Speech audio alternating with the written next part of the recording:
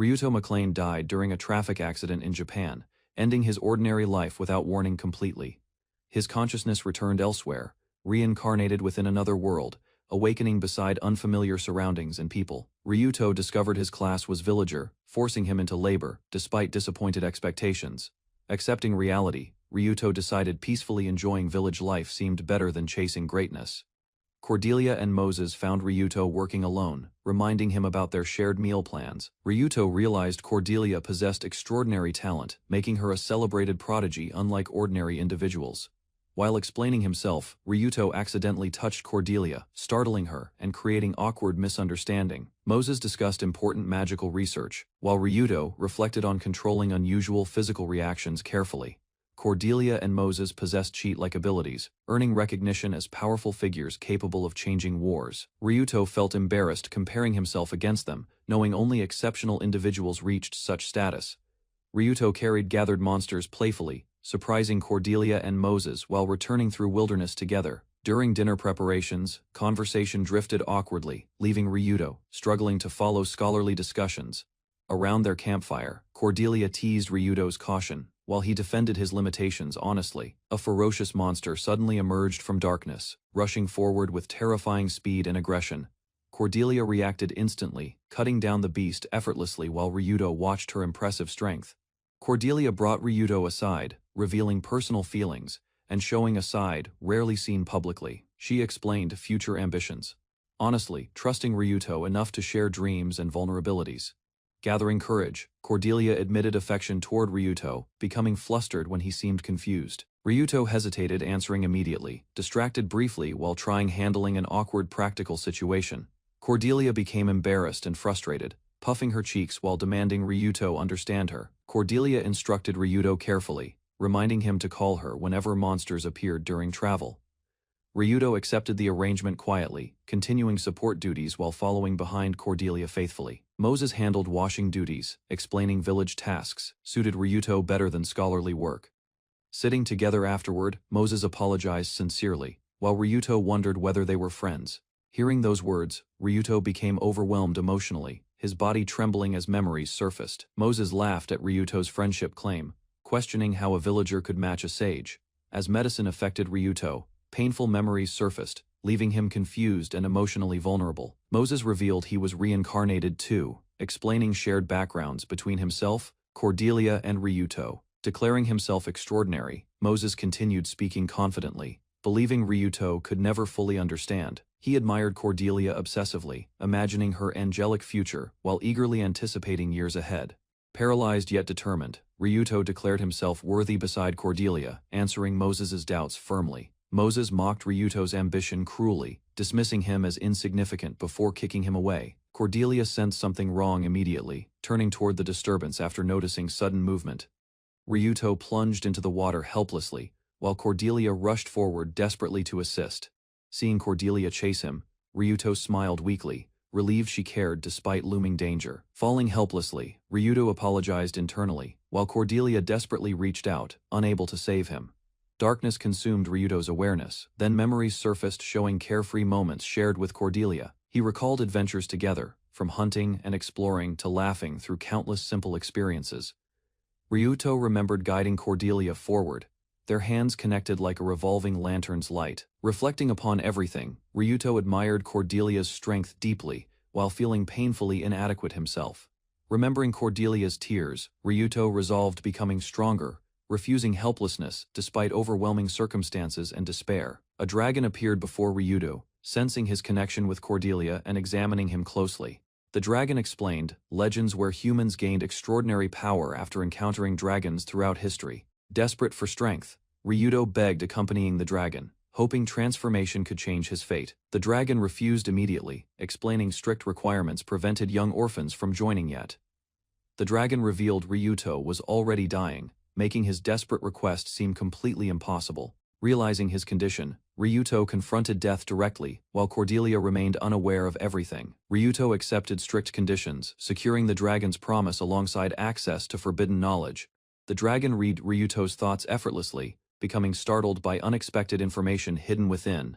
Recognizing familiar memories, The dragon realized this encounter connected strangely with another meeting. The dragon honored his promise, altering fate's course while Ryuto's original life finally ended.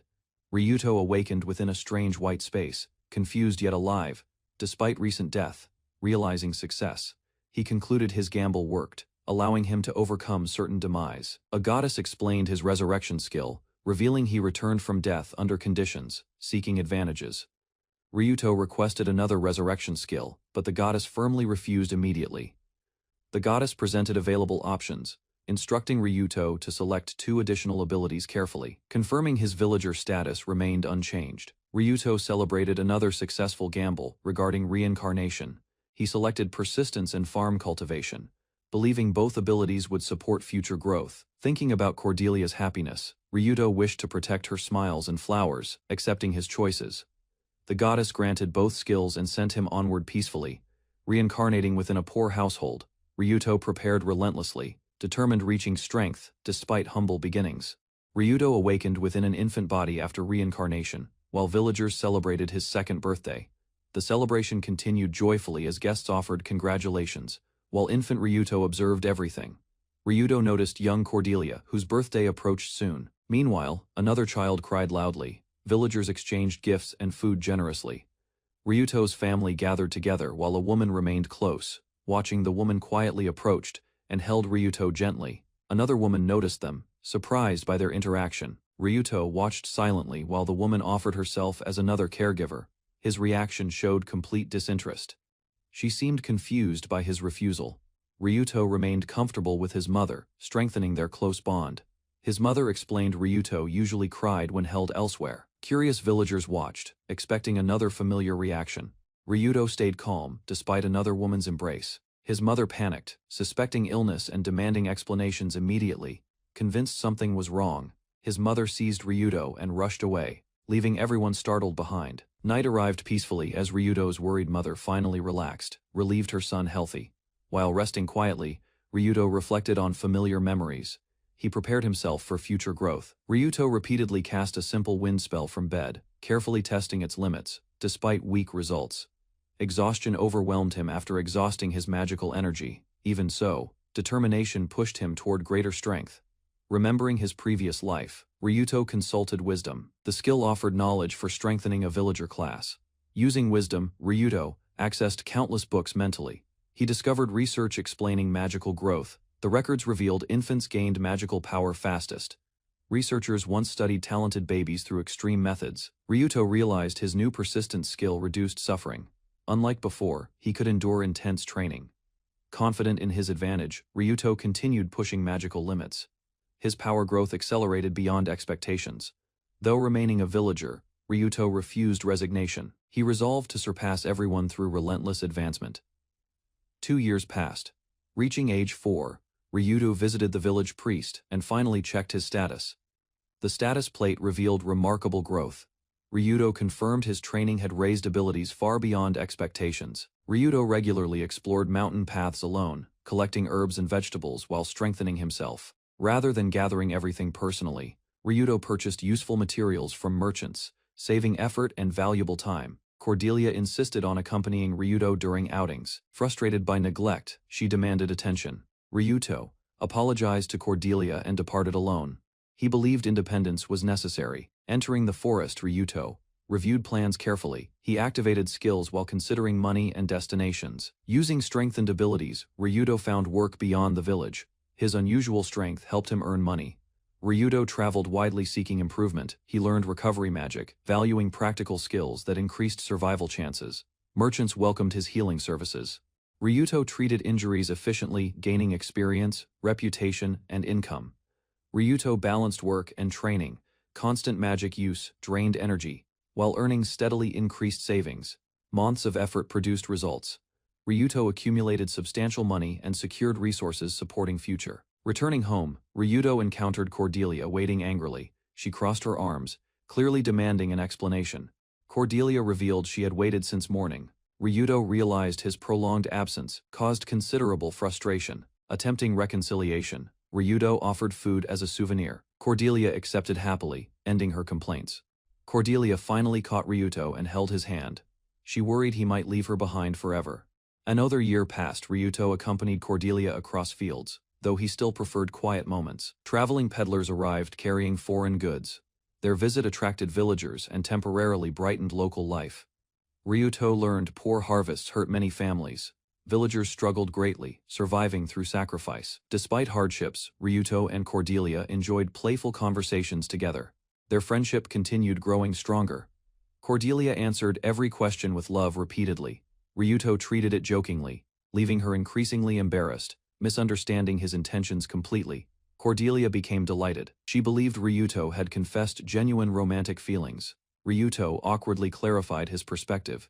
He viewed Cordelia as a childhood friend and younger sister. Although rejecting romance, Ryuto valued Cordelia deeply.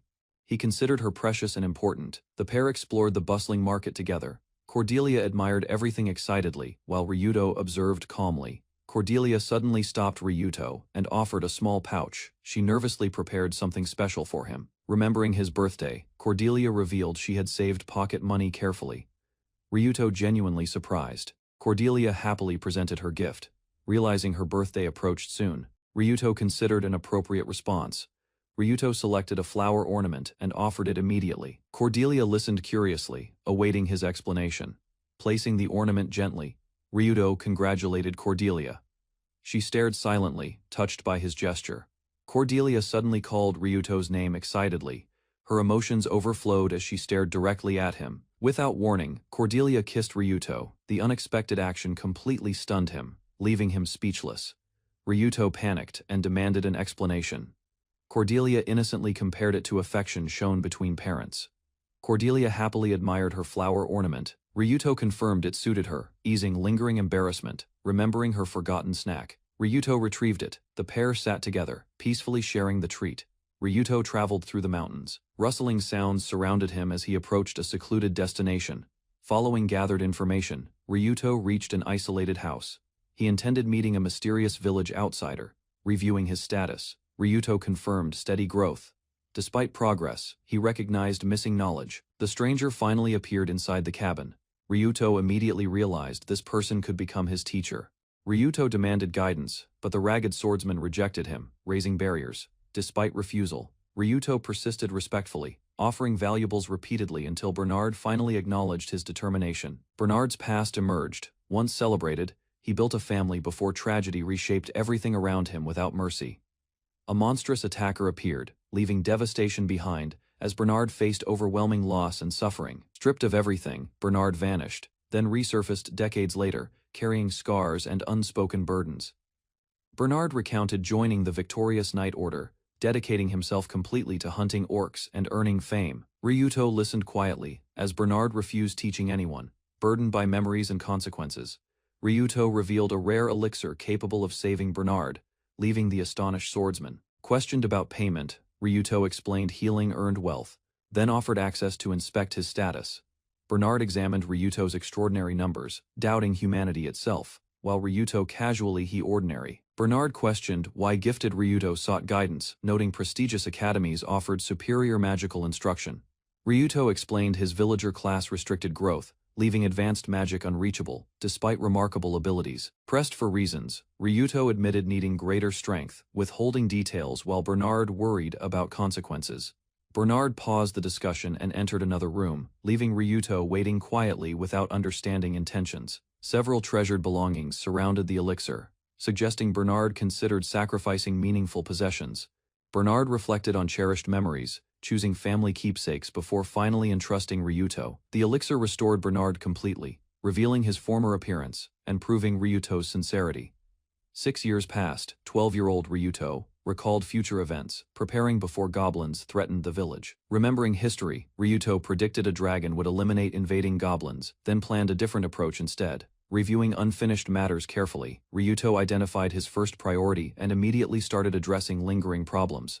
Ryuto awakened as his affectionate mother demanded another morning kiss. Misunderstanding his objections completely, his mother excitedly assumed romantic feelings, while Ryuto struggled explaining. Embarrassed, he insisted the morning kisses should end, hoping maturity would finally change her behavior. Learning Ryuto was already 12, his mother briefly reflected, leaving him expecting reasonable acceptance from. Instead, she immediately resumed demanding affection, forcing Ryuto into another futile attempt at resistance again. Ryuto escaped another overwhelming display of affection, leaving his mother emotional. Ignoring distractions, Ryuto focused on future threats, planning departure before goblins arrived and events unfolded. Remembering Bernard's lessons, Ryuto asked about Steel Body, seeking strength beyond ordinary villager limitations. Bernard explained strengthening skills, comparing benefits carefully, while noting Steel Body required difficult qualifications first. Demonstrating knowledge unexpectedly, Ryuto revealed forbidden techniques, shocking Bernard and proving unusual experience. Bernard described Demon's Gateway, a forbidden technique opening demonic paths while demanding terrible sacrifices from users. Questioned about his knowledge, Ryuto explained previous experience, while Bernard detailed Risk's methods. Despite severe dangers draining life force, Ryuto remained determined, convincing Bernard his resolve. Bernard evaluated Ryuto carefully, concluding extraordinary potential could unlock Demon's Gateway far beyond expectations. Accepting Ryuto's determination completely, Bernard declared he would become stronger and surpass ordinary limits. Ryuto reaffirmed his determination, accepting harsh methods, because gaining strength remained his highest priority now. After relentless preparation, Ryuto reviewed his growth, satisfied yet aware only 1 week remained. Meanwhile, Cordelia received notice about joining the Night Order, facing responsibilities extending beyond noble expectations. Officials praised future opportunities, describing valuable combat experience and a clear path toward knighthood. Despite encouragement, Cordelia feared genuine warfare, realizing battlefield dangers differed greatly from ceremonial training exercises. Cordelia forced confidence before departure, hiding fears behind determination while accepting responsibilities. Her father questioned her worries, insisting a hero should never fear challenges or dangerous missions. Officials reminded everyone that prophecy selected Cordelia, placing great expectations upon her future. Cordelia smiled weakly, privately wishing the oracle had chosen someone else, despite denying fear. Unable to reveal her feelings further, Cordelia excused herself and retreated quietly to her room. Cordelia releasing overwhelming power unexpectedly, while struggling to understand her own abilities. Realizing the attack targeted her father, she panicked immediately and desperately tried stopping the magic. The blast struck him regardless, leaving the household shocked as Cordelia blamed herself. Surrounded by disturbing visions, Cordelia stood frozen, questioning her identity and purpose amid growing confusion. Fleeing the estate, Cordelia searched for answers alone, overwhelmed by strength she could not comprehend. Overwhelmed by confusion and guilt, Cordelia ran desperately, pleading for help while struggling. Elsewhere, townspeople prepared celebrations, decorating streets and gathering vendors for the anticipated flower festival. Cordelia remembered the cancelled festival, reflecting sadly upon lost memories and unexplained events surrounding flowers. Lost in thought, Cordelia sat alone until someone called her name, breaking her troubled concentration. Ryuto found Cordelia crying, then invited her outside, hoping companionship might ease her burden.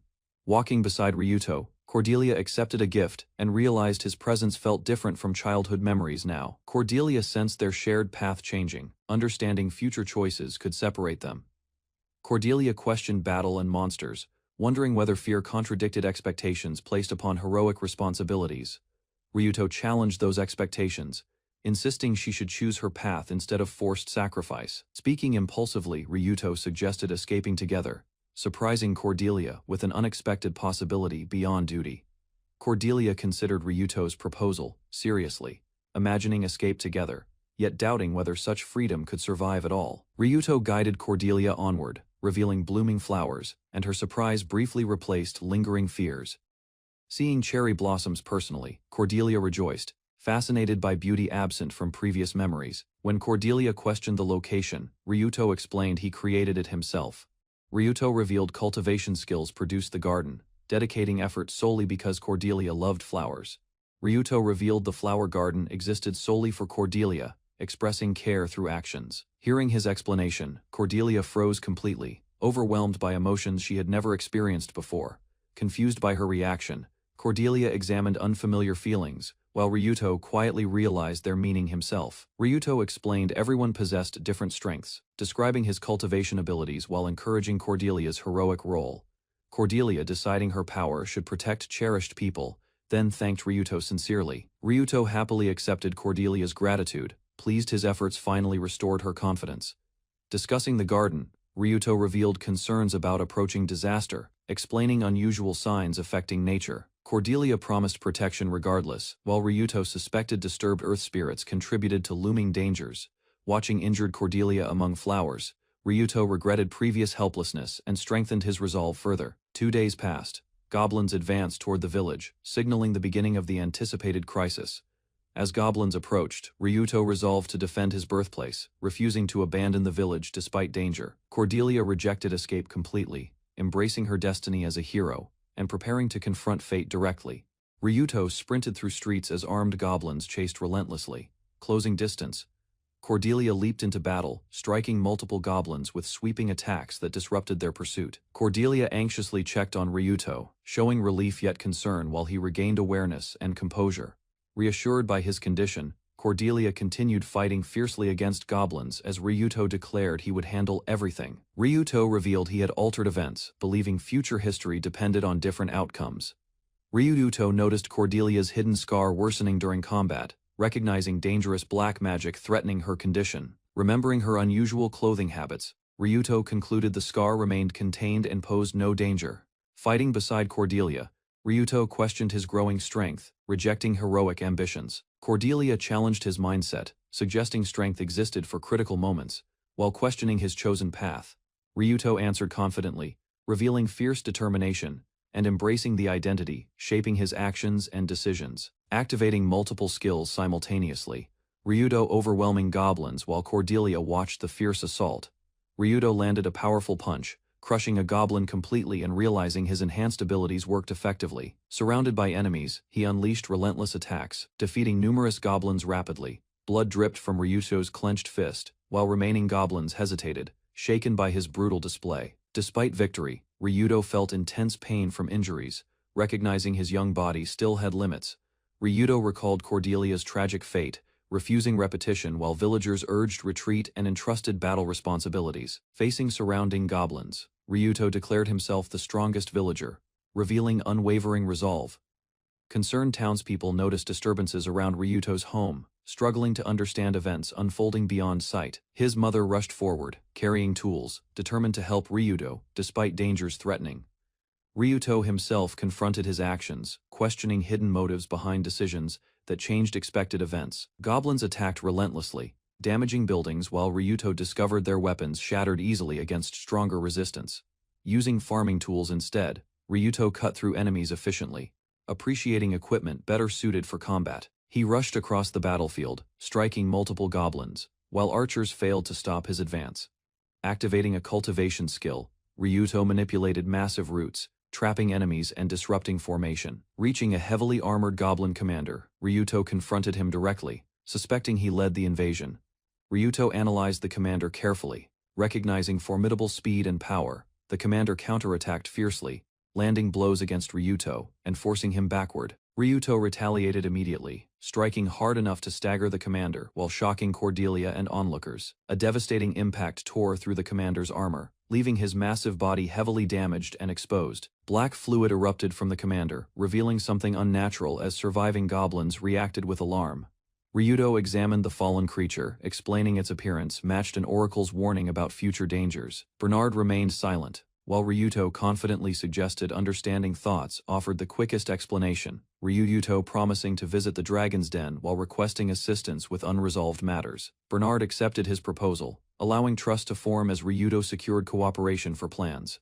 As discussions concluded, Cordelia noticed movement and questioned Ryuto, wondering where he intended going. Ryuto explained his departure, seeking greater strength through dragon training, while promising eventual return someday. Cordelia broke into tears, upset by his burdens and unable to accept years of separation. Emotionally, Cordelia embraced Ryuto tightly, expressing feelings she could no longer restrain. Ryuto gently reassured her, promising faithfully that he would return and meet her again. Riding the dragon, Ryuto bid farewell, leaving Cordelia behind, while beginning his next journey. Cordelia chased, crying and accusing Ryuto of selfish decisions, unable accepting his sudden departure. Still shouting promises of resentment, Cordelia watched the village below while emotions overwhelmed her completely. Flying beside his master, Ryuto vowed to shoulder Cordelia's burdens, grow stronger, and return someday. The dragon crossed distant mountains beneath dim skies, carrying Ryuto toward training and destiny waiting far ahead peacefully. Ryuto entered the Dragon King's vast library, learning dragons inhabited hidden lands. A hooded girl bluntly stated she preferred another visitor, leaving Ryuto confused. Bernard the dragon escorted Ryuto onward while demanding proper respect for the Dragon King from him. Seeking an audience, Ryuto argued with the girl, but Bernard explained sacred rules governing selection. The girl introduced herself as Lilith, apologizing awkwardly while revealing her youth among dragons. Lilith explained ranking bracelets, measured status, while Ryuto realized he still owed payment there. Ryuto eagerly prepared himself for an audience with the Dragon King, while Bernard announced permission, granted. Bernard suddenly reacted to Ryuto's status, shocked by numbers exceeding human limits. Ryuto learned mental magic, hindered Bernard's reading ability, accidentally protecting him from unusual scrutiny. Leaving together through towering shelves, Ryuto thanked Lilith warmly, while Bernard guided their continuing journey. The Dragon King recognized Ryuto's reincarnated nature, allowing him respect, while Bernard remained respectfully kneeling, discussing reincarnated people. The Dragon King unexpectedly praised Ryuto's clothing. Ryuto explained his garments arrived accidentally, while Bernard compared the situation to a wandering soul. Offered hospitality, Ryuto apologized for blunt remarks, and their strange discussion continued across different perspectives. Amused by circumstances, the Dragon King granted library access, trusting Ryuto, despite Bernard's lingering concerns. The Dragon King proposed welcoming Ryuto officially, astonishing Bernard with an unprecedented decision. Bernard explained, acceptance exceeded ordinary hospitality, while Ryuto struggled understanding the significance. Bernard panicked under pressure, yet the Dragon King calmly revealed overwhelming authority beyond challenge or doubt. Explaining further, the Dragon King noted Ryuto's status surpassed his own magical power measurement. Ryuto questioned the reason, and the Dragon King answered simply that strength naturally earned respect. The Dragon King calmly revealed Ryuto had lived before, confirming this world was his second chance. He explained special treatment existed, because Ryuto's irregular existence differed greatly from ordinary reincarnated individuals. The Dragon King warned Ryuto his actions were guiding the world toward destruction, leaving him stunned.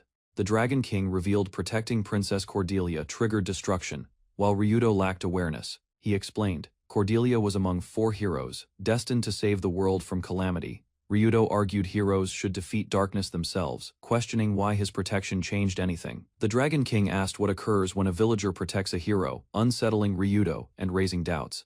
He stated Cordelia should have grown stronger through hardship, but Ryuto altered that path. The Dragon King explained Ryuto's desire protecting others surpassed reason. He revealed saving Cordelia disrupted fate, diverting her growth from hardships necessary for heroic development. Warning continued as he described global decline, while Cordelia's lifelong goal risked becoming unattainable entirely. The Dragon King predicted failure against the evil dragon, leaving Ryuto burdened by consequences ahead. Refusing despair, Ryuto declared he would surpass heroes themselves, ensuring Cordelia gained strength and survival. Ryuto declared he would defeat the evil dragon himself, making Cordelia's burdens unnecessary and irrelevant. Confidently, Ryuto demanded divine protection, believing greater power would solve the looming crisis. The Dragon King tested Ryuto's resolve, revealing ruthless methods while measuring his determination. Mentioning demons, the Dragon King lowered himself respectfully, emphasizing the gravity behind Ryuto's reckless proposal. His expression darkened immediately, warning that anyone contracting devils faced execution without mercy or exception. Ryuto accepted the Dragon King's strange behavior, recognizing amusement behind his intimidating demeanor. Delighted by Ryuto's response, the Dragon King praised him enthusiastically and welcomed their unusual friendship. Their handshake sealed an agreement, surprising Ryuto as powerful energy surged between them. The Dragon King granted divine protection, removing villager limitations and allowing unrestricted future growth potential. Understanding the blessing's effects, Ryuto resolved to train relentlessly and surpass previous boundaries. The Dragon King asked Ryuto's plans, but he focused solely on rapid growth and strength ahead. Confident and motivated, Ryuto declared leveling quickly remained his immediate objective. Officials investigated the Goblin Raid aftermath, carefully documenting reports while examining conditions throughout the village. Authorities concealed unusual details, crediting heroic efforts, while suppressing information surrounding Ryuto's mysterious origins. Returning unexpectedly, Cordelia hurried toward Ryuto and apologized, startling everyone gathered around the area. Cordelia blamed herself for Ryuto's dangerous journey, fearing her circumstances pushed him toward risks. Her companions reassured her gently, explaining Ryuto chose his path independently. Encouraged by their support, Cordelia regained confidence and promised protecting their homeland until return.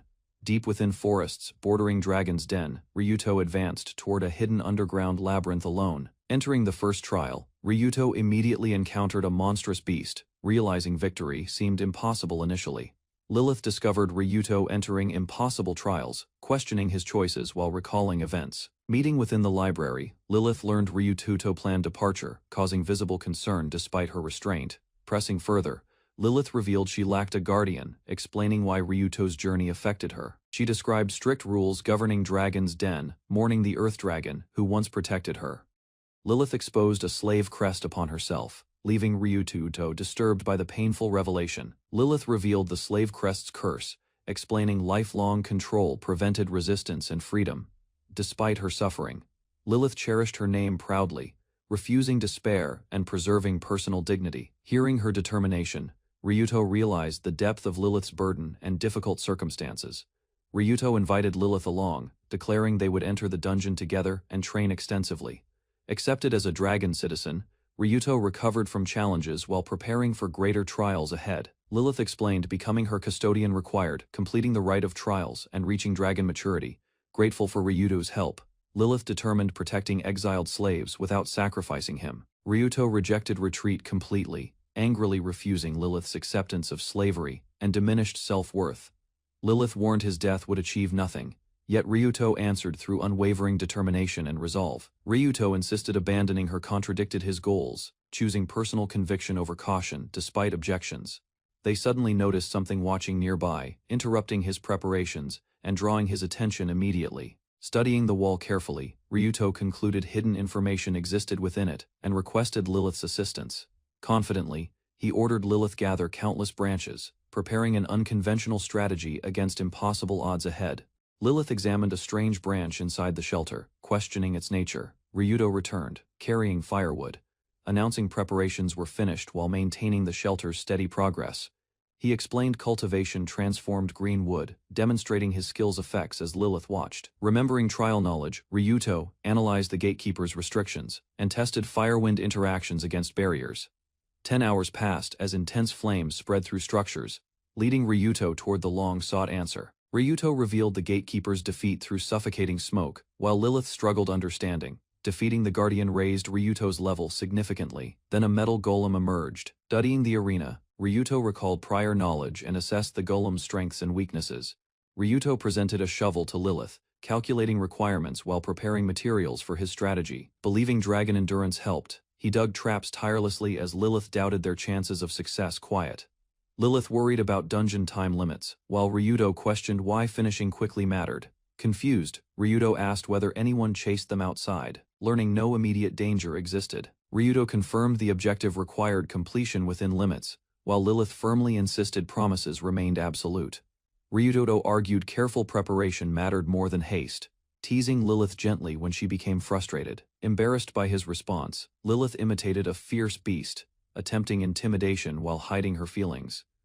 Lilith realized Ryuto's earlier guardian observations explained his behavior, though she still disliked following directions. Ryuto concluded Lilith lacked independence, believing her trusting nature could easily invite danger.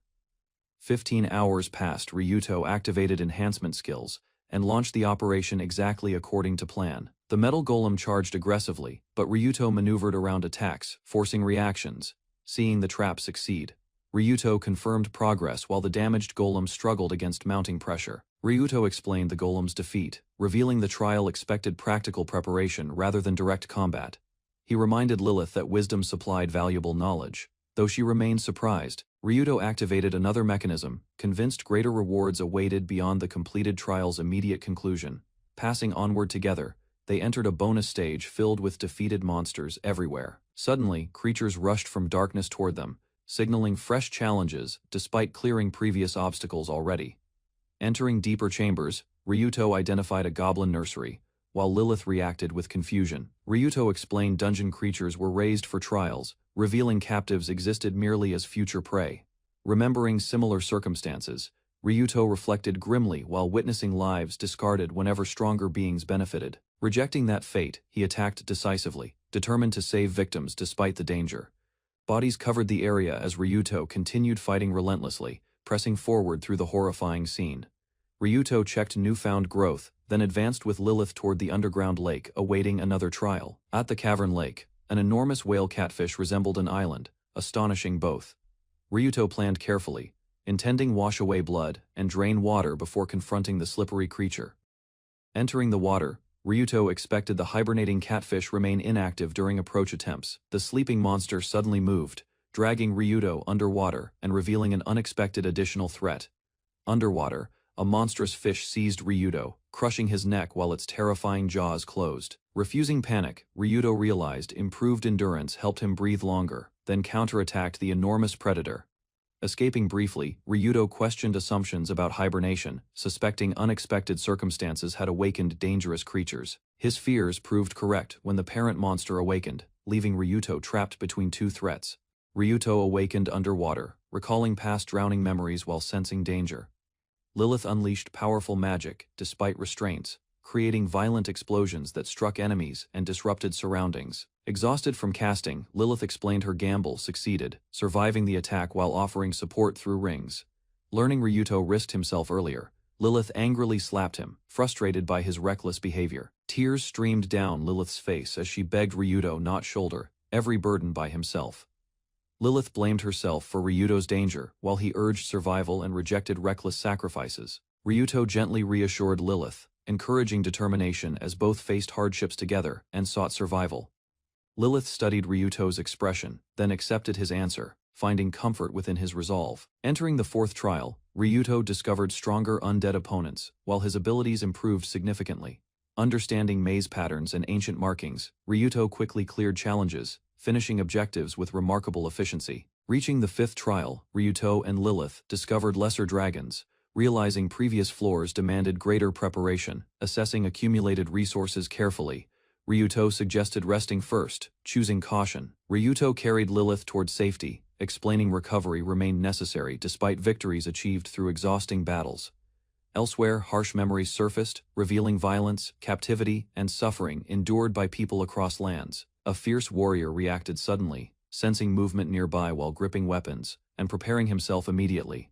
Little Lilith endured suffering and violence, remaining expressionless, while witnessing brutal events unfolding around. Fascinated by a towering creature, Lilith reached forward innocently, finding beauty despite harsh circumstances. She spent years studying books, gradually learning knowledge under an elderly mentor's guidance patiently. Growing closer through shared lessons, Lilith happily read alongside the mentor and matured steadily. Time passed relentlessly until illness weakened the mentor, leaving her faithfully beside him. Lilith attended her mentor's farewell ceremony, quietly grieving while facing separation. She awakened confused by unfamiliar sensations, struggling to understand surroundings before recognizing consciousness. Returning slowly, Ryuto greeted Lilith warmly, explaining excessive magic caused lasting strain, while gradually draining his vitality. Refusing delay, Ryuto continued working despite concerns, revealing his immediate objective involved setting fires. Flames spread across structures rapidly, transforming the area as Ryuto's plan advanced toward completion. Ryuto ignored Lilith's doubts, pushing damaged magic relentlessly, because retreat meant failure against overwhelming obstacles. Lilith watched in shock as Ryuto suddenly ignited flames, committing fully to his risky strategy. Revealing hidden knowledge, Ryuto explained roots-supported structures, then accelerated their growth. Ryuto demonstrated how expanding plants weakened foundations, creating countless openings that compromised defenses. Together they observed burning walls crack apart, as Ryuto's preparation transformed the battlefield. Ryuto explained experience surpassed knowledge alone, gaining strength through battles, while disregarding the ruined labyrinth. Furious, Ryuto declared abandoned victims mattered more than titles, rejecting any honor protecting wrongdoers. Lilith watched silently as Ryuto laughed, surprised by his confidence and determination. Overwhelmed with emotion, Lilith praised Ryuto's achievements while he celebrated surpassing level 80 successfully. Activating farming cultivation, Ryuto unleashed explosive growth, causing vegetation to erupt across the battlefield. Reaching level 99, Ryuto planned departure, intending to revisit earlier trials and gather equipment. Returning confidently, Ryuto recovered the Minotaur's axe, recognizing valuable rewards overlooked. Testing newfound strength, Ryuto handled the massive weapon effortlessly, amazed by dramatic growth achieved. Advancing through another trial, Ryuto crushed the armament golem, overwhelming opponents with superior power. Achieving level 100, Ryuto unlocked Rage of the Villager, gaining a devastating new skill. Excited about his new ability, Ryuto eagerly sought testing despite recognizing its apparent limitations first. Preparing another challenge, he asked Lilith to remain behind while he investigated alone briefly. Facing the whale catfish once more, Ryuto activated Rage of the Villager and attacked directly. Waiting patiently, Lilith noticed the Minotaur axe returning unexpectedly, leaving her completely confused momentarily. Ryuto returned safely carrying rewards, cheerfully thanking Lilith for waiting and completing his objective. Ryuto confirmed his experiment succeeded completely, proving the skill's power by defeating the whale catfish. Returning exhausted, Ryuto admitted overwhelming mana consumption limited practical combat use, then collapsed before Lilith. Cradling the sleeping Ryuto gently, Lilith accepted defeat against concern, knowing one final trial remained. Ryuto learned dragon zombies retain spirits and abilities, making the final trial a meaningful challenge. Lilith explained ancient dragons' past knowledge through rituals, allowing worthy successors to inherit strength. Ryuto discovered Divine Dragon's Blessing, a powerful reward greatly enhancing abilities beyond ordinary limits. They reached an altar, where Ryuto examined the chamber while Lilith quietly observed everything. A massive dragon appeared before them, and Lilith recognized her father, revealing their connection. Ryuto learned Lilith's father had perished recently, turning the sacred ritual into a solemn farewell. The guardian dragon suddenly attacked, smashing through stone while Ryuto and Lilith dodged. A strange creature emerged and charged forward, clashing fiercely against the dragon's overwhelming force. The beast roared repeatedly, forcing continuous exchanges as both monsters struggled for battlefield control. Ryuto activated farming cultivation, unleashing countless vines that restrained enemies before shattering defenses completely. Ryuto's vines ripped across the guardian, yet overwhelming mana exposed weaknesses and shattered their growth. The dragon counterattacked fiercely, releasing destructive force that struck Ryuto and hurled him backward. Ryuto leaped forward again, spinning through attacks before landing directly atop the charging dragon. Explosions erupted everywhere as Ryuto continued attacking relentlessly, refusing surrender, despite overwhelming opposition. While evading crushing blows, Ryuto realized dragons treasured battle because constant struggle forged greater strength. The guardian overwhelmed Ryuto, launching him away while proving its terrifying strength beyond expectations. Excitement filled him despite danger, prompting activation of Steel Body and Demon's Gateway simultaneously. Relying on combined strengthening skills, Ryuto pushed beyond limits and briefly matched draconic power. Determination surged through him as he activated Rage of the Villager and gathered everything. Ryuto and the Guardian charged directly together, unleashing decisive attacks that collided with force. The clash ended abruptly, leaving Ryuto standing before the Guardian. While uncertainty filled his mind, Ryuto lowered his weapon instead of attacking, sensing the battle carried deeper meaning than victory. Lilith noticed his hesitation and questioned him. While Ryuto admitted he could not continue, tears streamed down Lilith's face as powerful emotions surfaced from witnessing her father. Ryuto explained her human heart resisted acceptance, helping Lilith understand her painful feelings better. Ryuto urged Lilith to accept her father's farewell and honor both sides of her heritage. Lilith worried the divine dragon's blessing would pass elsewhere, but Ryuto dismissed the concern. Encouraged by his words, Lilith gathered courage and prepared to face her father. Lilith approached the fallen dragon quietly, placing her hand against him with trembling emotions. Through tears, Lilith thanked her father sincerely for raising, protecting, and caring for her. Lilith's farewell awakened powerful energy, causing the dragon's body to radiate brilliant light everywhere. The Guardian's remains dissolved peacefully, leaving sacred traces behind while Lilith knelt silently there. Overcome by grief and relief, Lilith buried her face against Ryuto and wept freely. Ryuto comforted Lilith gently, allowing her to remain close while releasing long-suppressed emotions. Once calmer, Lilith thanked him softly as her father's spirit appeared content before fading. Ryuto checked his rewards, believing shared experience gains were enough, despite missing expected abilities.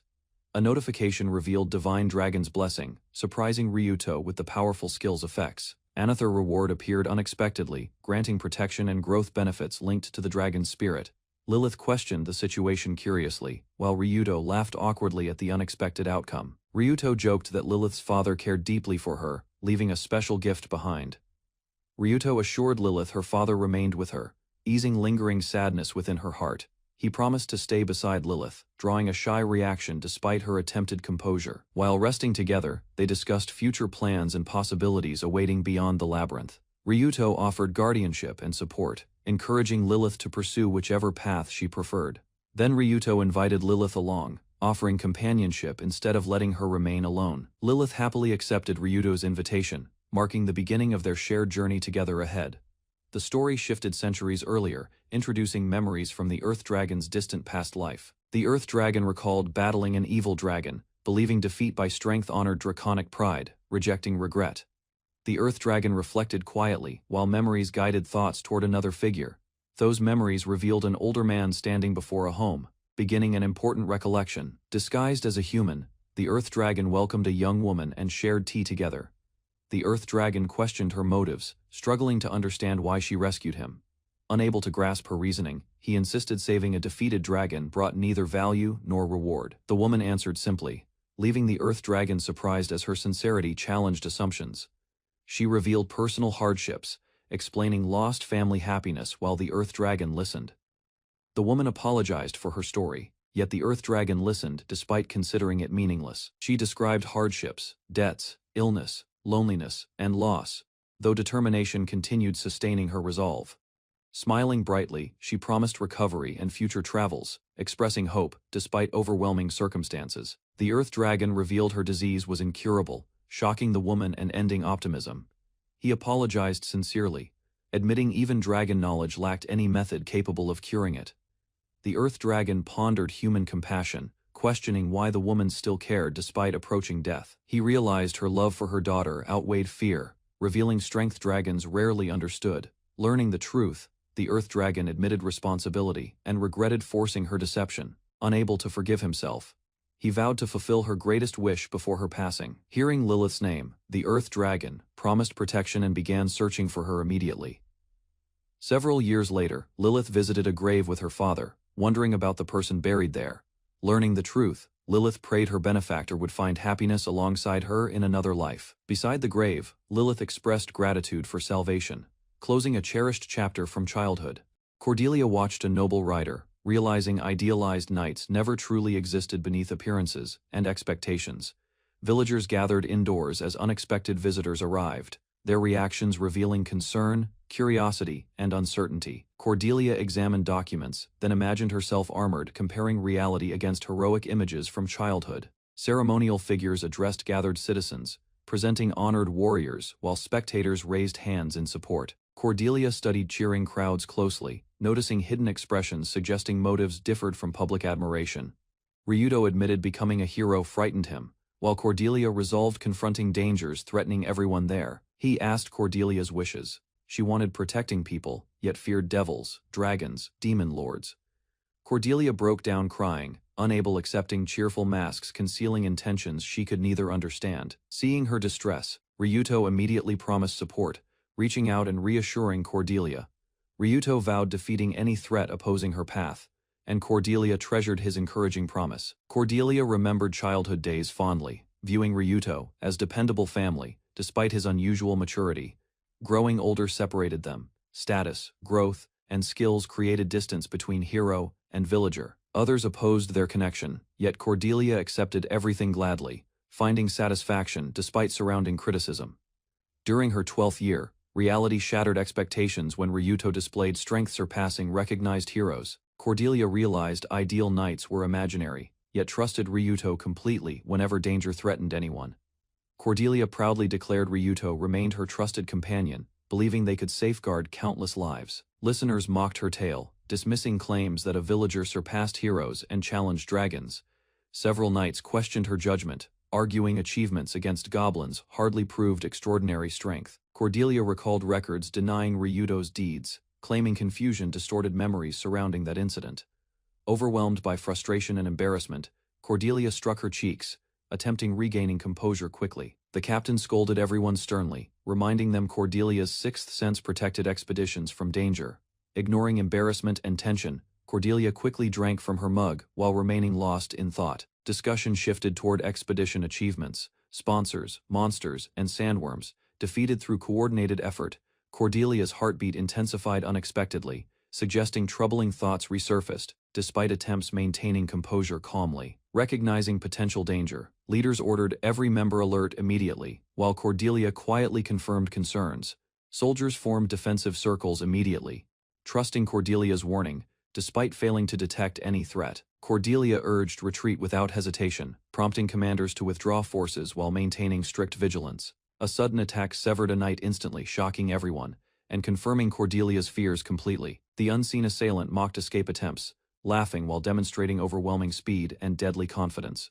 A sinister woman revealed herself openly, promising total slaughter and denying every possibility of survival. Cordelia identified the attacker as evil dragon Amanta. Realizing heroes had vanished because of her, refusing panic, she ordered everyone surround Amanta immediately, believing combined strength could overcome danger. The soldiers hesitated briefly, confused by developments, while carefully watching movements across the battlefield. A companion questioned Cordelia's plan, but others trusted her instincts and followed instructions. Commanders restored confidence swiftly, organizing formations and declaring Amanta defeatable through coordinated combat. Remembering Ryuto's promise, Cordelia recalled his vow supporting heroes regardless of recognition or reward. The knights launched coordinated attacks, activating defensive skills while pressuring Amanta from multiple directions. Amanta countered effortlessly, firing attacks confidently and forcing combatants into dangerous positions during battle. The squad executed preparations carefully, using specialized abilities to restrict Amanta's options and movement. Despite severe injuries, a determined knight pierced Amanta successfully, proving their strategy partially effective. Amanta faced relentless attacks, yet countered skillfully, while surrounding knights pressed forward without hesitation. Multiple warriors struck simultaneously, forcing her backward briefly as coordinated assaults landed from directions. The battle intensified rapidly, but Amanta evaded attacks effortlessly and disrupted formations through strength. She mocked their efforts casually, claiming restraint alone prevented complete destruction of everyone. While taunting opponents playfully, Amanta noticed movement behind her as soldiers prepared another attack. Amanta massacred soldiers mercilessly, mocking survivors while presenting slain victims to provoke despair further. She manipulated corpses cruelly, forcing witnesses toward hopelessness while taunting them with grotesque displays. Recognizing her target, Amanta suddenly ordered desecration of the hero, escalating tensions dramatically further. Cordelia charged forward immediately, cutting through approaching enemies while ignoring fear and personal safety. Witnessing unbearable atrocities, she gritted her teeth fiercely and continued fighting with determination. Cordelia rallied frightened soldiers, urging discipline while demonstrating enemies could still be defeated together. Amanta mocked their formation, launching powerful attacks and ridiculing leadership for failing maintain order. Refusing intimidation, Cordelia advanced aggressively, exchanging blows directly while enduring pressure from Amanta. Cordelia unleashed repeated strikes relentlessly, forcing Amanta to defend continuously against an overwhelming barrage. Exhaustion finally appeared during combat, yet she remained standing, despite weakened hands and breathing. Cordelia's attacks finally connected, forcing Amanta to react while narrowly avoiding retaliatory strikes repeatedly. Amanta scattered projectiles everywhere, pressuring Cordelia continuously and restricting movement across the battlefield. Noticing Cordelia isolated, Amanta approached calmly and questioned whether loneliness troubled her deeply. She gestured toward corpses and orcs, claiming companionship remained available despite widespread devastation. Cordelia rejected Amanta's twisted reasoning angrily, refusing happiness built upon suffering and death. Amanta described horrific torture proudly, explaining victims eventually begged for death, while orcs consumed them. She celebrated endless suffering further, praising recovery magic because it prolonged agony without release. Amanta became ecstatic, discussing despair, obsessively admiring expressions created through pain and hopelessness alone. Mocking Cordelia relentlessly, Amanta laughed loudly and claimed humiliation represented entertainment beyond comparison. Without warning, she attacked suddenly, grabbing Cordelia directly and forcing the battle closer. Amanta mocked Cordelia cruelly, claiming heroes surrendered easily and abandoned their convictions under pressure. Cordelia revealed a psychological skill activation, resisting manipulation while Amanta questioned her determination. Amanta struggled against the mental effect, recognizing the hero's ability disrupted her influence. Frustrated by resistance, Amanta complained openly, admitting Cordelia proved unusually difficult to break. Losing interest gradually, she dismissed Cordelia as boring and prepared another attack immediately. Amanta launched another attack confidently, expecting victory while Cordelia struggled against overwhelming pressure. A sudden strike interrupted Amanta completely, sending her crashing away and shocking nearby combatants. Cordelia turned immediately, stunned by an unexpected figure crossing the battlefield with impossible speed. Recognizing him instantly, she remembered the protector she always trusted beyond every hero. Ryuto finally arrived calmly, apologizing briefly while standing before everyone as their salvation. Ryuto explained hearing Cordelia faced the evil dragon, arriving hurriedly, despite lacking complete information entirely. Noticing her trembling arm, Ryuto supported Cordelia gently, recognizing exhaustion hidden beneath determination and lingering emotional strain. Cordelia embraced him tearfully, reminding Ryuto about promises while expressing frustration over his absence. Ryuto apologized sincerely and comforted Cordelia, then sensed hostility around them and shifted focus immediately toward danger. Amanta attacked again, questioning Ryuto's identity, while Cordelia proudly defended his ordinary status and steadfast character. Declaring himself a villager, Ryuto confronted Amanta confidently, standing beside Cordelia without hesitation or fear.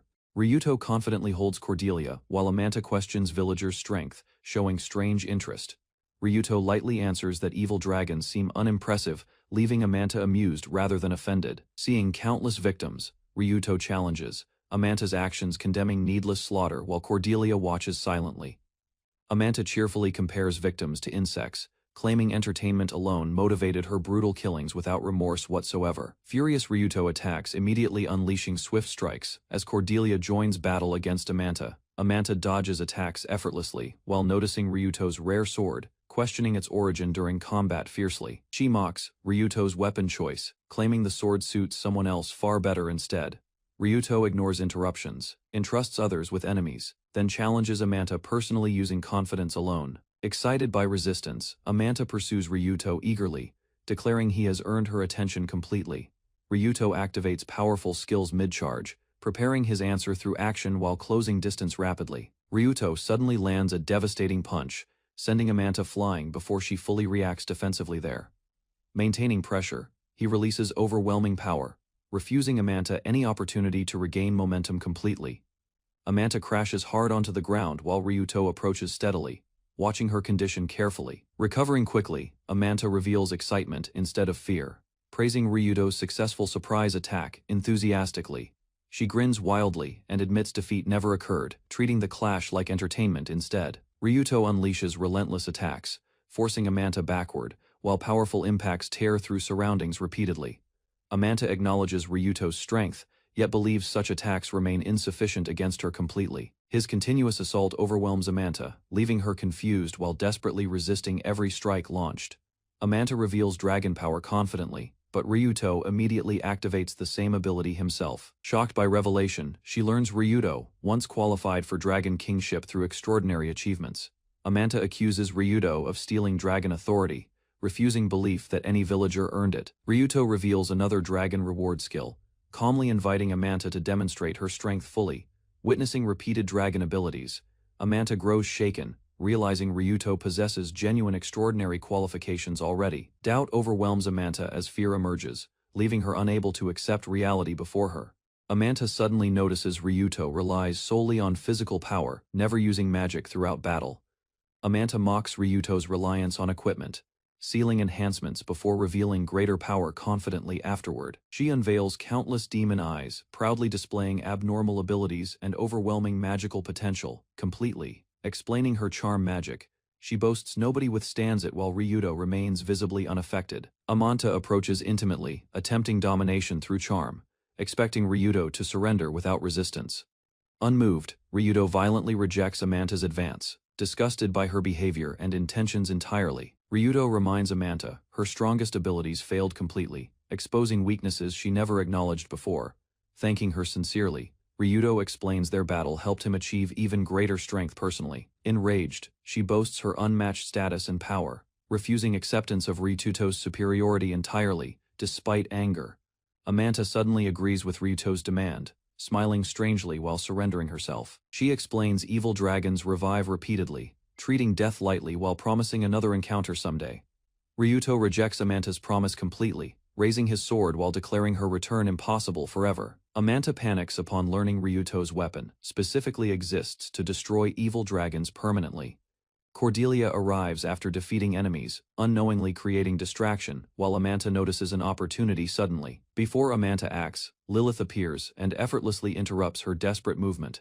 Startled and confused, Amanta questions Lilith's identity, receiving only a cold response instead. Amanta desperately claims her death threatens world balance, But Ryuto remains completely unconvinced by excuses. Ignoring her warning, Ryuto strikes decisively, ending Amanta's resistance before further arguments emerge entirely. Ryuto explains divine destruction prevents resurrection, ensuring Amanta's soul can never return again. Cordelia welcomes Ryuto back warmly while admitting confusion regarding complicated explanations surrounding events. Companions warn Ryuto carries dangerous curses, revealing hidden consequences behind his extraordinary strength. Cordelia learns Ryuto's immense power carries curses, causing suffering whenever protective restraints disappear completely. Ryuto reassures her sincerely, declaring he would endure any hardship to remain beside her. Hearing those words, Cordelia becomes flustered, struggling to process Ryuto's heartfelt determination fully. Cordelia smiles warmly and thanks Ryuto, while he happily accepts her response without hesitation. Their peaceful moment ends when she asked him who the mysterious hooded girl, Lilith, standing beside them. Ryuto appeared during days preceding the evil dragon's destruction, carrying determination. Lilith entered an immense library, studying countless shelves and searching carefully through records containing knowledge. She crossed a grand chamber, reached massive doors, and opened them toward a hidden section. Inside, a solitary book rested upon a pedestal, preserved carefully beneath brilliant light for generations. She opened the tome, discovering dragon-created magical records containing accumulated research, secrets, and techniques preserved. Lilith learned the tome became readable because a special individual enabled access beyond normal limitations. 2 years earlier, another candidate attempted the trial, yet the tome rejected that person's efforts. Leaders argued permission required unanimous approval, refusing exceptions despite orders and discussions. Dragon King dismissed objections calmly, declaring strength, determined justice, and authority surpassed collective agreement. A man struck a protesting leader directly, ending resistance forcefully while supporting Dragon King's position. Ada Lord acknowledged Ryuto's strength, while Ryuto apologized casually, easing tension. Their discussion shifted toward the tome, and Ryuto admitted its secrets greatly increased his power. Ryuto prepared to depart, but Lilith suddenly appeared and called out from the doorway. Lilith worried about separation, while Ryuto explained her presence would hinder his dangerous objectives. He promised reunion after training, assigning Lilith memorization duties while pursuing growth through harsh study. Ryuto memorized dragon spells, yet lacked dragon nature, preventing practical use, despite extensive knowledge. Lilith endured years waiting faithfully, believing Ryuto's promise while fearing he abandoned their agreement. Ryuto finally returned, surprising Lilith completely and proving his commitment through actions. Overcome with relief, Lilith rushed forward and embraced Ryuto tightly, releasing emotions held for years. Lilith scolded his lateness through tears, while Ryuto apologized sincerely and accepted her feelings quietly. Ryuto explained mastering dragon knowledge, granted magical understanding, allowing analysis despite lacking genuine dragon abilities. He patting her head gently while recognizing efforts made throughout years of study. Ryuto revealed a ring, explaining prolonged absence resulted from searching specifically for Lilith's gift. He presented the ring, encouraging Lilith to accept it while placing it upon her finger. Noticing the ring's position, Lilith became overwhelmed, realizing the implication and reacting with shock. Still flustered from the ring, Lilith grabbed her belongings hurriedly, while Ryuto urged immediate departure together. Ryuto revealed their destination involved destroying the evil dragon, leaving Lilith surprised yet ready beside him. Hours after victory, Cordelia gently released birds while surveying devastation, as Ryuto observed. Cordelia informed Ryuto reinforcements required 2 more hours, revealing their vulnerable situation. Ryuto questioned whether Cordelia should abandon heroic duties and escape, suggesting survival over sacrifice. Cordelia entertained the suggestion, jokingly proposing fabricated excuses and departure together, though clearly conflicted about duty still. Rejecting retreat, Cordelia declared herself a hero, renewing determination while Ryuto recognized her unwavering resolve. Cordelia rejected escape, declaring steadfast resolve while promising future growth, determined to surpass Ryuto's abilities. Ryuto departed, vowing to protect everyone through his methods, while Lilith watched. Cordelia observed quietly as Ryuto left, while Lilith realized unanswered questions remained regarding mysterious events. Traveling together, Ryuto endured Lilith's clingy behavior while she complained, misunderstanding Cordelia's decision completely. Ryuto reflected that Cordelia's struggle differed greatly now, believing his actions altered crucial circumstances. Lilith dismissed humanity's fate, proudly displaying Ryuto's ring, while he explained its remarkable abilities and value. The ring's description revealed unusual power, a astonishing Lilith as she examined the treasured. Ryuto and Lilith traveled beside a noble convoy, discussing appearances while observing. Armed guards suddenly blocked passage, displaying aggressive behavior, while Ryuto preferred avoiding unnecessary conflict entirely. A disturbance reached the carriage, prompting orders to halt movement as concerned retainers prepared. A noble inspected Lilith closely, demanding her hood removed. The detector reacted strongly, revealing Lilith carried a slave seal, causing the noble's interest. Claiming ownership rights, the noble ordered Lilith transferred away, while Ryuto quickly recognized serious trouble. Ryuto attempted reasoning, explaining slavery mattered little to him, yet negotiations failed completely with everyone. Exploiting slave commands, the noble forced Lilith forward, leaving Ryuto desperately trying to stop her. Ryuto struck the noble suddenly, shocking everyone present while Lilith remained under enforced control. Chaos erupted immediately as guards attacked, while the furious noble demanded Ryuto's execution without hesitation. Ryuto calmly healed injured horses, leaving knights confused, and the noble struggling to understand events. A gladiator named Marissa arrived, accepting orders to judge Ryuto, while the noble regained confidence. Seeing Marissa appear, Ryuto warned Lilith back. Realizing circumstances had become worse than expected, Marissa launched relentless attacks, forcing Ryuto defensive while testing his reactions. Spectators praised Marissa's terrifying reputation, describing countless victories, and expecting another effortless triumph against Ryuto. The crowd mocked Ryuto's chances, convinced Marissa would crush him completely before resistance became meaningful. Observing carefully, Ryuto judged Marissa's strength disappointing. Realizing the feared gladiator appeared surprisingly weak, Marissa analyzed Ryuto cautiously, restraining lethal force while recognizing unusual reactions exceeding expectations for commoners. Ryuto struck suddenly, leaving Marissa stunned and speechless as the feared gladiator failed to react. Marissa collapsed, astonishing spectators while Ryuto casually pretended the outcome resulted from pure accident. The noble ordered treatment quickly, abandoning confrontation as Ryuto's unexpected victory shattered confidence. Ryuto reclaimed Lilith openly, warning everyone never touch his precious companion again under any circumstances. Leaving together, Lilith clung happily to Ryuto, while he realized her attachment kept growing stronger. Lilith misunderstood slave obligations completely, imagining embarrassing possibilities while Ryuto ignored her strange assumptions. Reaching a seaside city, Ryuto admired the scenery, while Lilith happily shared his excitement. Ryuto outlined important goals, including removing Lilith's seal, establishing a base, and gaining strength. At the Slave Association, Ryuto learned superior seals required expensive procedures, leaving him frustrated. Additional restrictions appeared, preventing purchase without proper guarantees, causing Ryuto's plans to stall. Unable to resolve Lilith's seal, Ryuto left frustrated while association staff mocked their difficult circumstances. At tavern, Ryuto discovered his funds insufficient, while suspicious gold coins remained unusable. Learning local conditions, Ryuto realized money shortages threatened progress, forcing him toward practical solutions. Nearby patrons discussed murdered runaway slaves, prompting Ryuto's attention when identification details emerged. Hearing seal involvement caused madness, Ryuto urgently demanded information, suspecting connections to Lilith's situation. At the inn, Ryuto investigated slave seals further. Realizing Lilith's situation was becoming increasingly dangerous, they learned neglected seals eventually deteriorated, causing severe consequences once visible symptoms finally emerged. Historical records revealed runaway slaves suffered agonizing deaths, connecting current incidents to past criminal activities.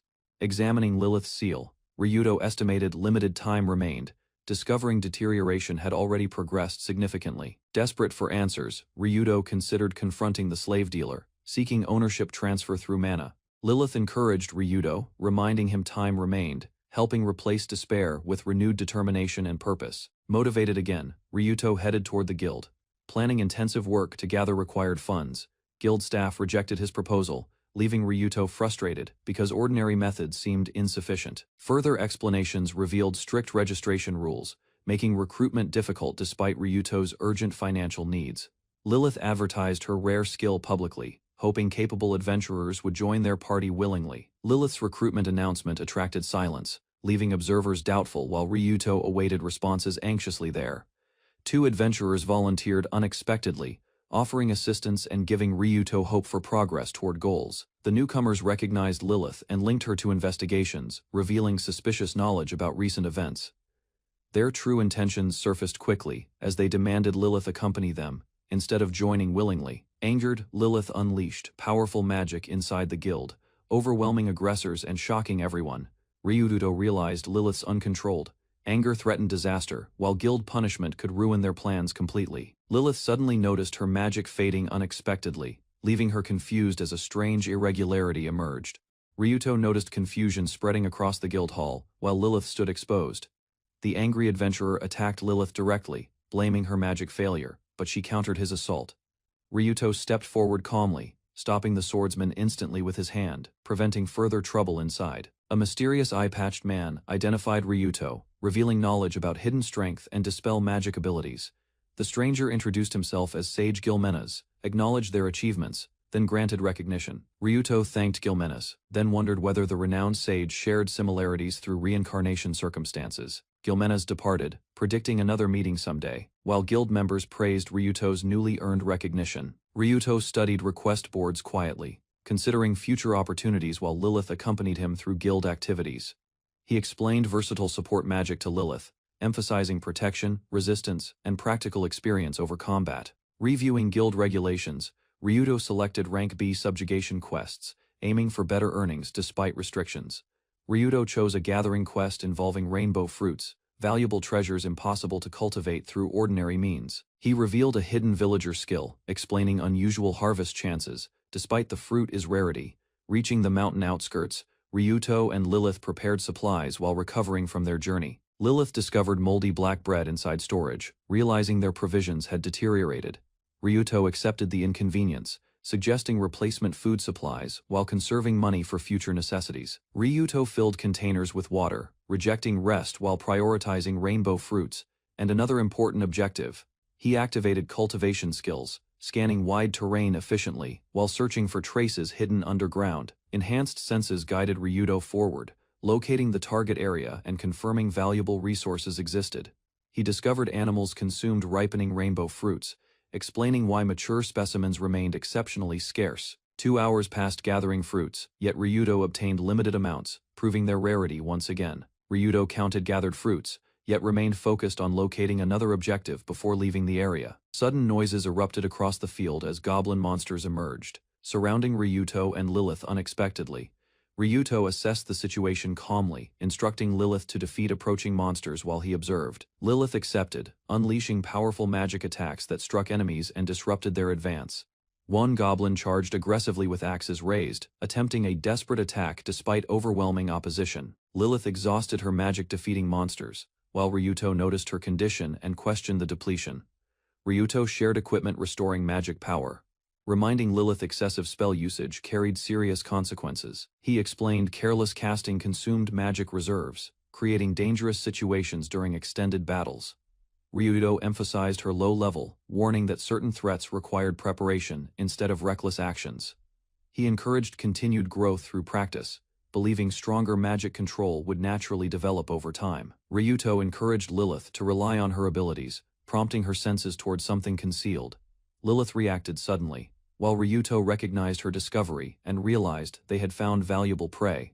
A giant insect-like creature appeared across the water, revealing the source behind their search. Lilith identified mutant insects hiding through camouflage, explaining why ordinary observation failed detecting them. Ryuto warned their targets were powerful, stressing caution because reckless behavior could quickly invite danger. Holy swords failed piercing protective barriers, proving the mutant insects possessed formidable defenses against attacks. Ryuto explained his strategy calmly, planning efficient extermination while avoiding direct confrontation. The pair rushed across terrain, positioning themselves carefully before executing the prepared hunting method. Following Ryuto's command, Lilith expanded her storage ability and released accumulated soapy water everywhere. The flooded insect lost stability immediately, exposing weaknesses and creating an opening for capture attempts. Ryuto signaled the attack, and Lilith unleashed lightning magic simultaneously against every exposed insect target. The strategy succeeded completely, stripping protective barriers through soapy water and allowing magic attacks. Ryuto reviewed Lilith's status, concluding her successful battle performance justified significant growth. They enjoyed a meal while calculating rewards, satisfied with profits earned from materials and quests. Gilmenas appeared unexpectedly, while Lilith reported completed fruit collection and Ryuto discussed recognition objectives. Gilmenas approached Ryuto, explaining he sensed powerful individuals easily and tracked them without difficulty. He discussed restoration magic casually, joking with companions while examining Ryuto's condition and reactions. Gilmenas proposed a challenge, summoning a preferred fighter and insisting Ryuto participate despite reservations and visible hesitation. Suddenly Marissa the gladiator appeared, introducing himself proudly, while displaying impressive strength. The match ended instantly, leaving Marissa defeated and apologetic, as shocked spectators watched silently. Marissa thanked Ryuto sincerely, while companions offered money compensation and expressed gratitude for his restraint. He rejected the payment angrily, punishing offenders himself and declaring dignity could not be purchased. Walking together, Ryuto reflected on karma, believing actions create bonds that eventually return to people. The following day, a mysterious witch approached Ryuto, sensing unusual qualities and inviting conversation. She introduced a gathering request, involving Mandragora, offering rewards and sparking Ryuto's immediate interest. The witch revealed Mandragora's immense value, while Ryuto realized the request offered exceptional opportunities and rewards. She described rumors surrounding Ryuto's achievements, confirming his growing reputation among influential individuals already. Explaining further, she revealed university involvement and trusted Ryuto with a mission requiring expertise. The witch promised assistance purchasing Lilith's freedom, strengthening Ryuto's motivation to accept immediately. Ryuto discussed Mandragora demand, recognizing its importance for medicine and understanding its persistent scarcity. The witch explained abnormal Mandragora growth signaled danger, suggesting unusual forces were affecting surrounding regions. She revealed Mandragoras grew near Arrakis volcano, where deadly basilisks inhabited forests and threatened travelers. To ensure success, experienced Haku Fae clan adventurers joined Ryuto's expedition, preparing for hazardous encounters ahead. Ryuto's group entered basilisk territory, discovering oversized monsters whose numbers exceeded expectations. Sensing danger ahead, Ryuto examined unusual traces carefully, while remaining alert toward hidden threats. He separated from Lilith briefly, intending to investigate a stronger presence and confirm suspicions personally. Deep within the forest, Ryuto encountered Manticore, containing a valuable Mandragora core inside. Ryuto vanished, suddenly pursuing the target, leaving startled adventurers confused and scrambling to react. Panic spread among adventurers as their leader suggested abandoning Ryuto, shocking Lilith and others. Discontent surfaced, with members rejecting their leader's decision and questioning his judgment openly. Lilith confronted the monster herself, discovering her attacks caused almost no meaningful damage. The creature launched a violent assault, forcing adventurers into desperate defensive actions against overwhelming pressure. One warrior resolved to stall the monster, urging companions and Lilith to escape immediately. Lilith refused retreating, declaring her determination to fight, while allies continued resisting the monster's assault. Encouraged by Lilith's resolve, Bernard advanced boldly, believing cooperation could defeat the dangerous creature. The monster struck violently, overwhelming Bernard, and sending him crashing backward through force alone. Witnessing defeat repeatedly, Lilith questioned her weakness while struggling against fear and harsh reality.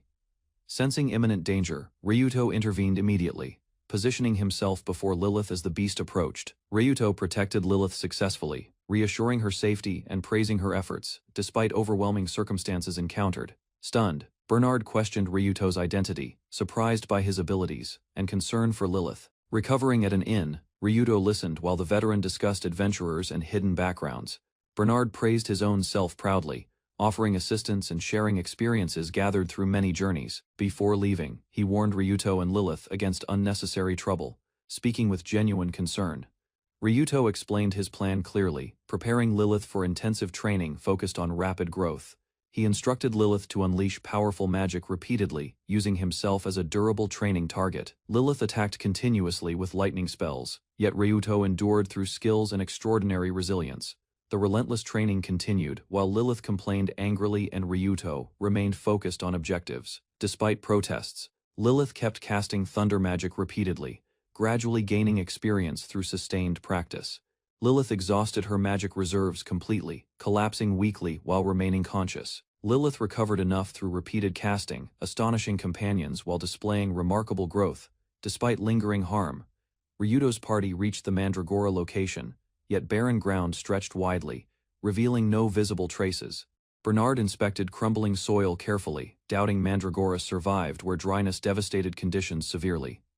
Sensing life beneath earth, Ryuto reassured companions confidently, sending the elder away before investigating further. 2 weeks later, the witch presented requested mandragoras, questioning soil conditions. Ryuto revealed surviving seeds, cultivated rewards through villagers' skills, then realized purchasing everything seemed impossible to him. Examining one closely, the witch trembled, declaring it no mandragora, leaving Ryuto deeply confused. The witch excitedly identified a rare breed, praising Ryuto's contribution and promising lasting recognition. Hearing its value, Ryuto negotiated payments, planning sales, while securing additional profits from future transactions too. The witch explained its rarity, suggesting specialized buyers, while Ryuto questioned depending solely. An older man arrived excitedly, finally locating Ryuto and interrupting discussions before business arrangements concluded. He delivered rewards immediately, exchanging prize money while insisting urgent matters regarding completed requests required attention. Explaining circumstances, he mentioned defeated lake monsters, believing Ryuto deserved recognition. The man apologized sincerely, admitting he claimed credit previously, then returned achievements and glory properly. Ryuto quietly approached the elder, proposing profitable opportunities while ensuring attention remained focused. Meanwhile, another report revealed Ryuto purchased Lilith's slave collar, resolving lingering concerns. Their journey led toward Vismal, a border city where wealth enabled nearly any desire. Inside the arena, crowds celebrated a rising champion who boldly challenged the reigning title holder before roaring spectators. Observers praised powerful contenders, comparing achievements while anticipating fierce matches that could reshape rankings. The arena match began, with the champion reclining casually, leaving spectators bewildered completely. Mocking limitations openly, the champion invited attacks confidently, claiming handicaps necessary because victory remained certain. The challenger struck decisively, yet his weapon shattered empty ground. Discovering his target vanished. She countered relentlessly, exploiting superior speed repeatedly, landing precise blows. Defeated and exhausted, the challenger collapsed helplessly as the champion mocked expectations surrounding his reputation. The champion accepted surrender, puzzled by her opponent's gesture, while she criticized his reckless behavior. A mysterious forbidden mage arrived, requesting mercy for the hero and revealing unexpected interest. After victory, the champion dismissed challenges, mentioning a remarkable villager whose future intrigued her greatly. She learned Ryuto traveled toward Sunrise Tower, where heroes faced sacred trials protecting legends and ancient relics. The mage explained his objective extended beyond holy swords, focusing on something hidden beyond them. Smiling confidently, she prepared a welcome, anticipating Ryuto's arrival and an important encounter, soon for both. Cordelia remained inside a frozen settlement, while heavy snow covered rooftops and streets. Cordelia sat cross-legged inside a cavern surrounded by candles. She meditated quietly beneath tangled roots, seeking control over mana and growth. Strange energy gathered before her closed eyes. Cordelia sensed the disturbance and concentrated harder, hoping to guide the flow. The attempt failed again. Cordelia lowered her hand and reflected on her limitations. She questioned passing time and her prolonged isolation within darkness. Cordelia remained seated in the cavern. She recognized 2 reasons for staying there. First, she needed certainty about herself and her true purpose. Cordelia reflected on her failures as a hero. Despite expectations, Ryuto repeatedly saved her life. She blamed insufficient determination for stagnation. Comparing herself with renowned heroes, Cordelia felt inadequate. Their achievements grew rapidly while she remained a B-rank adventurer. Memories resurfaced of Ryuto, rescuing her from deadly situations. Realizing dependence troubled her, she sought strength beyond comfort and attachment. An elder explained Devil's transformation through mana berserk. Cordelia could exceed normal limits, though society viewed such power with fear. The elder described mana berserk as survival instinct unleashed completely. Cordelia listened carefully, pursuing hidden potential rather than combat utility alone. The elder warned Cordelia that mastering mana berserk required abandoning hesitation. She needed balance, preserving sanity while approaching dangerous madness carefully. Cordelia explored her mind and observed hidden aspects of herself. She accepted every emotion and desire, instead of denial. Disturbing personalities emerged from her subconscious. Several versions obsessed over Ryuto, money, and selfish wishes, exposing impulses she normally suppressed. Seeing those manifestations disgusted Cordelia. Despite their shameful behavior, she understood they originated from herself and could not disappear.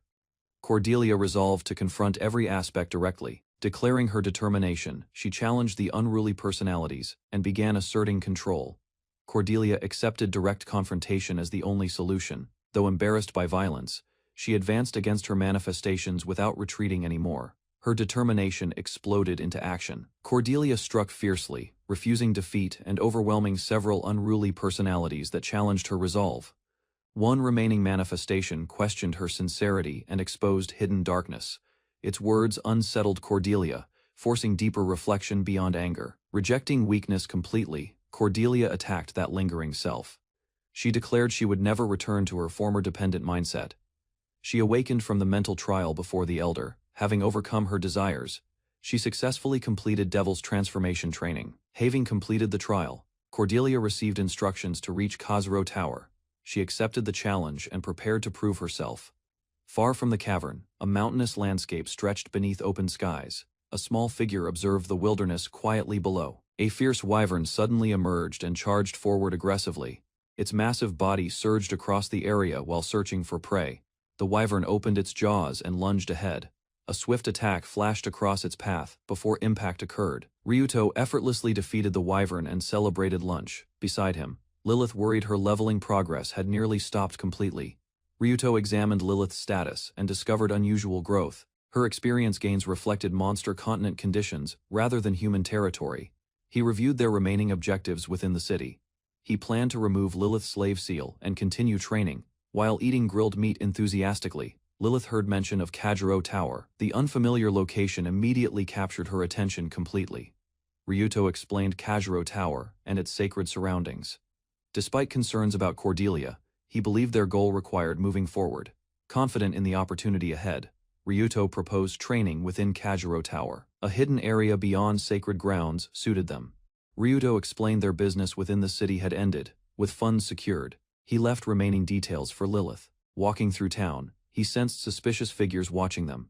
Recognizing hostile intent, he focused on the hidden observers. Ryuto suddenly rushed away and ordered Lilith back to the inn. He moved quickly toward the source of trouble. Left alone, Lilith reassured herself and continued onward. A particular location within the city had already attracted her curiosity. Entering a crowded marketplace, Lilith examined the surroundings carefully. She wandered among merchants and visitors while considering where to go. Exploring a bookstore alone, Lilith searched through shelves enthusiastically. Counterfeit books disappointed her, yet touching them still brought comfort. While browsing quietly, she reflected on missing genuine grimoires. The collection lacked authenticity, though reading materials remained enjoyable. Two suspicious men approached Lilith and offered assistance.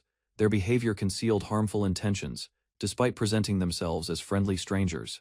One man reached toward her, prompting immediate retaliation. Lilith struck decisively, sending both troublemakers reeling across the area. Shocked by her own reaction, Lilith realized prolonged safety had changed her. Hidden instincts surfaced before she could process them. Lilith found herself surrounded by numerous pursuers. Realizing their magic had failed, she assessed opponents calmly and prepared resistance. Confident against ordinary enemies, Lilith relied on taijutsu instead of magic. She rushed forward and overwhelmed several attackers easily. Stronger adversaries entered the fight and blocked her advance. Their coordinated attacks pressured Lilith, far beyond expectations significantly. A powerful enemy seized Lilith and mocked her recklessness. Trapped and exhausted, she struggled while searching for escape. Lilith recognized her overconfidence had become a weakness. Despite increased strength, she remained unable to overcome the situation alone.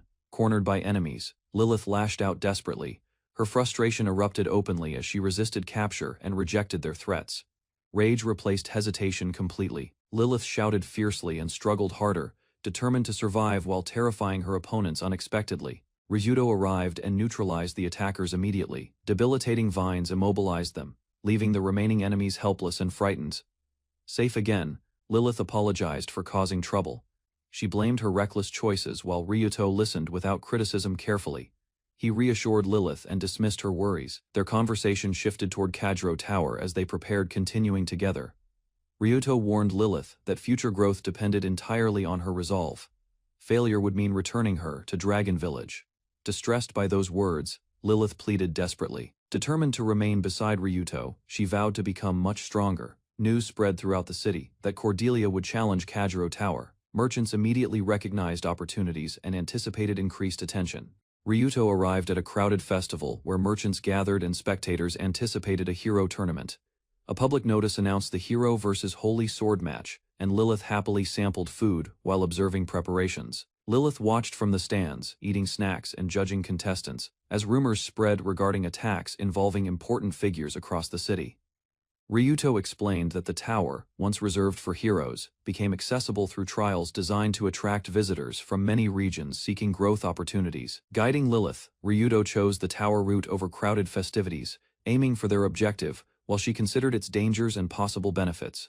Ryuto and Lilith used a farsight device to inspect a distant building, focusing on a lit balcony room. Ryuto examined several rooms through the device, finding decorations and stuffed toys, while Lilith struggled understanding unfamiliar equipment. He explained that strength largely depended on levels and status, allowing persistent individuals to improve physical abilities steadily while gaining experience. Ryuto described effort-based training, noting locals ignored it because defeating enemies provided faster advancement and rewards, making traditional exercise seem inefficient overall. Looking again, they spotted a troubled woman alone. Ryuto identified a dangerous transformation process, correcting Lilith's misunderstanding about the scene. Ryuto explained that the woman's strange behavior was discipline training, helping her preserve sanity while steadily strengthening her dangerous berserker status. Cordelia confronted an imagined version of her former self, reliving painful memories and accusations connected to fallen comrades and failures. Accepting responsibility, Cordelia faced the vision directly, rather than denying blame. She acknowledged her mistakes and endured the emotional burden. The memories continued as dead soldiers appeared before her. They recalled their loyalty, sacrifices, and inability to protect everyone involved. Surrounded by grim figures, Cordelia heard their final regret. Their remains were ruined, leaving nothing meaningful behind except lingering sorrow. Cordelia sank deeper into despair, blaming herself for fallen comrades. Convinced their deaths proved her failure, she wished for punishment. Watching through the device, Lilith remained silent. Cordelia's condition appeared serious, making the emotional trial seem far harsher than expected. Ryuto explained that Cordelia endured headaches and slow progress, despite relentless effort, proving genuine improvement demanded persistence beyond simple statistics. He compared Cordelia's struggle with Lilith's situation, hoping her determination would inspire Lilith to train harder and pursue greater strength. Analyzing Cordelia further, Ryuto concluded she remained trapped by self-destructive thoughts. Her training advanced, yet important abilities stayed incomplete. Lilith suddenly asked what Cordelia truly meant to Ryuto. Her direct question caught him off guard, forcing him to reflect carefully. Ryuto hesitated before answering. As he watched Cordelia's struggle, he searched for words capable of expressing his feelings clearly. The tournament introduction began, presenting Cordelia and the Holy Sword wielder before spectators. Lilith listened while observing Ryuto's reaction closely. Combat started immediately. Cordelia launched a fierce attack, creating a powerful clash that shocked onlookers and demonstrated her determination. An official announced the match commencement. With attention fixed upon the arena, spectators eagerly awaited the outcome between both fighters. Cordelia and the Holy Sword wielder raised their weapons calmly. Neither rushed forward, carefully studying movements before committing to an attack. Cordelia struck first, unleashing rapid assaults from multiple angles. Her opponent remained composed, deflecting every strike without yielding ground whatsoever. The exchange intensified as both fighters crossed blades repeatedly. Lilith watched nervously while Cordelia pressed harder against unwavering defenses. Despite relentless pressure, the Holy Sword wielder blocked each attack precisely. Cordelia recognized the growing gap between their abilities, refusing retreat. Cordelia adjusted her footing and launched another charge. Determination overcame hesitation as she searched for an opening. Cordelia praised the Holy Sword wielder's strength, acknowledging her disadvantage. She admitted uncertainty about victory while respecting his overwhelming skill. The Holy Sword wielder encouraged Cordelia, advising continued training. He believed experience and persistence would eventually help her improve further. Rejecting defeat, Cordelia activated her frenzy state deliberately. Determined to surpass stronger opponents, she released greater power. Spectators watched nervously as Cordelia's appearance changed. Her intense presence alarmed observers. While the Holy Sword wielder remained focused, Cordelia unleashed a devastating attack toward her opponent. The arena shook from the impact, demonstrating the destructive force of her transformation. Cordelia's decisive strike landed successfully. A small creature reacted dramatically, signaling that the fierce exchange had finally reached conclusion. The Holy Sword wielder raised his hands and accepted defeat. Spectators watched in surprise as Cordelia secured victory through determination. Officials declared Cordelia the winner. The crowd applauded both fighters, recognizing their efforts and celebrating an exciting match together. Cheers filled the arena while spectators discussed the battle. Lilith quietly reflected, unable to fully understand the final exchange. Observing Cordelia's achievement, Lilith realized her assumptions were mistaken. She acknowledged that extraordinary talent and relentless effort could coexist. Watching Cordelia's victory, Lilith realized their abilities existed on different levels. She accepted the immense distance separating them completely. Overwhelmed by the comparison, she broke into tears. She admitted she could not surpass Cordelia through ordinary effort alone. Back at their lodging, Lilith remained troubled. The realization lingered heavily, pushing her to reconsider her own limitations. Ryuto visited her room carrying food and checked on her condition. Lilith answered honestly, showing she remained awake. Their conversation shifted toward Keijiro Tower. Ryuto revealed important developments concerning the location, immediately capturing Lilith's attention and curiosity. Crushed by self-doubt, Lilith decided to return to the Dragon Village. Ryuto respected her choice, left food behind, and departed quietly. Walking alone, Ryuto reflected on their relationship. Lilith depended heavily on him, while he had unknowingly accepted and encouraged that dependence. Thinking about Cordelia, Ryuto called her someone dear to him. Realizing how personal it sounded, he immediately felt embarrassed. Bernard eagerly purchased exploration tokens for himself and 2 children. Ryuto accompanied him quietly while preparing for their tower expedition. The group entered Keijiro Tower using a family package. Lilith appeared discouraged while Ryuto observed silently and followed onward. Inside the tower, Bernard explained their route through several floors. He remained determined to guide Lilith there successfully. Bernard shared information from his experienced grandfather, confident about trap locations and manageable risks. He reassured Ryuto completely. Ryuto listened carefully to the adventurers' guidance throughout their journey. Appreciating the effort and support, he offered sincere thanks. Bernard explained the entrance trial using his guide. Trusting the recorded route, he instructed Ryuto and Lilith to proceed carefully. As they entered, arrows launched unexpectedly from multiple directions. Lilith reacted immediately, protecting the group while Bernard froze briefly. Ryuto noticed the arrows differed from the guide's description. Using erase magic, he removed threats while questioning the outdated information. A hidden floor trap activated beneath Bernard. Sharp spikes pierced his body instantly, leaving Ryuto and Lilith staring silently. Lilith watched Ryuto's expression following the accident. Concerned by his reaction, she wondered whether anger was building inside him. Ryuto examined the deadly trap and activated a detection skill. Comparing circumstances carefully, he suspected connections to Cordelia's dangerous trial. Requesting the map, Ryuto studied every marked section closely. He searched for inconsistencies, refusing to trust previous assumptions completely. He identified that most trap locations matched the guide. Realizing only specific details differed, he reached an important conclusion. Certain of his deduction, Ryuto touched the floor confidently. He prepared to expose the hidden mechanism behind the trial. Activating another skill, he unleashed overwhelming force across the chamber. Concealed traps and structures shattered, revealing the room's secrets. Ryuto dismissed the destroyed traps as minor obstacles. Explaining they only delayed movement briefly, he urged everyone forward immediately. Reaching the next area, the group learned a giant golem blocked their path. The trial demanded overcoming an extremely difficult guardian. Ignoring caution, Ryuto suggested bypassing the challenge entirely. He attacked surrounding structures directly, creating a massive destructive impact. Bernard prepared to distract the powerful golem while Ryuto advanced. Evaluating its defenses, Ryuto searched for weaknesses quickly. A heavy door suddenly sealed the chamber entrance. Shocked by the unexpected change, Bernard realized their retreat route vanished. Elsewhere, a mysterious masked woman revealed she had altered the dungeon's settings. Expecting Ryuto's struggle, she monitored events confidently. A tremendous impact echoed through the tower unexpectedly. Massive destruction spread across structures, disrupting plans and drawing the woman's attention. Surveying the chamber, the woman discovered pathways opened unnaturally. The damaged environment suggested someone had bypassed intended challenges completely. Confronting her, Ryuto identified the person responsible for increasing the dungeon's difficulty. He accused her while advancing without hesitation. The woman questioned Ryuto's methods in disbelief, explaining he created shortcuts and removed traps. Ryuto shocked everyone present. The woman explained Keijiro Tower existed outside normal dimensions, preserved across ages. It served heroes while hiding another purpose. She revealed the tower contained a legendary devil sword. Long associated with heroic trials, its history stretched far back. According to her explanation, immense magical power from that weapon created the tower. Keijiro Tower existed as its shadow. The woman stopped discussing history and addressed Ryuto directly. She revealed another individual waited beyond the sealed doorway.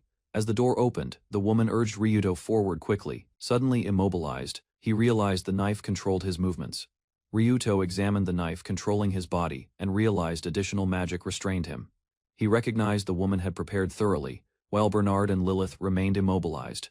Ryuto focused calmly. He considered his situation carefully instead of panicking immediately. Determined to continue, Ryuto advanced toward the chamber's center. The mysterious woman waited ahead beside a dark weapon. The woman acknowledged 2 challengers remained in the trial. Ryuto identified the legendary devil sword and questioned its presence. A familiar figure entered the room carrying a sword. Ryuto recognized Lilith instantly, though her appearance seemed unusually serious. The masked woman attacked Ryuto directly, while explaining the devil sword's power. She intended claiming its strength through sacrifice. Ryuto defended against repeated strikes while analyzing her movements. Realizing she teleported frequently, he searched for weaknesses carefully. The woman introduced herself as Eslin and declared hostile intentions. Standing beside Ryuto, Lilith listened to the threat. Ryuto remained calm despite Eslin's confidence. Trusting their strategy, he instructed Lilith to continue preparing their planned response.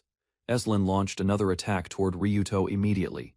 Before reaching him, Lilith intercepted the strike and challenged her directly. Lilith and Eslin exchanged rapid sword strikes across the chamber. Ryuto observed closely while their fierce battle revealed valuable information. Watching carefully, Ryuto noticed Eslin restrained her abilities. He concluded her threatening claims exceeded the actual force displayed. Ryuto unveiled his solution by performing an unexpected handstand. Both Lilith and Eslin paused, confused by his behavior. Analyzing the battle, Ryuto narrowed Eslin's ability possibilities. He eliminated unlikely options and focused on practical combat evidence. Combining every observation, he reached a conclusion. He determined Eslin's unusual movements originated from super acceleration rather than teleportation. Ryuto identified the weakness behind Eslin's acceleration ability. Maintaining proper distance, he prepared a method to counter her movements. Eslin raised her weapon confidently and questioned his deduction. Believing her advantage remained intact, she pressed the attack aggressively. Predicting her approach, Ryuto manipulated positioning and timing carefully. Eslin rushed forward, only to miss her intended strike. The opening allowed Lilith to launch a coordinated attack. Working together, they successfully knocked Eslin away from combat. Recovering from the hit, Eslin realized she had been deceived. Annoyed by the simple strategy, she questioned when it began. Eslin regained her footing following the coordinated attack.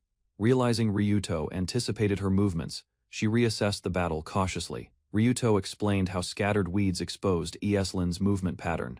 Combining observations and skills, he successfully predicted her destinations. Understanding his reasoning, Eslin acknowledged the deception.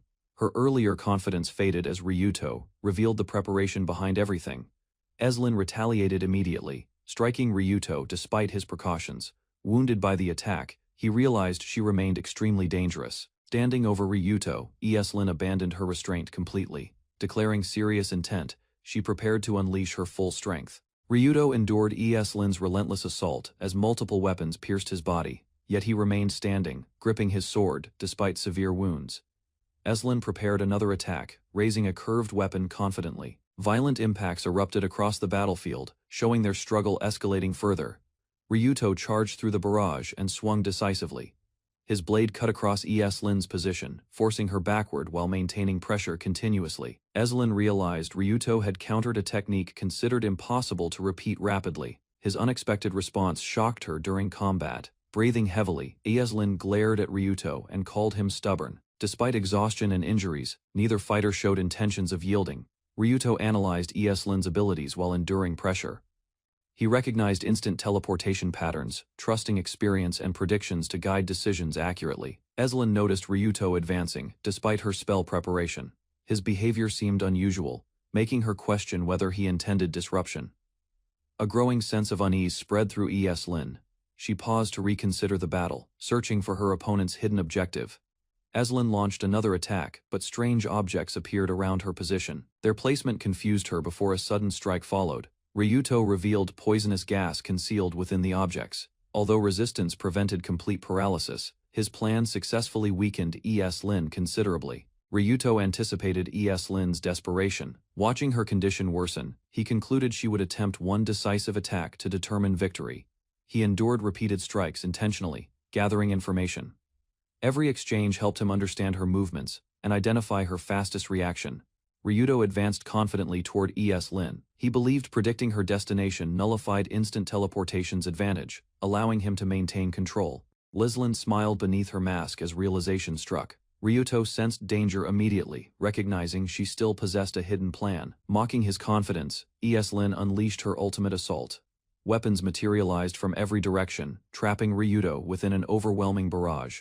Lin activated her ultimate technique, surrounding Ryuto with countless blades. The attack converged simultaneously, leaving almost no avenue for escape. Before the barrage concluded, terrifying spirits erupted from Ryuto's body. Their sudden appearance shocked Lin and disrupted expectations completely. The spirits violently attacked Ryuto instead of protecting him. Their claws and fangs tore into him while he struggled desperately. Lin understood those spirits remained unstable and dangerous. Seeing Ryuto overwhelmed, she considered intervening, despite being his opponent. Lilith stepped forward and stopped Lin immediately. Determined to save Ryuto herself, she insisted on carrying out her plan. Ryuto explained a hidden tower secret. Granting a wish required sacrificing half one's lifespan, making the reward extremely costly. Lilith listened quietly and reached a conclusion. One wish mattered enough that surrendering her entire life seemed acceptable. Determined to help Ryuto, she activated a powerful dragon skill. She willingly offered half her lifespan without hesitation.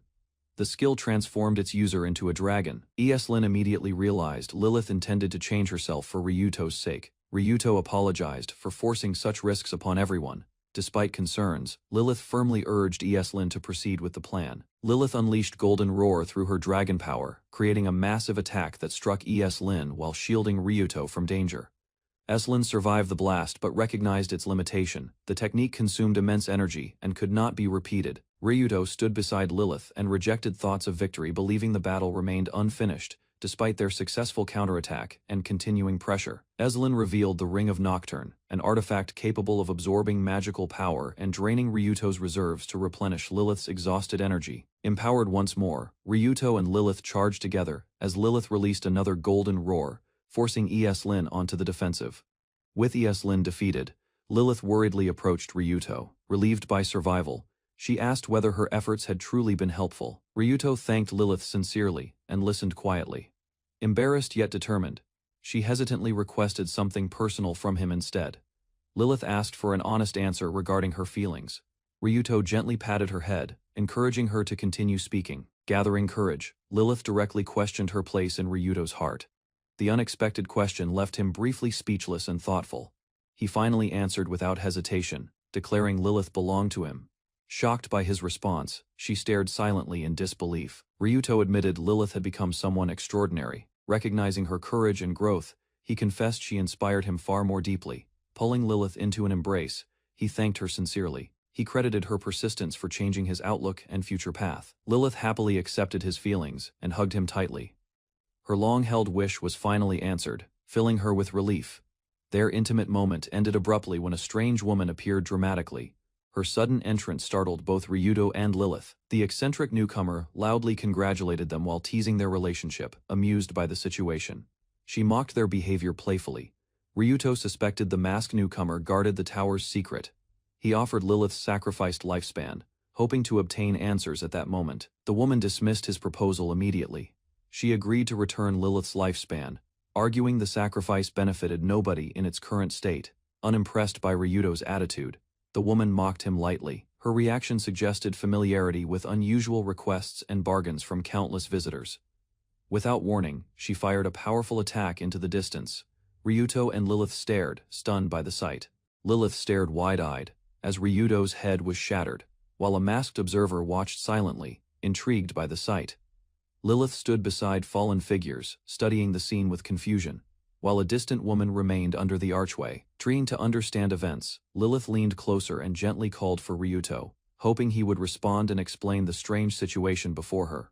Receiving no answer, Lilith climbed onto him and shook repeatedly, growing frustrated as her efforts failed to wake Ryuto from his condition. The masked woman suddenly realized what Lilith was doing, and reacted with overwhelming shock, pressing her cheeks. The masked woman mocked her failure, claimed Ryuto's victory was accidental, and tried provoking him while Lilith remained unconscious. Ryuto suddenly rose and struck the woman, demanding she honor her promise to restore Lilith's lifespan, leaving her completely startled. Recovering quickly, The woman revealed her deathly embrace failed against someone familiar with death, recognizing Ryuto as a reincarnated person. Interested rather than hostile, the woman approached Ryuto and admitted she wanted a discussion, surprising him with her unexpected attitude. She praised Ryuto's devotion toward Lilith, noting he rejected memory restoration and accepted sacrifice, despite remaining only an ordinary villager. Questioning her identity, Ryuto listened carefully as the mysterious woman introduced herself as Lucifer, drawing interest from his previous world knowledge. Lucifer explained her connection to Hell, revealing part of her existence resided within the sword, entertaining countless visitors across ages. Remembering their earlier discussion, Ryuto brought up compensation requirements, seeking clarification regarding the conditions attached to granting wishes. Lucifer confirmed lifespan payments funded wishes, explaining humanity's brief lives fascinated her, inspiring a desire to watch people live fully. Ryuto demanded Lilith's restoration first, then requested further explanations, while Lucifer reacted with surprise at his unwavering priorities and confidence. Ryuto proposed another wish without compensation, promising greater entertainment later, while Lucifer questioned his confidence and demanded a proper explanation. Without warning, Ryuto launched forward and attacked, testing Lucifer directly instead of continuing negotiations, forcing the conversation into combat. Lucifer avoided the assault effortlessly, wondering whether an ordinary villager could truly provide the extraordinary amusement Ryuzumo promised. Activating Rage of Villager, Ryuto unleashed greater power and accelerated fiercely, transforming his reckless charge into a serious offensive. Lucifer watched calmly as his strengthened strike approached, smiling beneath her mask while evaluating the limits of his potential. Ryuto's empowered attack connected directly, smashing Lucifer's face and launching her violently away, while the force damaged his own arm. Pain spread through Ryuto's injured hand, as Lilith regained awareness, rushed toward him, and worriedly questioned his reckless condition. Refusing defeat, Lucifer's voice emerged from a deep crater, signaling survival, despite the devastating blow that had buried her. While trapped within the crater, Lucifer became distracted by the enormous moon above, admiring its beauty with unexpected fascination. Satisfied by the view and Ryuto's display, Lucifer agreed to restore Lilith's lifespan freely, leaving both companions astonished. Lucifer explained Lilith had already received power through Ryuto's wish, then questioned why he still sought another reward instead.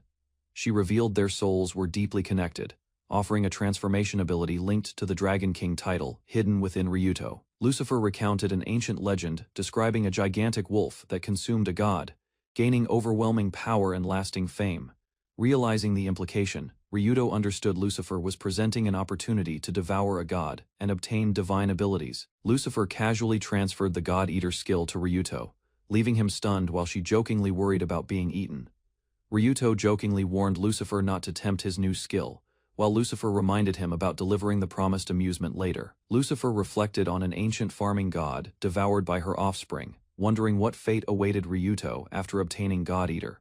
The following day, attention shifted elsewhere as Princess Cordelia, the northern hero, prepared herself to undertake a significant challenge. Cordelia entered a ruined structure, explored deeper passages, and approached the destination where a legendary sword awaited selection. Bernard, assigned by Ryuto, greeted Cordelia warmly, offering congratulations while preparing to witness her attempt to claim the sword. Cordelia completed Keijiro Tower's trial successfully, yet her expression showed dissatisfaction, suggesting the outcome failed to meet her expectations. A year passed, shifting events to Altina Academy of Magic, where new students and opportunities gathered beneath prestigious halls. While inside the academy, Cordelia noticed something unusual and paused, her attention drawn toward unexpected activity beyond sight. Following the commotion, Cordelia learned entrance examinations were underway, while Moses dismissively described many applicants as wealthy newcomers. Cordelia criticized Moses' harsh opinion, while narration explained both heroes attended special academy classes and received support from knightly authorities. Watching the applicants below, Cordelia observed their excitement quietly, while memories stirred as familiar feelings gradually resurfaced within her. Moses dismissed the newcomers as untalented weaklings, but Cordelia's attention shifted towards someone within the crowd, triggering recognition. Realizing who she had spotted, Cordelia suddenly leapt forward in excitement, startling Moses with her unexpected reaction and urgency. Unable to contain herself, Cordelia proudly revealed the newcomer was Ryuto McLean, who had recently enrolled at the academy. Moses stunned as he heard Ryuto's name and reacted coldly, showing the resentment carried since their previous encounter. A few weeks before the institute examination, Ryuto prepared to leave with Lilith. She confirmed her readiness, and both departed. Outside the village, the Dragon King and Uncle Bernard appeared unexpectedly. They stopped Ryuto and Lilith, disappointed they planned leaving. Recognizing them immediately, Ryuto called out to Uncle Bernard, and Lilith stood beside him while awaiting their explanation calmly. The Dragon King questioned Ryuto about the slave crest. Ryuto explained he received permission, while Bernard scolded his careless attitude. Bernard revealed village bracelets, suppressed illnesses, curses, and crest activation. Realizing their importance, Ryuto understood information he never requested. The Dragon King explained dragon folk ignored human affairs. Still, he offered acceptance, preparing Ryuto's future role among dragons someday. Ryuto refused the offer respectfully. He declared his strength existed to support the hero, while another responsibility remained unfinished. Turning toward Lilith, the Dragon King criticized her weakness. He recalled her exile and questioned whether she remembered past words, despite criticism. He praised Lilith's dedication, protecting Ryuto, acknowledging her growth and effort. He proudly recognized her as family. With farewells finished, Uncle Bernard raised both arms and blessed their journey. The Dragon King watched quietly as they departed. Bernard asked whether Ryuto knew about Shuanglong Gate. The Dragon King believed they reached it already by now. The ancient Shuanglong Gate stood weathered by centuries, once protected by magic. Only its physical structure remained intact through the passing of ages. The Dragon King revealed an additional trial requiring passage through the ancient gate. Every challenger failed and returned ashamed without completing the task. Suddenly, a massive explosion erupted from the gate's direction. Shock waves spread outward, startling both observers with overwhelming force. Realizing what happened, they suspected Ryuto smashed through the gate. Uncle Bernard found the possibility absurd. The Dragon King reflected on Ryuto's declaration to surpass the hero. He believed that decision had already altered countless future possibilities. He predicted Ryuto would continue growing stronger without limits. Such growth could hasten approaching disasters and reshape the world's fate. Rather than fearing that outcome, the Dragon King smiled. He eagerly anticipated discovering how powerful an ordinary villager could become.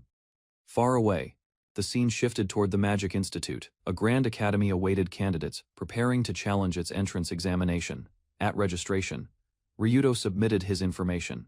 The examiner noted his villager profession and limited magic, then marked him unsuccessful. The examiner dismissed Ryuto immediately, claiming daily magic could never pass. He pointed toward a protected target requiring exceptional power. While Ryuto considered the situation, someone suddenly called toward Lilith. The interruption shifted attention away from the unreasonable rejection. A boastful noble approached and ignored Ryuto completely. He offered Lilith assistance, claiming his influence guaranteed success within examinations. The noble introduced himself proudly as the royal family's younger brother, confident and smug. He expected admiration from everyone present, showing off his status, wealth, appearance, lineage, and strength. The noble prepared for the first test and struck confidently. The noble's attack cleanly split the target apart. Convinced of success, he immediately assumed the examination officials would approve him. Hearing Ryuto mention Galeblade, the noble reacted with disbelief. He refused accepting that a villager could wield such magic. Officials paused the first test when another participant collapsed. While assistance arrived, examinees received permission to continue following regulations. The second test measured magical potential through a special orb. Ryuto questioned the method while Lilith examined it carefully. The noble proudly displayed a bright flame within the orb. Seeking Lilith's attention again, he boasted about his remarkable talent. Lilith's orb produced overwhelming output. Concerned it might shatter, Ryuto secretly reduced the power using his senjutsu technique. The crystal erupted with energy, causing panic among exam staff. He remained calm, while everyone rushed to control confusion. Confident in their results, Lilith praised Ryuto's performance. Ryuto reflected that controlling her immense power had been challenging. The arrogant noble suddenly accused him of disrupting the examination. Pointing aggressively, he labeled him a dangerous troublemaker. His accusation immediately failed when officials announced Ryuto had passed. The noble protested furiously while others ignored his complaints. Officials explained Ryuto passed because he ignited fire on the protected crystal. The noble angrily complained while his objections were dismissed. The examiner revealed one final trial remained. Smiling calmly, he suggested the noble spar against Ryuto to settle matters. Delighted by the opportunity, the noble accepted immediately. He imagined punishing Ryuto personally, while boasting about his authority and position. The third test began unexpectedly. Moments later, the noble lay defeated on the ground. leaving only smoke and silence. While attendants rushed toward the fallen noble, Princess Cordelia finally found Ryuto. She called out urgently, demanding an explanation. Cordelia finally reached Ryuto after searching for him. Seeing her again, Ryuto sincerely complimented her beauty, leaving Cordelia completely stunned. Embarrassed by the unexpected praise, Cordelia loudly rejected his words. Despite her reaction, Ryuto remained calm while watching her closely. Lilith immediately stepped between them and confronted Cordelia. Both girls argued fiercely over Ryuto, refusing to back down whatsoever. Students rushed through academy corridors while discussing Cordelia's mock battle, drawing attention toward an applicant whose extraordinary magical power reading. A worried girl observed as the students moved toward the 5th training ground, fearing they would miss the anticipated confrontation. 2 participants faced each other and summoned weapons simultaneously, revealing serious intent as spectators watched the match begin. The battle escalated when powerful magic erupted across the arena, sending explosive energy outward and forcing shocked reactions from observers. Destructive attacks tore through the field repeatedly, leaving onlookers alarmed as the duel surpassed expectations and devastated surroundings. Spectators analyzed the duel, while Lilith maintained flight and launched continuous magical attacks, causing elders to question her unusual growth and behavior. Ryuto observed and realized Cordelia's holy sword neutralized offensive spells, making Lilith's relentless barrage seem impossible under normal circumstances. Cordelia abandoned defense and charged forward aggressively, swinging through magical pressure while closing distance, determined to force direct engagement instead. Lilith acknowledged Cordelia's remarkable holy sword, then mocked her efforts, remaining airborne while provoking Cordelia into pursuing a different approach. She proposed a physical contest and revealed an electrified weapon, surprising Ryuto as she prepared an unexpected tactic against Cordelia. Cordelia stood ready with her sword while Lilith hovered high above, creating distance. Lilith calmly declared Cordelia's chance of victory was non-existent, causing Cordelia to pause briefly and question the sudden confidence. Moments later, a violent blast erupted, throwing Cordelia backward through the arena as shock spread across spectators, witnessing the unexpected strike land. Lilith rushed forward and unleashed several electrified attacks, surrounding Cordelia with relentless pressure, while preventing any effective counter from her side. Cordelia struggled to block the assault, realizing the attack remained partially effective, despite her holy sword, while numbness gradually spread through her body. Cordelia recognized Lilith's pike's restricted movement, so she sprinted forward immediately, choosing offense instead of remaining trapped and overwhelmed there. Lilith responded by accelerating her attack pattern, summoning greater numbers of pikes and directing them toward Cordelia's advancing position. Cordelia weaved through the barrage and continued charging, ignoring danger while preserving momentum, determined to reach Lilith before another attack. Lilith grew startled when Cordelia rapidly closed their distance, realizing her opponent could approach directly without slowing or requiring preparation. Cordelia leaped toward Lilith with sword ready, while the summoned pikes lagged behind, leaving insufficient time to intercept her advance. Lilith expected Cordelia's attack and prepared to evade calmly, believing her aerial position still provided complete control over the encounter. Cordelia shocked Lilith by using a summoned pike as footing, changing direction instantly and continuing pursuit through the air relentlessly. Lilith panicked as Cordelia approached unexpectedly, realizing her emotions disrupted concentration and weakened control over her carefully maintained magic. The clash carried both girls downward, and their struggle ended with a violent impact that blasted debris across the battlefield. Lilith landed atop Cordelia after the crash and immediately declared victory, convinced she had secured the duel before circumstances changed. Ryuto intervened before Lilith could continue, releasing overwhelming pressure that frightened her instantly and forced the dangerous confrontation to stop. Shaken by his warning, Lilith surrendered immediately, bringing the match to an official conclusion as spectators erupted with excitement. While others celebrated the duel, Ryuto noticed Lilith appeared, disappointed, quietly reflecting on the outcome, despite widespread praise. Cordelia rejected victory claims and credited Lilith instead, explaining the battle changed only because Lilith halted her attack suddenly. She offered her hand warmly, and both girls agreed to restore their friendship, ending the conflict with mutual respect. Lilith accepted Cordelia's offered handshake, but hesitation crossed her face when Lilith unexpectedly reached toward her neck. She revealed a mark connected to Ryuto, explaining its meaning proudly, while Cordelia struggled to process the explanation she had just heard.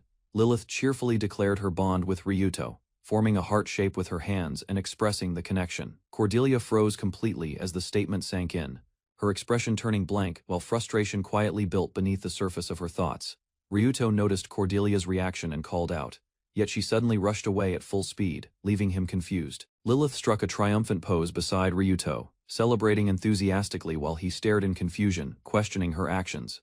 A week after examinations, Princess Cordelia appeared exhausted at the academy. Moses noticed her condition. Cordelia gave a weak response while Moses accompanied her indoors.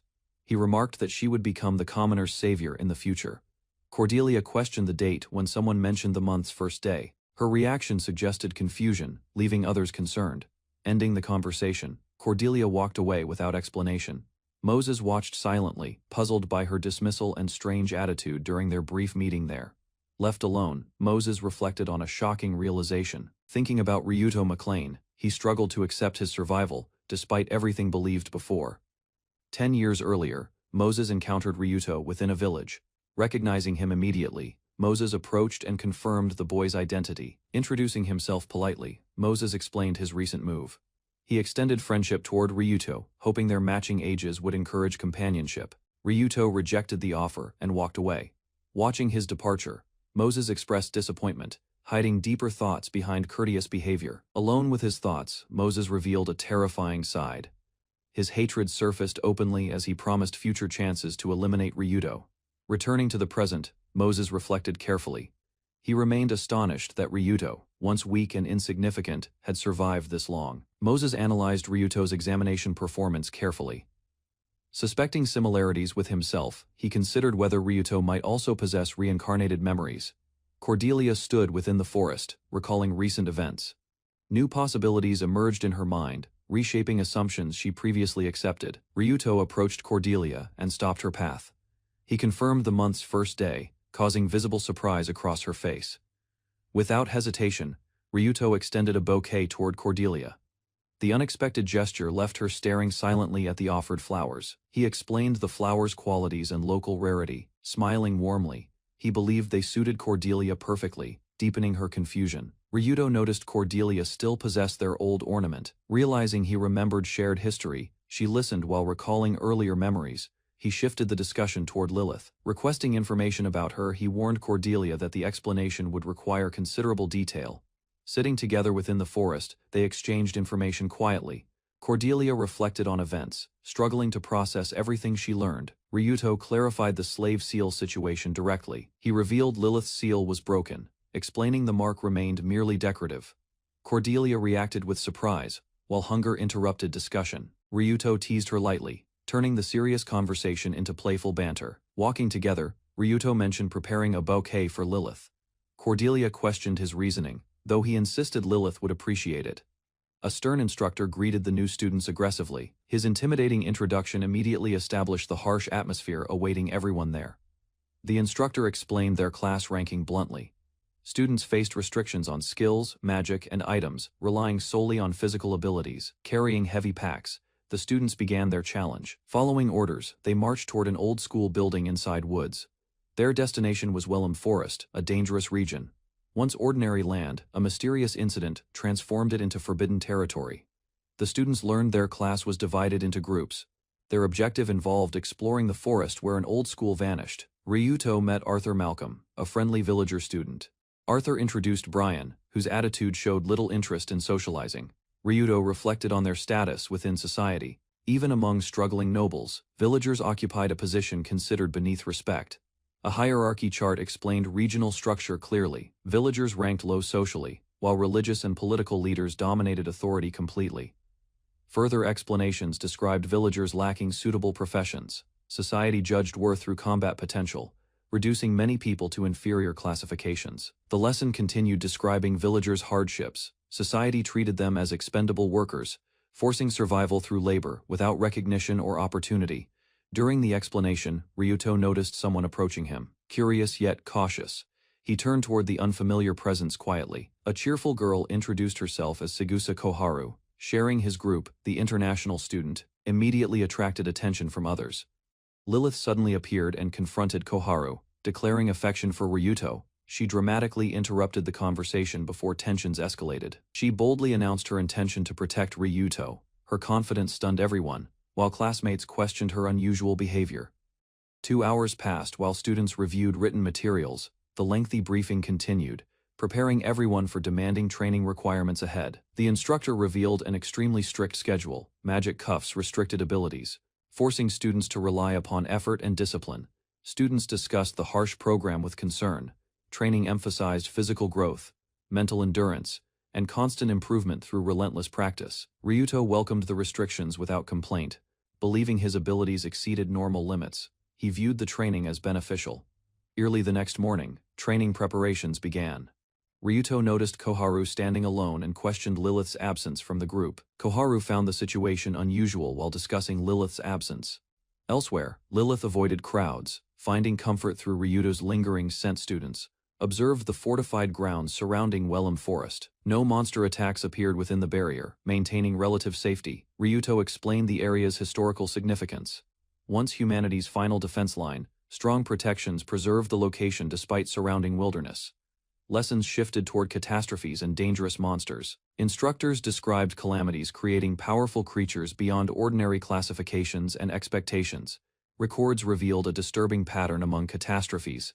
No survivors remained afterward, leaving only unexplained devastation and unanswered mysteries behind. Instructors explained how rare monster tribes could trigger sudden evolution, raising an entire species threat level and creating greater dangers. Using goblins as examples, they described catastrophic evolution, where ordinary monsters advance through ranks, eventually producing overwhelming rulers.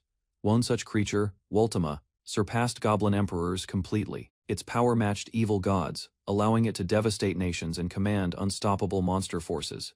The lesson emphasized humanity's decline, explaining that catastrophes accelerated destruction. Heroes offered only temporary resistance against threats. Hearing this, Ryuto remained focused on personal priorities. He wanted to protect his village, Cordelia, Lilith, and also his companions, mentor, and master before training began. Koharu approached Ryuto nervously. Wanting to discuss something important, she admitted concern about enduring the challenge ahead. Koharu confessed lacking confidence in her stamina. Ryuto and their teammates listened seriously, wondering whether she could overcome the demanding lessons. Ryuto trained alongside Arthur, Brian, and Koharu, pushing through exhausting exercises together. Ryuto noticed Koharu could barely continue, so he carried her on his back, conserving her strength during the demanding training. At breakfast the next morning, the dining hall served sparse portions. Brian, Arthur, and Koharu stared quietly, each facing limited food after training. Seeing their dissatisfaction, Ryuto offered his share to Arthur and Koharu. Both refused, though Arthur admitted hunger while trying to remain considerate. Examining a bowl of porridge, Koharu learned Ryuto had grown crops himself. His practical skills impressed the others, revealing resourcefulness beyond ordinary expectations. Ryuto acknowledged only offensive tools were banned, while Brian scolded Koharu's mistake. Ryuto listened quietly as confusion spread among them during breakfast. Koharu worried about Ryuto and hesitated to eat despite receiving food. Everyone insisted he was fine, yet concern remained visible on her face. Ryuto presented another bowl and urged Koharu to eat first, explaining she could keep trying later once her hunger no longer distracted her. Koharu finally accepted his advice and ate the porridge with relief. Ryuto noted its warmth and ingredients while watching her regain strength steadily. At the supplementary lesson, an instructor assigned the losing team a punishment task, climbing a rope toward the ceiling to end their penalty.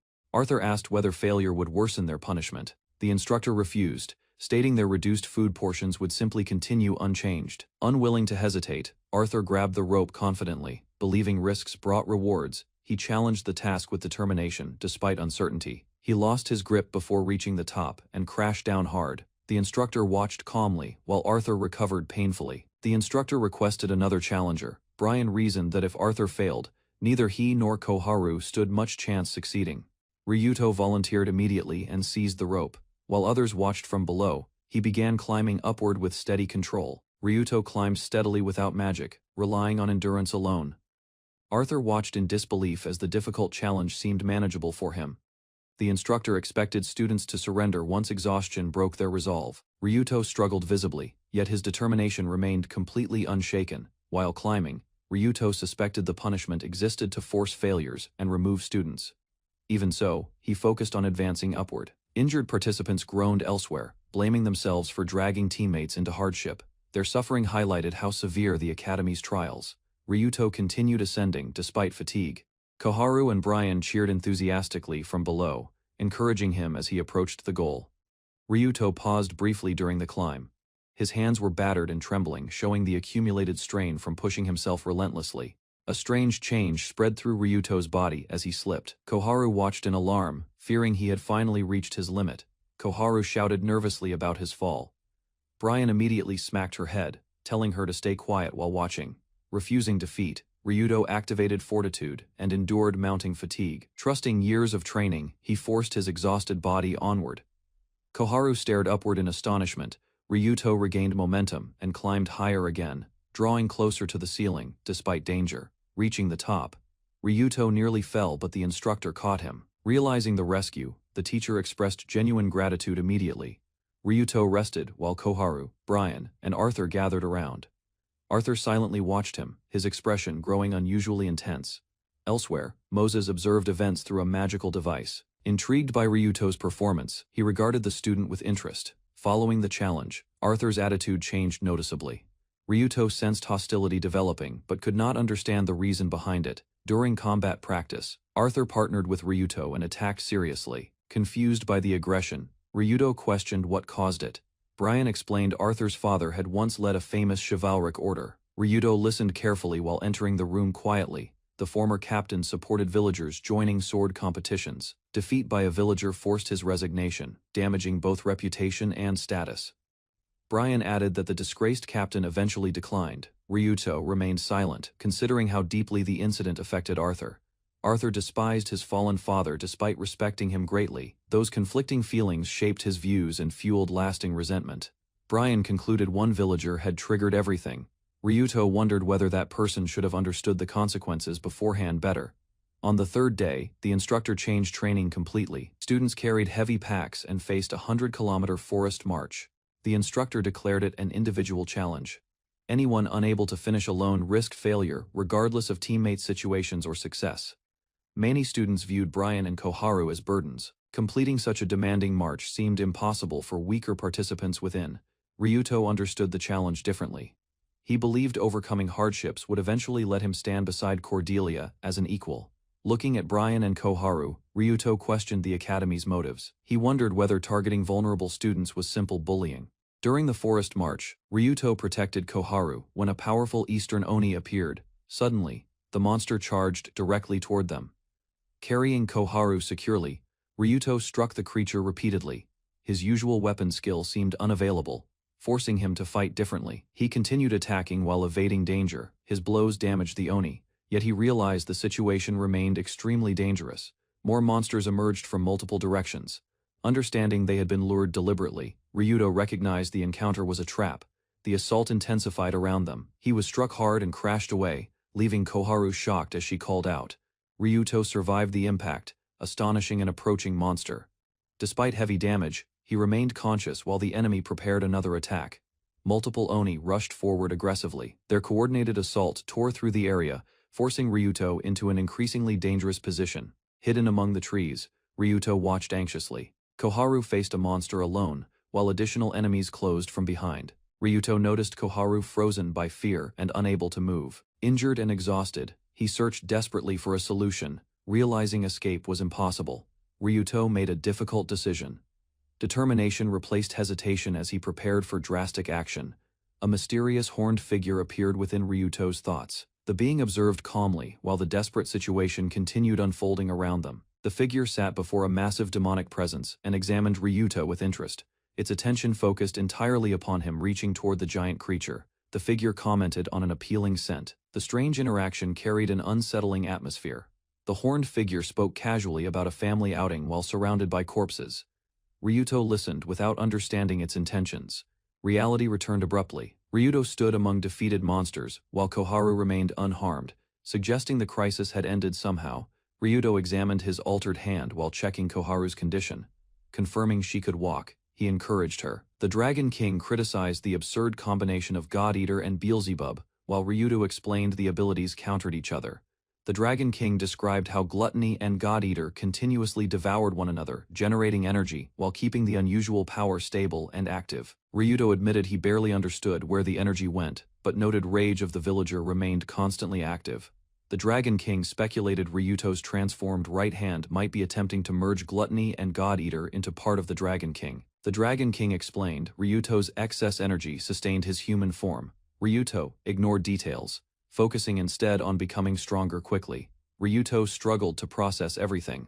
The Dragon King bluntly stated his objective remained simple: defeat the Demon Lord and Demon God. The Dragon King warned him lacked power to save the hero or change the world, despite his recent growth. Rather than despair, Ryuto accepted the criticism.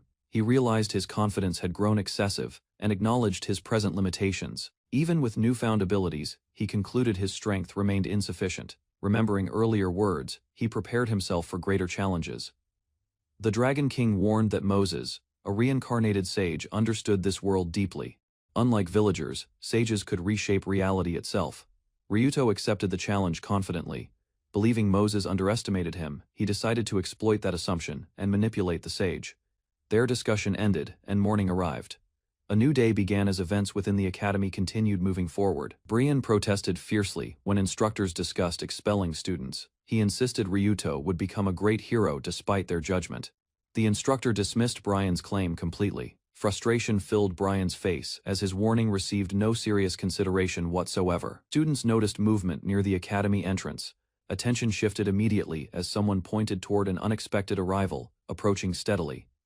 Ryuto reached the destination, carrying Koharu and multiple packs alone. His endurance astonished observers who watched his remarkable finish. Declaring success for 2 participants, he carried the exhausted Koharu across the finish line and completed the challenge. Brian questioned Ryuto's missing magic cuffs. Ryuto requested medical aid for Koharu first, then prepared to explain everything. Ryuto reported an Oni attack, destroyed his cuffs. Although evidence remained unclear, signs of battle supported his account. Students received orders to relocate immediately to a new academy building. The sudden command created confusion throughout the gathered group. Discussions spread during the march. Students considered recent Oni attacks and concluded the old campus could no longer remain secure. Ryuto questioned the academy's intentions privately. He wondered whether recent events connected somehow to Koharu's possible expulsion from school. Using gathered information, Ryuto mapped enemy movements. He discovered a large Oni force advancing and immediately thought about Cordelia. Remembering Cordelia's strength, he hesitated. Despite trusting her abilities, he still wondered whether he should intervene personally. While traveling, Ryuto questioned his next move. Lilith accompanied him silently as he considered Cordelia's situation carefully. Reaching a decision, Ryuto declared he would join Cordelia's team. His resolve strengthened once he identified a clear objective. Learning the fortress held the academy's main force, he planned a detour. Lilith questioned the route change unexpectedly. Ryuto approached Arthur and requested assistance. Although surprised by the request, Arthur listened as Ryuto explained his intentions. Resting briefly, Ryuto coordinated preparations through Lilith's telepathic connection. With arrangements completed, she began observing the new school. Lilith used flight magic to scout ahead. Spotting smoke and disturbance, she returned quickly and warned everyone of danger. The instructor confirmed the new school building was surrounded by ogres. Concerns spread through students as reports arrived. Lilith reported a massive horde advancing rapidly. Unsure of its target, she recommended changing their destination immediately to avoid being caught. Additional observations revealed academy members gathered near a fortress. The instructor accepted the information and altered plans to move toward that location. When concerns arose about navigation through Wellham Forest, Lilith confidently offered assistance and produced a magical guide for the group ahead. Using her power, she cleared a route through obstacles. The group followed, advancing toward their objective. Arthur and Brian raced through a torn path while escaping pursuit, discussing the advancing ogre horde. Koharu suddenly sensed a change in surrounding energy, her expression stiffening as an unexpected realization interrupted her concentration. While maintaining a protective spell, she revealed she had created copies to watch routes, leaving Ryuto surprised by the scale of her abilities. Confident the escort force could handle remaining threats, Ryuto decided to move ahead, entrusting Koharu with safety, while seeking the fortress objective alone. At the Western Fortress, a fierce battle ended as a young warrior defeated the ogre general, prompting soldiers to charge. Cordelia instructed everyone to rest and recover while remaining attentive, reminding soldiers to gather arrows as preparations continued throughout fortress defenses. Reports described repeated enemy attacks over 2 days, exhausting resources and personnel. While Cordelia focused on eliminating stronger ogres personally, learning the fortress faced mounting pressure, Cordelia demanded an immediate counterattack, believing decisive action could halt enemy momentum completely. The commander rejected her proposal, insisting their duty was protecting the fortress. warning disaster could follow if another general arrived. Cordelia argued heroes were soldiers too, yet the order remained unchanged, leaving her frustrated while leaders prioritized defense above all. Fortress leaders concluded the ogres acted, suspecting a powerful king coordinated attacks, while delaying defenders until reinforcements arrived. Cordelia proposed striking deep into enemy territory to eliminate their leader quickly, but urgent reports interrupted discussions before decisions were finalized. Outside the fortress, countless ogres surged forward together, their disciplined advance confirming suspicions that stronger leadership directed the growing invasion. Witnessing the approaching horde, commanders realized the massive force targeted their position directly, threatening to overwhelm defenses through sheer numbers. Among the charging monsters, a ferocious ogre roared fiercely, displaying overwhelming confidence, as the advancing army prepared for battle ahead. Cordelia noticed the charging ogres suddenly retreating, questioning their motive, while suspecting the assault had merely created an opening elsewhere. Lilith burst through the battlefield alone, crossing enemy ranks at remarkable speed while ignoring danger and heading straight toward opposition forces. Watching from afar, Cordelia recognized Lilith immediately as powerful impacts erupted across the battlefield, scattering ogres caught in her path. Seeing reinforcements arrive, Cordelia seized the opportunity, ordering a coordinated counterattack, while directing mages and soldiers against retreating enemies. Artillery bombardment struck the battlefield repeatedly before cavalry advanced behind the explosions, launching a fierce charge against disrupted ogre forces. Cordelia directed archers, infantry, and cavalry simultaneously, then charged toward enemy headquarters herself, while ordering defenders to secure fortress lines. Her advance unleashed devastating destruction across the battlefield, scattering ogres and tearing through formations that attempted blocking her approach. Ogres watched Lilith continue forward relentlessly, despite limited strength, becoming astonished, as her determination carried her through fierce resistance. Lilith suddenly halted, drawing Cordelia's attention immediately, as both sensed something unusual, emerging beyond the battlefield and advancing forces.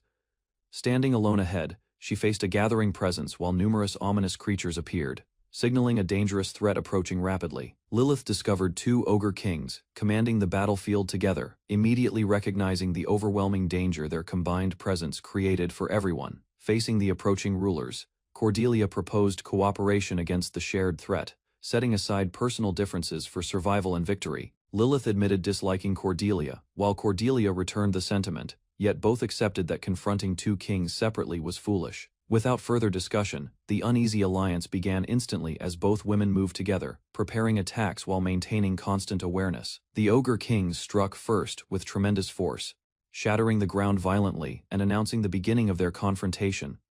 Cordelia and Lilith quickly divided responsibilities, each selecting an ogre king as their target while advancing fearlessly toward the decisive confrontation. Their agreement settled immediately, and both girls stepped forward confidently, ready to challenge their opponents and determine the battle's outcome. A horned monster emerged from the raging darkness and fixed its gaze forward. Violent energy surged around its body. Cordelia and Lilith rushed into battle together, gripping their weapons tightly. They advanced without hesitation, preparing themselves against the threatening creature. The monster launched a brutal strike toward them. Cordelia reacted immediately, moving across the battlefield while Lilith watched carefully. Startled, powerful magic collided across the area, releasing waves of force. Explosions erupted repeatedly, covering the surroundings with destruction and debris. The monster remained standing, despite the attacks. Cordelia criticized Lilith's reckless method, while another voice questioned how long their game continued. Ryuto appeared behind the monster and crushed part of its head effortlessly. Cordelia smiled confidently while Lilith watched. That night, leaders gathered within Sakuma's castle to discuss the war. Reports revealed every fortress had fallen, except the western stronghold. One commander blamed fleeing mercenaries for the southern fortress collapse. Another dismissed his complaints, turning the discussion toward remaining defenses. Several knights explained the western fortress still resisted because Hiro-sama defended it. The northern fortress vanished completely, leaving no survivors. Lilith corrected their assumptions during the meeting. She revealed Eastern Oni supported the ogres, proving the enemy forces exceeded expectations. The vice-captain reported Eastern monsters possessed advanced magic beyond Western methods. Scouts also discovered a massive Oni believed to command forces. The grim report shocked everyone present. One elder realized the situation had worsened significantly, fearing their defenses faced complete collapse. A noble blamed the Eastern girl for attracting disaster. He argued the Oni followed her presence, bringing danger toward them. Cordelia rejected emotional accusations and urged everyone to analyze facts. She reminded them the enemy's purpose remained unknown. The vice captain explained, enemy movements had slowed considerably. Small groups gathered around Sakima's, suggesting a large encirclement operation soon. Cordelia requested permission to speak and proposed opening every city gate. She urged immediate battle against the Oni before conditions worsened. She explained the barrier offered little protection against eastern monsters. Her plan concentrated enemy leaders at gates for organized defense. Cordelia argued reinforcements would never arrive because other nations ignored warnings. Remaining inside the city guaranteed defeat without meaningful resistance. Another commander confirmed neighboring territory faced attacks as well. Missing scouts and absent messages proved the crisis spread widely. The commanders accepted Cordelia's strategy after careful consideration. Responsibilities were assigned for each gate, and the meeting concluded. As everyone departed, the Lord announced the meeting room would no longer be used. Ryuto entered quietly, while others followed orders. Several officers questioned allowing a villager into military discussions. They suspected Cordelia's unusual proposal originated from someone influencing her decisions. The Lord admitted curiosity about that mysterious advisor. He continued studying recent events, believing the unknown figure deserved attention. Looking toward Ryuto, the Lord recalled an acquaintance from years earlier.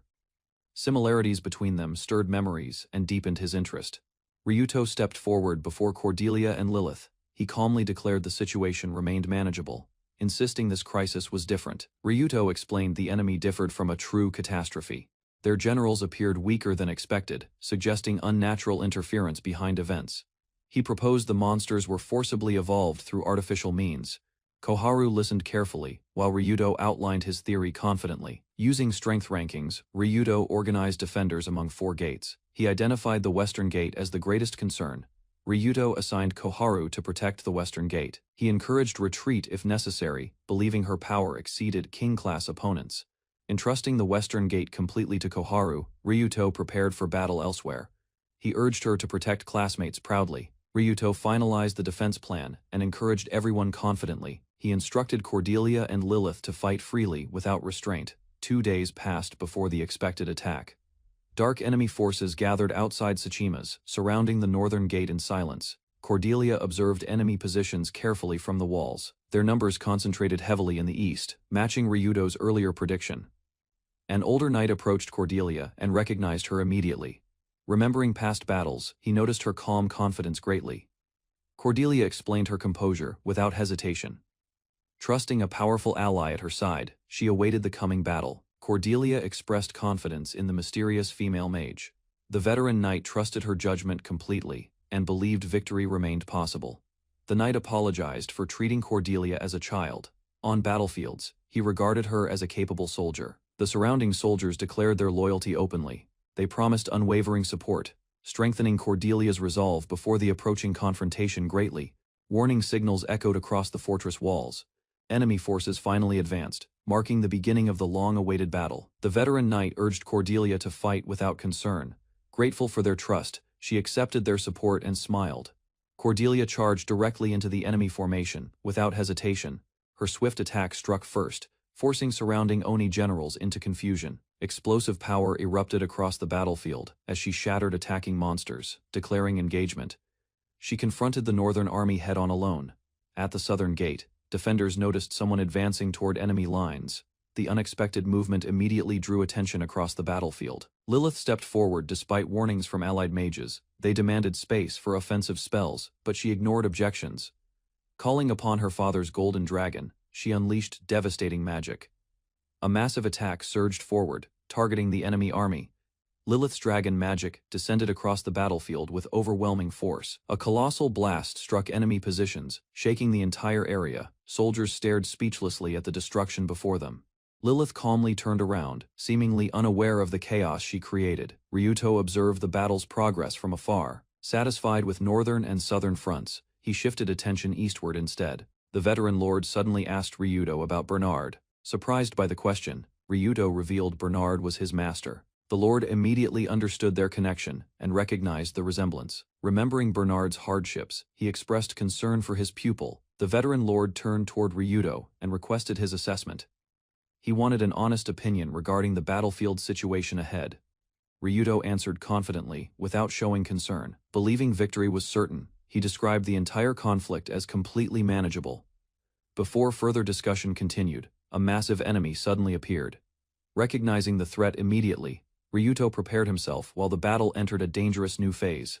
Ryuto confronted a towering armored demon whose overwhelming presence shocked observers, while someone recognized the rare Emperor class and watched carefully. The veteran lord stepped forward, determined to challenge the threat himself, believing a fallen captain's legacy deserved protection before danger expanded. Ryuto calmly corrected him, revealing his master Bernard remained alive near his village, instantly overturning assumptions and leaving the veteran stunned. Drawing his weapon, Ryuto advanced against the Emperor-class opponent, studying every movement carefully while judging abilities hidden behind armor. The massive demon responded immediately, matching Ryuto's actions with frightening precision, proving the battle would demand skill beyond strength. Ryuto unleashed an enormous slash across the battlefield, forcing Ryuto to face a devastating attack capable of overwhelming ordinary fighters. He watched calmly as the massive strike vanished into a distant point, leaving only open sky where destruction remained. The veteran lord and surrounding soldiers stared in disbelief when the Emperor and most Oni suddenly disappeared without explanation. Realizing the danger, Ryuto admitted his weapon nearly erased space itself, then warned everyone about remaining enemies approaching rapidly. The veteran lord recovered from shock and immediately commanded his forces to engage, preparing defenses against surviving Oni threats. Confident the battlefield remained secure, Ryuto left the remaining Oni to allied forces and departed without concern or hesitation. Using a wide detection skill, he surveyed surrounding areas, confirming stable conditions while deciding to assist Cordelia's ongoing defense. A sudden explosion echoed across the region, causing Ryuto to stop immediately and search for the unexpected disturbance. Moments earlier, another battle unfolded within the town, where an Oni raised chaos among buildings and frightened defenders. A vigilant archer intercepted the threat, calmly targeting approaching Oni while treating them as simple prey rather than enemies. The archer's attack devastated advancing Oni, smashing through their ranks and scattering bodies across the battlefield with overwhelming force. Witnessing enemies vanish unexpectedly, the archer froze in confusion, unable to understand where the remaining Oni had disappeared. Elsewhere, hidden Oni gathered around terrified civilians, revealing someone had concealed their presence from normal detection abilities completely. After hearing the report, Ryuto realized enemy concealment rendered surveillance useless, raising fears that another gate faced danger. Unable to confirm conditions at the western gate, Ryuto wrestled with a difficult choice while civilians remained threatened elsewhere. Ryuto recalled Cordelia and Lilith, realizing their support had eased his burden greatly and influenced decisions throughout the ongoing conflict. Several minutes passed as Ryuto cleared another area, acknowledging his companion's efforts while finishing remaining threats with confidence. The instructor directed citizens toward evacuation routes, urgently organizing movement, while maintaining order as danger continued spreading through town.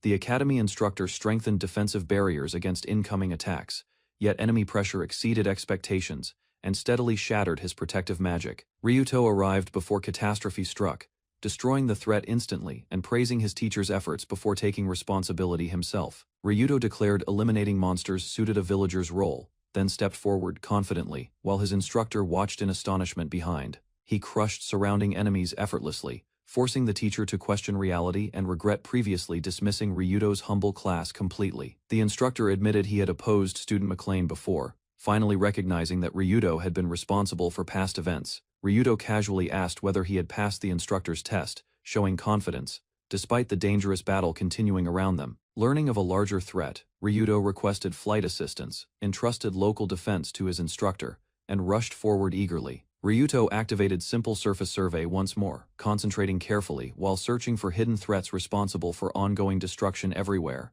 Confirming no civilians remained nearby, Ryuto prepared an unusual plan and produced a special seed for cultivation magic. Planting the seed, he activated farming cultivation and combined it with the descent of the dragon god technique.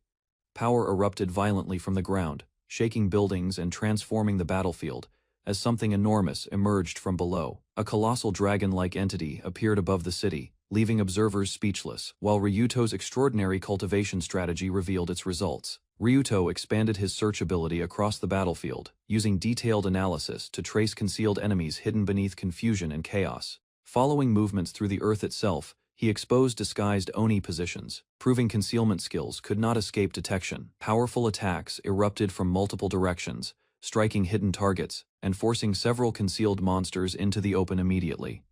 Ryuto discovered another Emperor-class Oni nearby, realizing the invasion involved greater forces than previously believed and demanding caution. The newly revealed Emperor roared fiercely above the city, displaying overwhelming power while preparing to unleash destruction across the area. The Emperor launched a destructive assault against the giant dragon, unleashing powerful strikes while attempting to break its advance. Ignoring the attack, the dragon retaliated immediately, crashing into the Emperor and driving the massive opponent violently downward. Both monsters exchanged relentless blows, shaking the battlefield repeatedly as neither side showed signs of yielding control. The dragon's roots and overwhelming strength gradually overpowered the Emperor, crushing its movements and restricting possible escapes.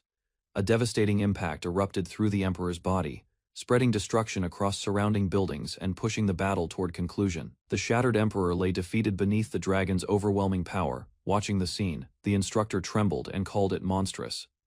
Before recovery became possible, a devastating finishing attack descended from above.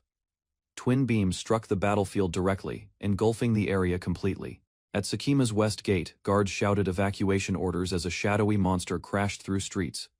Koharu watched nervously when the creature launched a massive attack toward the gate, realizing stronger enemies were expected elsewhere, not here. Arthur suddenly appeared before Koharu and intercepted the threat, shocking her completely, while Brian stared, confused by events unfolding before them.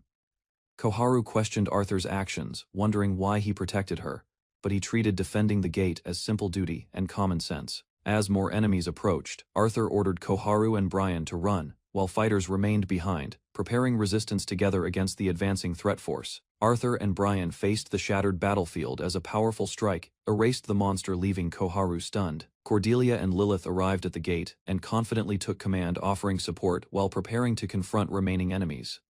Arthur quickly instructed Koharu and Brian to rescue trapped citizens inside the church, while defenders maintained positions against approaching foes across the district. Cordelia stepped toward Koharu and urgently requested assistance, drawing her attention from the battle, while others continued guarding evacuation routes.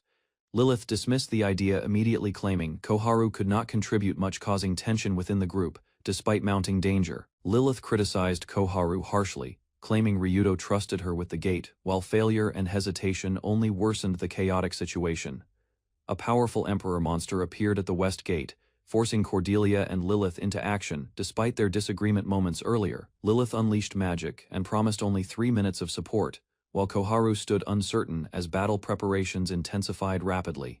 Cordelia apologized for her request and promised protection, yet Koharu lowered her head and quietly refused the responsibility offered. Koharu questioned why Cordelia remained behind, learning she feared combat, disliked being a hero, and wished she could escape.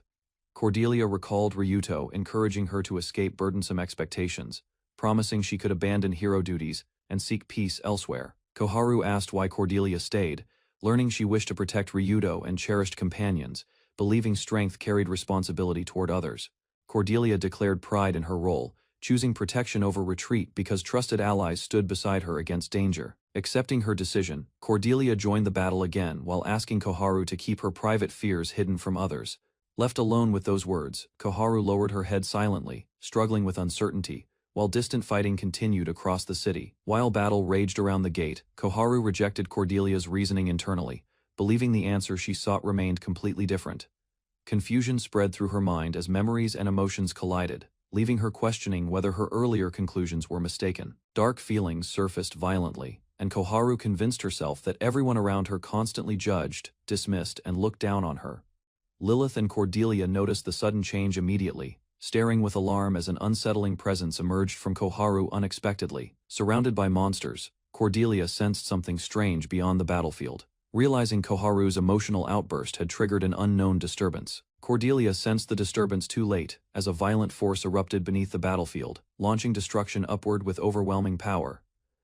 A gigantic dark entity emerged over the city, dwarfing surrounding monsters, while Cordelia watched in shock at its appearance. The enormous creature gathered power and attacked relentlessly, spreading chaos across the battlefield, while defenders struggled to understand the situation.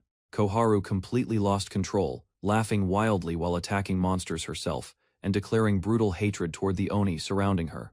Arthur rushed over and grabbed Koharu firmly, startling Lilith as he realized the gloomy girl had awakened unexpected abilities. Koharu exploded with anger, imagining insults from everyone around her and fiercely arguing against accusations that existed only within her mind.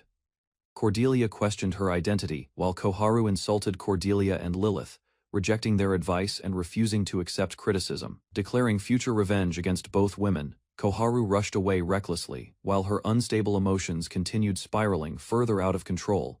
Charging through the battlefield, Koharu attacked Oni aggressively and mocked them, treating the dangerous monsters as simple targets. Despite her rage, Koharu remembered kindness from village residents, creating conflict between gratitude and hatred as she continued fighting. Empowered by raging energy, Koharu floated above the battlefield and unleashed devastating attacks, tearing through countless monsters without hesitation. Observing from afar, Arthur's group realized Koharu displayed abilities linked to Eastern battle priestesses, while her personality changed drastically.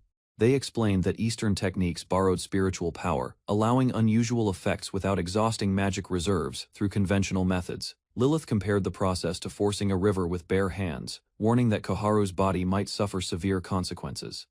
Despite her destructive strength, Arthur recognized the Emperor remained overwhelmingly powerful and feared Koharu could not defeat it alone. Lilith proposed a strategy against the Emperor, insisting victory remained possible if Cordelia cooperated and supported her plan completely. Cordelia immediately accepted the proposal, trusting Lilith's judgment and charging forward without hesitation, despite the overwhelming threat ahead. She struck repeatedly at the Emperor, but her attacks caused limited damage because the monster recovered from wounds extremely quickly. Koharu's attacks disrupted the Emperor's movements, preventing counterattacks, while she angrily claimed ownership over the battle and target. Seeing both girls acting recklessly, Lilith stopped them sharply and demanded cooperation instead of rushing forward independently again. Cordelia struggled against the Emperor's regeneration, realizing her attacks achieved little while repeatedly buying time for Lilith's preparation. Lilith finally unleashed her strongest dragon magic, ordering Cordelia away before releasing an enormous attack directly at the Emperor. The devastating spell struck successfully, exploiting weaknesses unique to Oni, while dragon magic proved especially effective against their defenses. The Emperor suffered heavy damage and roared violently as its protective abilities collapsed beneath Lilith's overwhelming magical assault. Although pleased with the result, Lilith realized the Emperor survived, forcing her to question whether she had reached her limits. Koharu confidently signaled success, believing the Emperor had fallen, while lingering energy drifted across the ruined battlefield, still carrying uncertainty. Observers explained Koharu's attacks became effective only after Lilith destroyed the barrier, allowing direct damage against enemies and finally breaking their protection. Convinced victory was secured, Koharu celebrated loudly as Cordelia and Lilith watched, surprised by her enthusiasm and reckless confidence. Lilith praised Koharu's achievement and acknowledged defeating an Emperor Oni, giving recognition despite earlier conflict between them and their tense exchanges. A mysterious robed figure appeared overhead, evaluating Koharu's accomplishment and drawing everyone's attention without explanation or revealing immediate intentions. The newcomer declared Koharu worthy of joining his family, ending the confrontation with an unsettling invitation that raised new questions. Cordelia spotted a bound Oni resembling Ryuto. Distant figures watched the battlefield, raising uneasy questions about his identity. She compared the stranger with memories from scorched scenes, yet Lilith urged haste, refusing uncertainty. Lilith rejected the resemblance completely, insisting no monster could match Ryuto, while shock spread among companions observing the scene. Koharu raised her hand, identifying the Oni god instantly, then proposed exploiting an opening before the enemy reacted, while others weighed the risk. The Oni dismissed spirit-based attacks, effortlessly making Koharu freeze as he revealed insight, explaining the Emperor Oni's defeat and his overwhelming power. The Oni god suddenly broke into uncontrollable tears, screaming in grief as overwhelming emotions consumed him, and startled everyone watching closely. Still crying, he declared his brothers were dead, yet welcomed the group as family, leaving Cordelia and Koharu shocked. The Oni god revealed a disturbing plan to rebuild his people through surviving women, treating population loss as a solvable problem. Refusing to listen further, Lilith unleashed a powerful attack toward him, sending destructive energy forward with complete determination. Lilith admitted victory seemed impossible and ordered Cordelia to retreat immediately, choosing survival while Koharu reacted with surprise and concern. The Oni god appeared beside Cordelia and Koharu instantly, complaining about interruption while his sudden movement shocked both girls completely. Cordelia protected Koharu with her body, yet a violent impact erupted around them as the overwhelming enemy closed distance effortlessly. The Oni god ignored the attack's outcome, remembering instructions not to harm Cordelia, while casually deciding to follow those orders. Koharu attempted another strike, but the Oni god countered immediately, knocking her away and disrupting her offense before completion. Noticing Koharu carefully, the Oni god recognized her as someone from the human homeland and questioned her presence in Western lands. Koharu demanded answers from the stranger, but the Oni god looked confused and questioned her identity. Despite her obvious frustration, she revealed she survived a clan destroyed by Oni, while the Oni god casually admitted involvement without recognizing her family. Koharu questioned why terrifying Oni remained in Western lands despite sparing her life, exposing contradictions within their past encounter. The Oni god explained spirits abandoned weakened bodies lacking blood, then coldly declared Koharu unnecessary because her strength had faded. Without hesitation, the Oni god stated Koharu stood near death already, while blood spilled from her mouth before stunned witnesses. The Oni god forgot Koharu immediately, offered a casual farewell, then departed calmly, while bringing unconscious Lilith and Cordelia. In the past, Ryuto offered assistance carrying a burden, yet Koharu stubbornly refused help and insisted on handling everything herself. Struggling across rough ground, the exhausted Koharu endured intense pain alone, forcing herself forward despite wounds and overwhelming hardship. Ryuto gently questioned whether people close to her truly wanted such sacrifice, prompting Koharu to reconsider her feelings. Reflecting on her answer, Ryuto stated that nobody lives without regrets, sharing a quiet belief shaped by experience. Koharu recalled her painful past, remembering countless failures where weakness prevented her from protecting cherished people, despite sincere determination. Ryuto revealed he earned another chance through relentless effort, urging Koharu not to surrender, while warning stubborn isolation creates mistakes. He encouraged Koharu to trust companions instead of carrying every burden herself, offering guidance drawn from his own experiences. His words stirred forgotten memories, helping Koharu realize support had always surrounded her, even when she believed herself alone. Accepting that realization, Koharu unleashed her burning power and declared the dreamlike world would vanish together with her flames. The Oni god reconsidered Koharu's declaration, correcting himself and showing interest, instead of dismissing her determination completely and immediately. Amazed by her resolve, the Oni god promised recognition if she survived unleashing everything, then challenged her without restraint. Koharu rejected his mockery and launched herself forward fiercely, driving her spear downward with unwavering intent to prove herself. Her attack exploded against the battlefield, yet the Oni god remained unharmed and mocked the result, while provoking further resistance. Accepting the challenge completely, Koharu released her full power and flooded the battlefield with relentless attacks from every direction. Koharu's attacks struck relentlessly from every direction, yet the Oni god endured everything calmly while criticizing her inefficient approach. Ignoring his taunts, she intensified the barrage and swore to pierce his body, pouring determination into every attack launched. Her strength finally collapsed, leaving her kneeling and exhausted, as the Oni god concluded the fierce struggle had ended.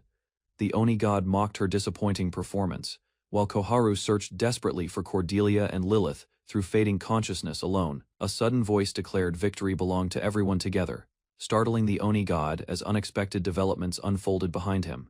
A gigantic spirit manifestation emerged behind the battlefield, revealing the true source of strength that had remained hidden until then. The enormous entity struck the Oni god directly, finally damaging him and creating an opening through a carefully prepared attack.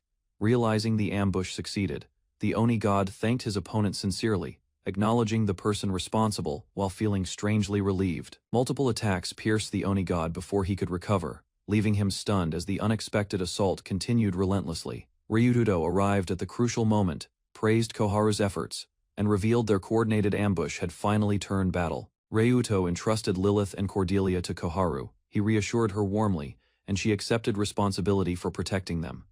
The Oni god's body suffered severe damage from repeated attacks, leaving massive wounds across his chest and weakening him. Despite his injuries, the Oni god praised the assault sincerely, recognizing the precision and effectiveness behind their strategy. The Oni god compared himself to a trapped monster, explaining the ceiling effect merely delayed defeat rather than ending him. Ryuto approached calmly and asked whether farewells were finished, while the Oni god laughed and welcomed their company briefly.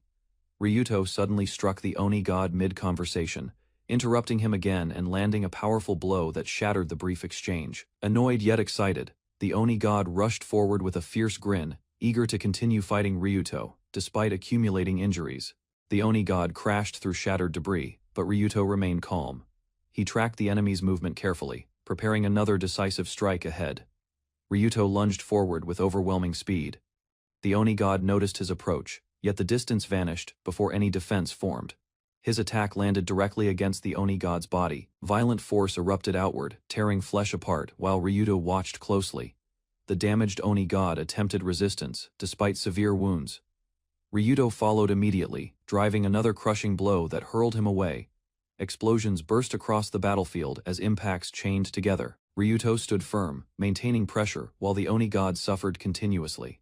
Ryuto launched relentless attacks, striking the Oni god repeatedly across the sky. Each impact forced the enemy backward without granting recovery. Shockwaves scattered everywhere as countless collisions erupted. Observers could only follow bursting impacts, while both fighters moved beyond sight. Koharu watched nervously, unable to track their movements. She realized Ryuto matched the Oni god's strength and possessed extraordinary healing. A sudden realization struck Koharu. Her expression changed as she continued watching the battle, struggling to comprehend Ryuto's true nature. The Oni god appeared excited. Despite severe injuries, praising Ryuto's combat ability, the enemy approached cheerfully, while Ryuto answered calmly. The Oni god questioned Ryuto's occupation, assuming his strength came from an exceptional class. Ryuto calmly answered while studying his opponent. When Ryuto revealed he was merely a villager, the Oni god froze briefly. The answer completely contradicted everything expected. Rather than mocking him, the Oni god became delighted. He admired Ryuto's determination, recognizing immense discipline behind such impossible growth. Filled with excitement, the Oni god declared a desire to continue fighting. Ryuto remained cautious while listening from a distance. The Oni god admitted defeat was unlikely for Ryuto. Despite disappointment, he acknowledged the battle's outcome and Ryuto's superiority. The Oni god explained the difference between Oni and humans. Respecting Ryuto's power, he offered a proposal meant to end conflict. Without hesitation, the Oni god revealed his request. He pointed directly at Ryuto, expressing a strong desire for recruitment. The Oni god invited Ryuto into the Oni family. He praised Ryuto's bloodline and imagined greater prosperity for his people. He described the tribe's declining condition and fading glory. Preserving the Oni legacy for future generations remained his goal. The Oni god argued that humans caused the land's troubles. He insisted the true conflict belonged to humanity alone. The Oni god reminded Ryuto how humans treated exceptional villagers. He argued society feared anyone whose strength exceeded expected limits. He described human prejudice, recalling people who judged worth through occupations alone. Ryuto listened quietly without showing agreement or anger. The Oni god urged Ryuto to abandon humanity completely. He insisted the Oni tribe offered acceptance, respect, and belonging instead. Growing enthusiastic, the Oni god imagined joining forces with Ryuto. Together he claimed they could reshape the entire world. While speaking passionately, the Oni god suddenly noticed something strange. Looking down, he realized one severed hand was missing. The Oni god stared at his severed arm in disbelief. Panic replaced confidence when regeneration failed, leaving the wound completely unchanged. Confusion overwhelmed the Oni god as strange sensations spread. Realizing Ryuto's attack caused irreversible damage, he finally understood the danger. Ryuto approached the kneeling Oni god without hesitation. Looking down calmly, he declared the battle finished and the enemy defeated. The Oni god stared upward in shock, struggling to accept defeat. Beside him, Ryuto remained silent, while certainty slowly settled over his mind. Rejecting reality, the Oni god unleashed another transformation, and declared the battle had only just begun, despite defeat already looming over him now. Empowered by desperation, the transformed Oni god displayed multiple arms, and stood proudly, believing renewed strength could overturn the battle's conclusion against Ryuto. Moments later, confusion replaced confidence as he examined his altered body. Something felt wrong, and his expression shifted toward growing unease and doubt, realizing the problem. The Oni god panicked when several arms vanished unexpectedly. He shouted in alarm, unable to understand the collapse of regeneration. The transformed Oni god collapsed into panic as his legs vanished completely. He desperately questioned when Ryuto had delivered the fatal attack. Staring helplessly at his deteriorating body, the Oni god finally understood. Ryuto's earlier strike had already determined the battle's outcome. Fear overwhelmed the Oni god completely. Refusing death, he cried out desperately, wishing to witness the future glory of his tribe. With the Oni god gone, the conflict quickly shifted. Knights destroyed infiltrating Oni forces while neighboring nations reclaimed control successfully. 1 week later, authorities organized a massive operation against remaining Oni. Their reduced numbers left little chance for long-term survival. Leaders, nobles, and special students assembled before the throne as rulers gathered to review the consequences of the recent war and crisis together. Sage Moses received formal recognition from the assembly as officials highlighted his importance during the conflict. The audience applauded while Moses stepped forward with composure, earning praise for defending the Magic Academy against Oni attacks and safeguarding humanity's knowledge. Discussions credited Moses with reducing casualties, analyzing enemy movements, and helping resolve dangerous situations that threatened several regions. Further commendations were extended to the special students who protected their positions, while Ryudo listened quietly, remaining unconcerned about recognition or public praise. Ryudo felt satisfied seeing Cordelia and Lilith receive recognition. Watching their achievements acknowledged publicly brought him quiet happiness during the ceremony. The assembly announced Ryudo's accomplishments before the gathered audience. For saving countless lives, he would receive the title ministerial. Many attendees reacted with surprise and curiosity. Some questioned how a villager earned such honors, while others praised his contributions. Ryuto accepted the announcement calmly without seeking attention. Nearby, Lilith reacted noticeably, unable to hide her emotional response completely. Standing beside Cordelia and Lilith, Ryuto finally shared the same stage. The crowd applauded, while the three received recognition together. Standing proudly during the ceremony, Ryuto looked toward the future. Recognition strengthened his resolve, and greater ambitions began taking shape. While others celebrated, Moses watched coldly. He resented seeing a villager receive honor, alongside respected elites and heroes. Reviewing recent events, Moses acknowledged Ryuto's remarkable ability. Such achievements seemed impossible for an ordinary villager, raising serious suspicion. His attention shifted toward Cordelia and the hero. Their unexpected performances, complicated calculations, and threatened plans he had prepared carefully. Recognizing several assumptions had become unreliable, Moses reconsidered his strategy, determined to adapt. He quietly prepared a new approach. While visiting the city with his little sister, Moses accompanied her sightseeing. Excited by the outing, she eagerly asked him around. The siblings explored various shops together. She enjoyed browsing merchandise and making purchases, while Moses quietly followed beside her throughout. As they continued walking through busy streets, his sister suddenly noticed something alarming. Her cheerful mood disappeared within a single moment. A crazed knife-wielding murderer attacked pedestrians indiscriminately. Panic spread through the area as terrified civilians scattered, struggling to escape danger. Moses reacted immediately when the attacker chased his sister. Witnessing the threat, he rushed forward, while bystanders shouted in shock. The killer's blood-stained hand tightened around the knife. Violence filled the scene, marking the horrifying climax of the sudden attack. Moses collapsed in shock and terror. Unable to process what happened, he stared helplessly at the devastating outcome. Overwhelmed by guilt, Moses blamed himself for failing to act. He believed intervention was possible, yet fear had frozen him. Consumed by regret, he apologized repeatedly through tears. The weight of his weakness crushed him as reality settled heavily. Holding the victim's body, Moses remained surrounded by destruction. Grief overwhelmed him while he mourned the life he failed saving. Years passed following the tragedy. Moses gradually rebuilt his life, leaving grief behind while moving forward through steady determination. Preparing carefully for an important occasion, he adjusted his appearance. Documents rested nearby, suggesting a significant change awaited him. Looking into a mirror, he reflected on his journey. Though recovery took time, he finally managed to stand again. While heading home from work, Moses considered his first day. Exhaustion lingered, yet he seemed quietly satisfied with progress. His thoughts ended abruptly when a violent collision erupted nearby. The sudden impact shattered the calm atmosphere surrounding him completely. Following the collision, Moses found himself before a mysterious goddess. A strange system appeared, presenting conditions for reincarnation and growth.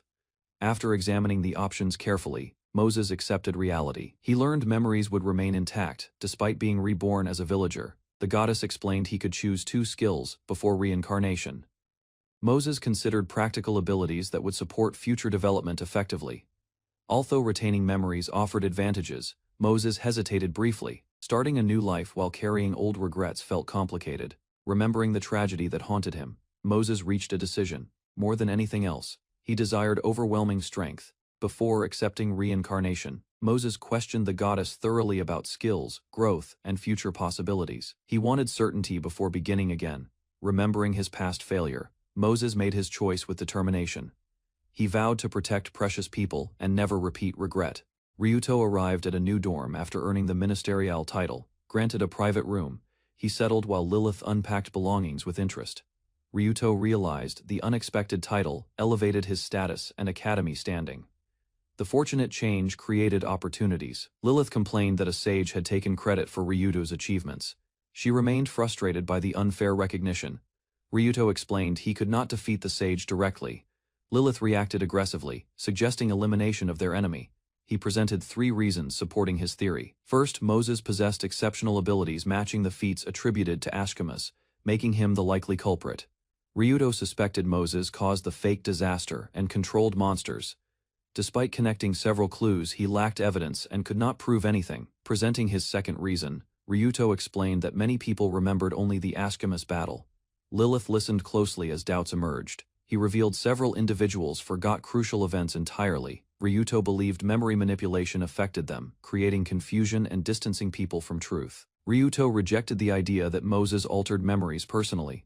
He reasoned such actions suggested another factor, causing Lilith to reconsider. He proposed a third party operating behind the scenes.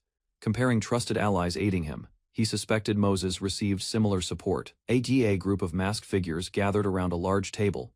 Their secret meeting focused on reviewing recent events. The discussion shifted toward the Sachima's battle. One member requested an evaluation of Ryuto, whose actions had attracted significant attention. A participant stated, Ryuto was neither reincarnated nor extraordinary by origin. They credited his growth to training, mentorship, and unusual circumstances. The council examined connections involving dragonkin and lizard forces. Despite concerns, they postponed deeper investigation and moved the meeting forward. As the session concluded, one member praised the investigation.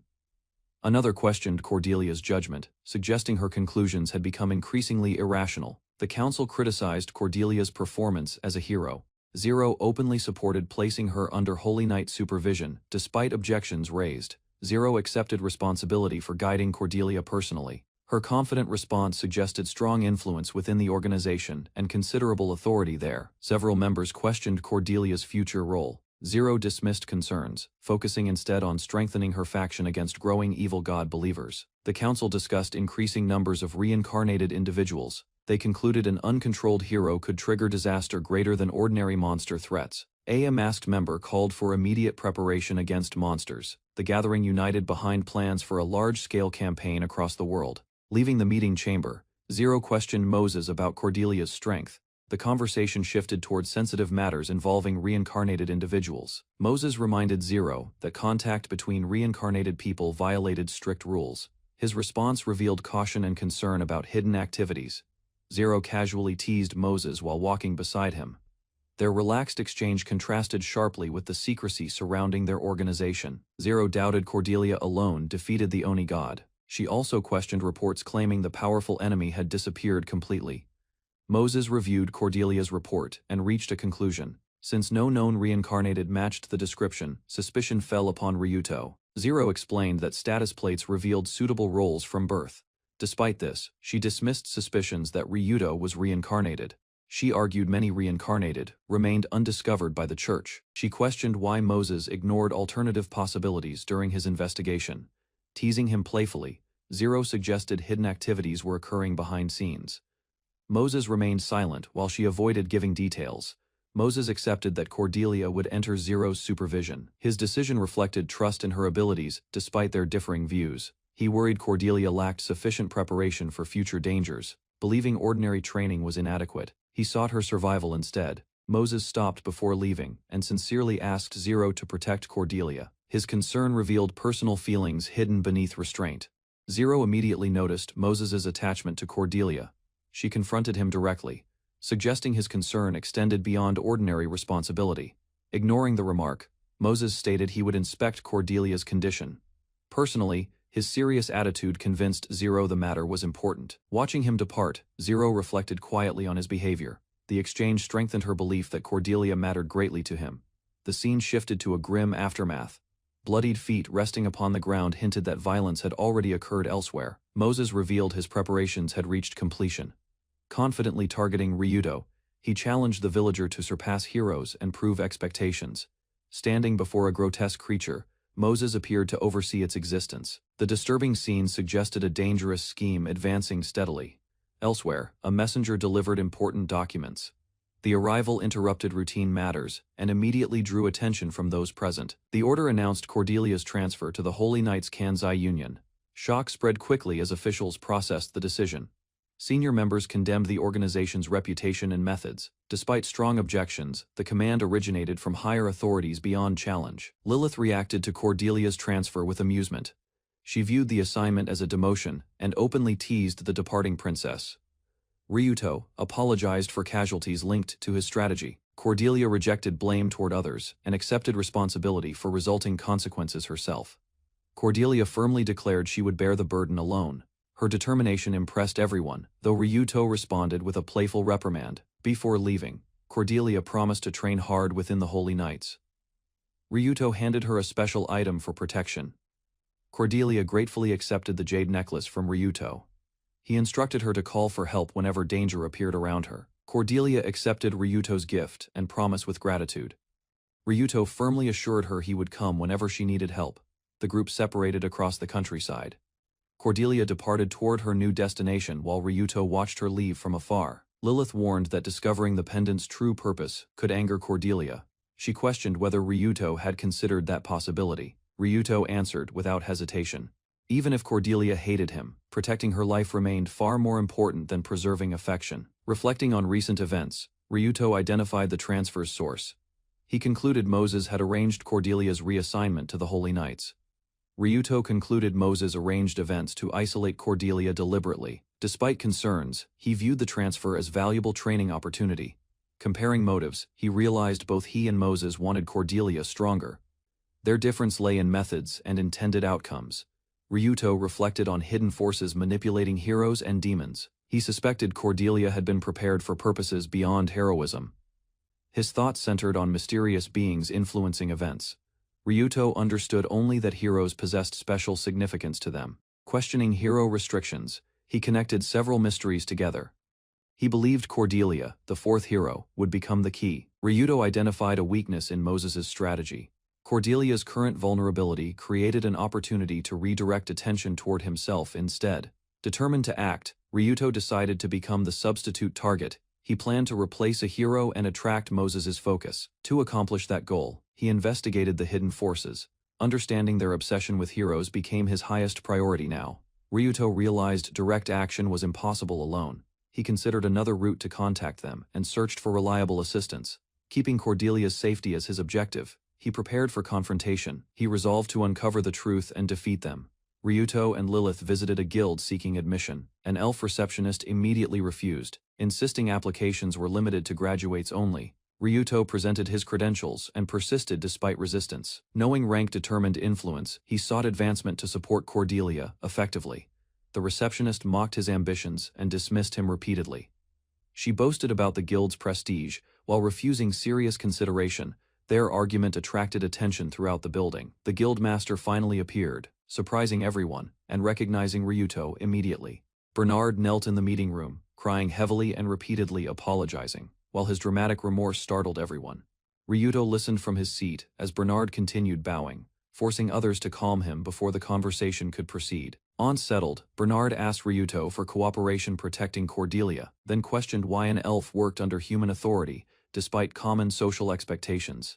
Ryuto explained some elves lived among humans voluntarily, often becoming wanderers or joining guilds instead of isolated communities governed solely by their kind. Bernard recalled restrictions targeting stray elves years earlier, prompting Ryuto to connect the policy with his training. Ryuto realized Bestaha, his village, was affected by the elf restrictions. Bernard explained other nations copied the policy despite limited resistance. Bernard wondered whether a particular elf had attracted Ryuto's interest. Sitting beside Lilith, Ryuto calmly denied Bernard's mistaken assumption immediately. Ryuto stated he had two objectives. Lilith eagerly offered assistance, while Bernard listened closely as Ryuto prepared his requests, carefully. Ryuto revealed his first objective, gaining rank quickly without drawing attention. He directly asked Bernard for support achieving that goal. Bernard quickly understood the request and agreed. When he asked for specifics, he postponed explanations and promised details later. Ryuto revealed his second objective, raising Lilith's level. He requested a quest involving subduing humans, placing her development first. Bernard immediately understood the proposal. Ryuto confirmed Lilith already knew the risks, while Lilith remained composed and prepared herself. Bernard selected a suitable quest. The scene shifted toward violent conflict, where armed opponents faced sudden attacks during a mission. Lilith overwhelmed numerous bandits with exceptional skill. Survivors panicked, reporting 2 bandit hunters, and warning others about her. Then moved 1 year earlier at the Dragon's Village. Lilith expressed interest in learning swordsmanship, beginning her path forward. A woman from the Dragon's Village accepted Lilith as her student. Owing gratitude, she promised swordsmanship lessons and began explaining fundamentals. The instructor described 3 attack methods: blow, thrust, and graze. Rather than killing immediately, each strike weakened an opponent gradually. She taught leverage over strength, explaining proper sword movement. Lilith learned power came from technique, balance, and controlled motion. Lilith practiced several stances while studying strategy. The instructor explained positioning, defense, and opportunities for counterattacks during combat situations. The lesson continued with stance changes. Lilith learned to disrupt opponents' pace, understanding every stance carried strengths and weaknesses. The instructor taught stance transitions, showing attacks emerge naturally from movement. Mastering stances allowed control without relying on direct strikes. She explained these lessons were only fundamentals. Superior understanding of stances granted overwhelming advantages, enabling victory against stronger opponents consistently. Lilith sparred against the instructor and suffered repeated defeats. The veteran exposed flaws in her technique, experience, and judgment. The instructor demonstrated impossible-looking swordsmanship, defeating opponents despite expectations. Lilith witnessed skill overturn conventional assumptions and battlefield common sense. Asked why she pursued swordsmanship, Lilith answered firmly. She wanted strength to protect the place she considered her home. Lilith analyzed her shortcomings during training. She lacked finishing power, so she sought versatility while adapting her dragon magic effectively. The instructor suggested learning knife throwing alongside swordsmanship. Lilith accepted the advice, hoping additional skills would expose enemy weaknesses. Ryuto observed Lilith's progress and judged it promising. He believed recognition mattered, though society would still underestimate him. Reflecting on Bernard's success, Ryuto admired his path. Bernard's connections and achievements had elevated him into leadership positions. Ryuto learned, villagers could attempt rank examinations after major accomplishments.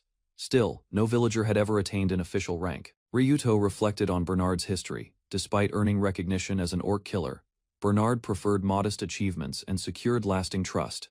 He learned rank required more than combat ability. Achieving it meant gaining influence, status, and recognition within national affairs. Ryuto concluded reaching a rank was necessary. Recognition would let him stand beside heroes and participate in greater matters. The bandit suppression mission ended successfully. Ryuto reported completion, presented rescued captives, and requested officials verify everyone carefully.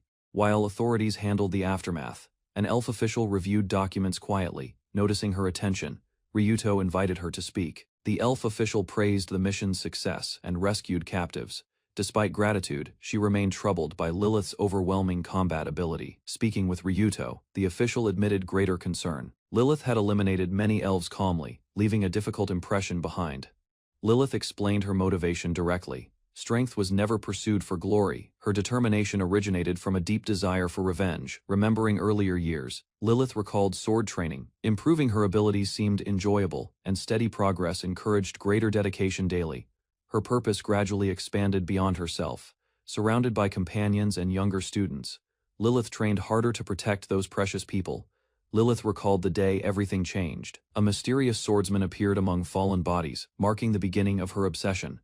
The swordsman mocked surviving witnesses and welcomed revenge. His terrifying confidence left deep scars on everyone who heard him. Watching the massacre, Lilith failed to understand his actions. Fear, confusion, and helplessness overwhelmed her thoughts. Completely then. Years later, Lilith finally defeated that man. Through killing him, she grasped the harsh principles governing their world. The memory ended as Ryuto and Lilith received promotion to E rank. Satisfied, they discussed food before returning. Walking through the city, Ryuto noticed a hooded figure sitting among ruins. The contrast with surrounding prosperity immediately caught attention. He stopped and examined the streets carefully. The mixture of impressive construction and visible poverty created an unsettling impression. Ryuto observed decaying buildings standing beside recent developments. Rapid economic growth had produced inequality, leaving many ordinary citizens struggling. A growing discomfort troubled his thoughts. Lilith noticed his reaction, but he remained focused on the disturbing realization. He questioned why the problem escaped his notice before. Looking around again, he sensed something fundamentally wrong here. Ryuto followed his suspicion into a narrow passage. Examining the area closely, he noticed traces suggesting concealed activity recently. Standing with Lilith beneath the archway, Ryuto studied the surroundings. Small clues convinced him someone had occupied this location. Investigating further, he discovered evidence of concealment magic. The spell masked a person's presence, explaining his lingering uneasiness. Realizing the situation exceeded his abilities, Ryuto called Lilith for assistance. He requested help uncovering whatever remained hidden. Lilith accepted immediately and activated Dragonify. Focusing her power, she prepared to reveal the secret concealed within shadows. Lilith combined her abilities with Ryuto's support. Together they erased concealment magic and stripped away additional magical interference completely. The hidden presence finally emerged. Dark energy scattered across the ground, exposing evidence that someone had concealed themselves deliberately. An unconscious elf woman appeared before them. Her torn clothing and condition suggested she had suffered severe hardship recently. Ryuto approached cautiously and examined the situation. Neither he nor Lilith understood the full truth behind her appearance. While healing the elf, Ryuto remained unaware of greater circumstances. Their encounter had been arranged as part of a scheme. Cordelia finally revealed herself. Watching from a distance, she smiled confidently, indicating the unfolding events matched her intentions. Zero addressed Cordelia directly and thanked her for arriving. Her words suggested prior knowledge and deliberate preparation behind events. Introducing the location as the deserted land, Zero welcomed Cordelia warmly. Her cheerful attitude contrasted with the suspicious circumstances. Elsewhere, several important individuals unknowingly moved toward the same outcome. Their intersecting paths signaled a major convergence of fate. Ryuto and Lilith watched a rescued elf awaken slowly from exhaustion, her eyes opening cautiously.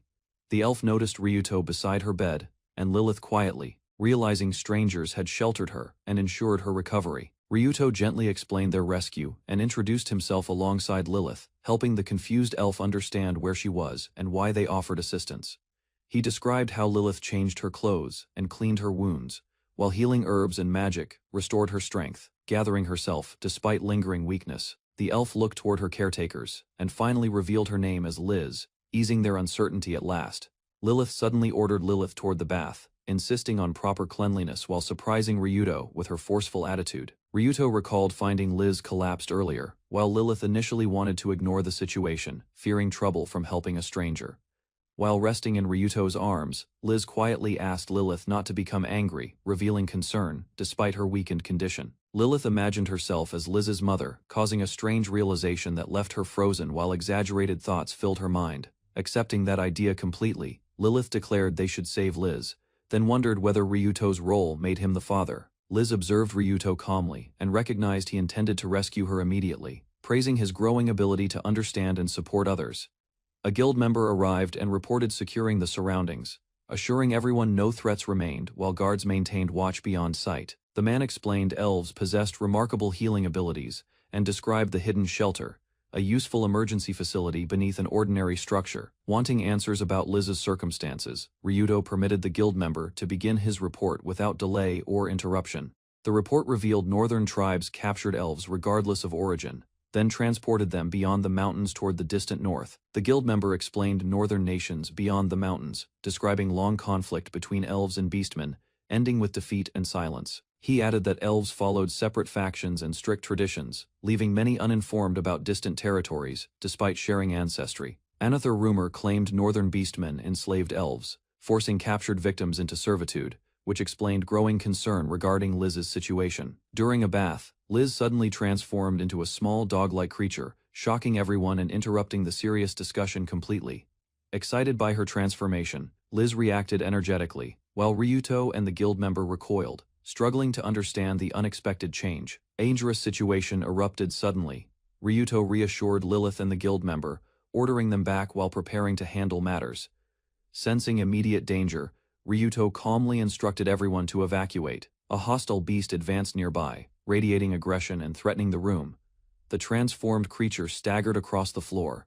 Then magical energy surged unexpectedly. Before anyone reacted, the beast changed again. Ryuto stared in shock, as Liz reverted into a sleeping girl with animal ears, lying motionless after the transformation. Lilith explained the attack targeted the guild member. The strike carried overwhelming magic power, while Liz caused trouble, unintentionally. Ryuto concluded Liz attacked the guild member from fear rather than hostility, suggesting she confused him with another person entirely. Discussion shifted toward Liz's origins. Her mixed traits suggested beastman and elf ancestry, though artificial creation remained another possibility.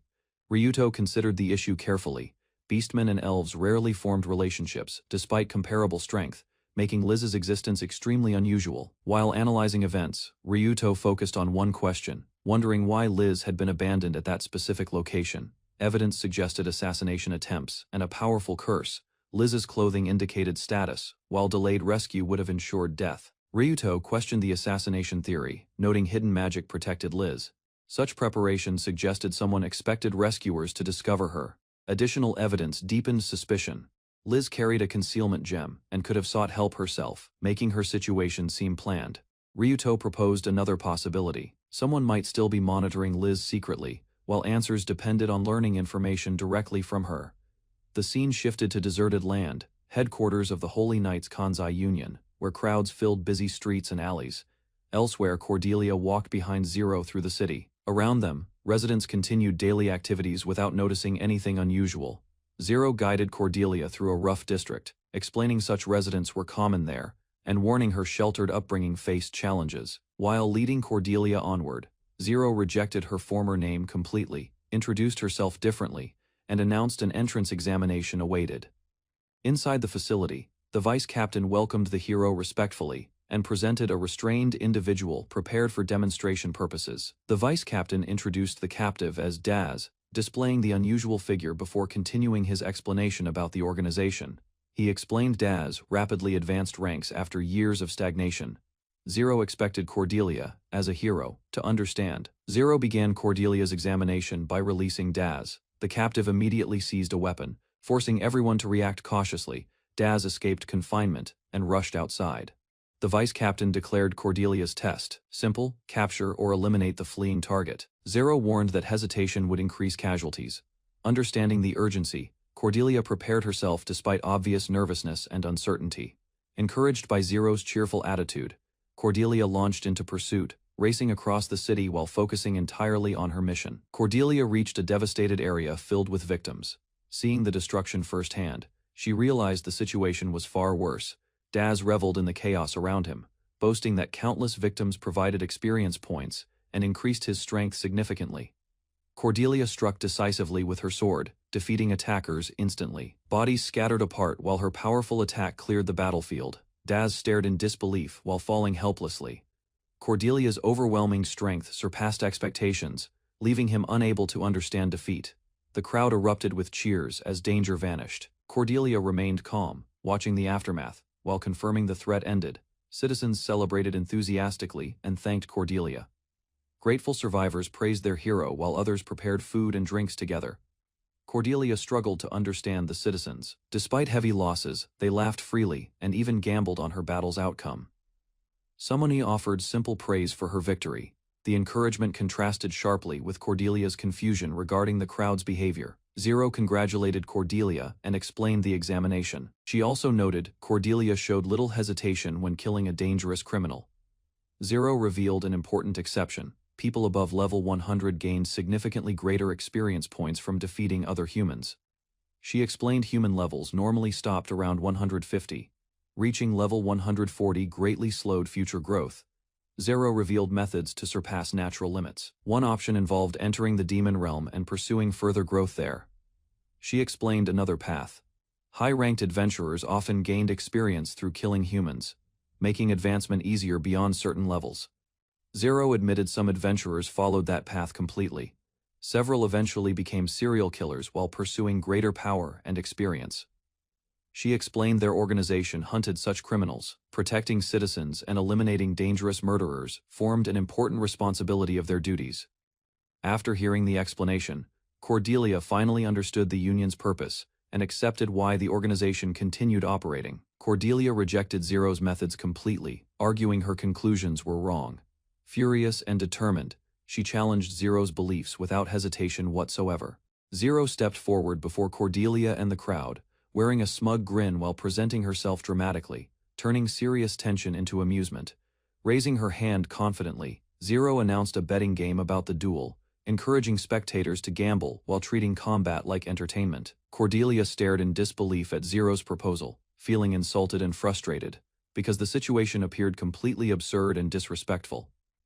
Zero insisted she was sincere, explaining her actions reflected personal principles, then confidently swung her long hair while defending herself. She declared the wager would be 3 minutes and 5 seconds, leaving Cordelia speechless as pressure mounted before battle began. Cordelia faced Zero across the battlefield, carefully observing her opponent's unusual stance, while preparing herself for an unfamiliar and dangerous duel. Studying Zero closely, Cordelia analyzed the strange sword, grip, robe, and posture, trying to understand the purpose behind them. Zero suddenly attacked with overwhelming speed, launching multiple thrusts, while advancing aggressively, forcing Cordelia to react before understanding everything. Cordelia blocked repeated strikes, yet Zero's relentless movements and changing angles steadily increased pressure, preventing any opportunity to counterattack. Closing the distance instantly, Zero slipped past Cordelia's guard and swung decisively, maintaining complete control while pushing the duel forward. Zero maintained a calm smile while continuing her assault, moving her blade unpredictably and showing complete confidence despite Cordelia's resistance. Cordelia defended repeatedly as strange attacks arrived from unexpected directions, yet Zero suddenly paused, causing confusion during the intense exchange. Without warning, Zero launched another strike, immediately after stopping, forcing Cordelia back and preventing her from establishing any rhythm. Watching carefully, Cordelia realized Zero lacked a fixed sword style, combining different techniques freely instead of following established forms. Recognizing the pattern, Cordelia concluded Zero mixed numerous schools together, creating an adaptable approach that made her movements difficult. Cordelia abandoned observation and advanced directly, tightening her stance before accelerating forward, determined to challenge Zero through disciplined swordsmanship. Launching herself aggressively, Cordelia unleashed precise strikes toward Zero, forcing her opponent to block repeatedly while adjusting under pressure. Cordelia continued attacking without hesitation, chaining movements together smoothly and driving Zero backward through relentless, well-practiced offensive techniques. While exchanging blows, Cordelia relied on established forms, believing structured techniques remained effective even against opponents using unconventional methods. Trusting countless refinements accumulated through generations, Cordelia maintained continuous attacks efficiently, seeking victory through endurance, precision, discipline, and experience. Cordelia suddenly noticed an opening within Zero's movements, her expression sharpening as she prepared a calculated response during combat. Using disciplined technique, Cordelia exploited the moment perfectly, launching a precise counterattack designed to overcome Zero's unpredictable fighting style. The clash intensified as both swords collided repeatedly, but Cordelia executed another prepared maneuver, forcing Zero into an awkward position. With their weapons entangled, Cordelia revealed a concealed blade, attempting to catch Zero off guard through an unexpected tactical strike. Zero reacted instantly to the hidden weapon, neutralized the surprise attack, then threw Cordelia down, escaping danger without suffering damage. Cordelia pinned Zero to the ground and pressed her hidden blade forward, believing the duel had finally reached its conclusion. Maintaining her position over Zero, Cordelia confidently declared victory, convinced her strategy had successfully overcome every obstacle presented. Before celebrations could begin, Zero suddenly escaped through an unexpected move, leaving Cordelia stunned as the situation reversed. Losing her balance completely, Cordelia crashed across the ground while Zero regained freedom, turning the apparent victory into failure. Cordelia grimaced in frustration and struggled to recover, realizing Zero had slipped away again despite being trapped moments earlier. Zero stood over the fallen Cordelia and calmly asked whether the match was finished, leaving her opponent shocked and speechless. Checking the time, Zero confirmed the duel lasted exactly 3 minutes and 5 seconds, matching the wager she announced earlier. With the bet fulfilled, Zero cheerfully accepted victory and joked about buying lunch, treating the intense duel casually. While reflecting on the exchange, Cordelia noticed something unusual about Zero's leg movement, though it seemed unimportant initially. Cordelia reconsidered the escape carefully, doubting it was simple reflexes and suspecting Zero had used another hidden technique. Cordelia demanded an explanation for Zero's escape, still shaken by defeat, while Zero casually revealed that special abilities influenced outcomes as well. Zero explained her talent simply granted the ability to win, presenting the answer confidently while leaving Cordelia increasingly puzzled. Zero then encouraged Cordelia to keep growing, saying a hero could someday surpass her, turning the conversation into motivation. 1 week into hiding, Ryuto and Lilith guided Liz through a crowded food district. She stared excitedly at stalls. Liz sampled grilled skewers while asking permission for every choice. Ryuto encouraged her curiosity, letting simple experiences become treasured moments during their outing. Using a privacy skill and an amulet, they avoided attention. Liz ordered more food confidently, while Ryuto monitored reactions.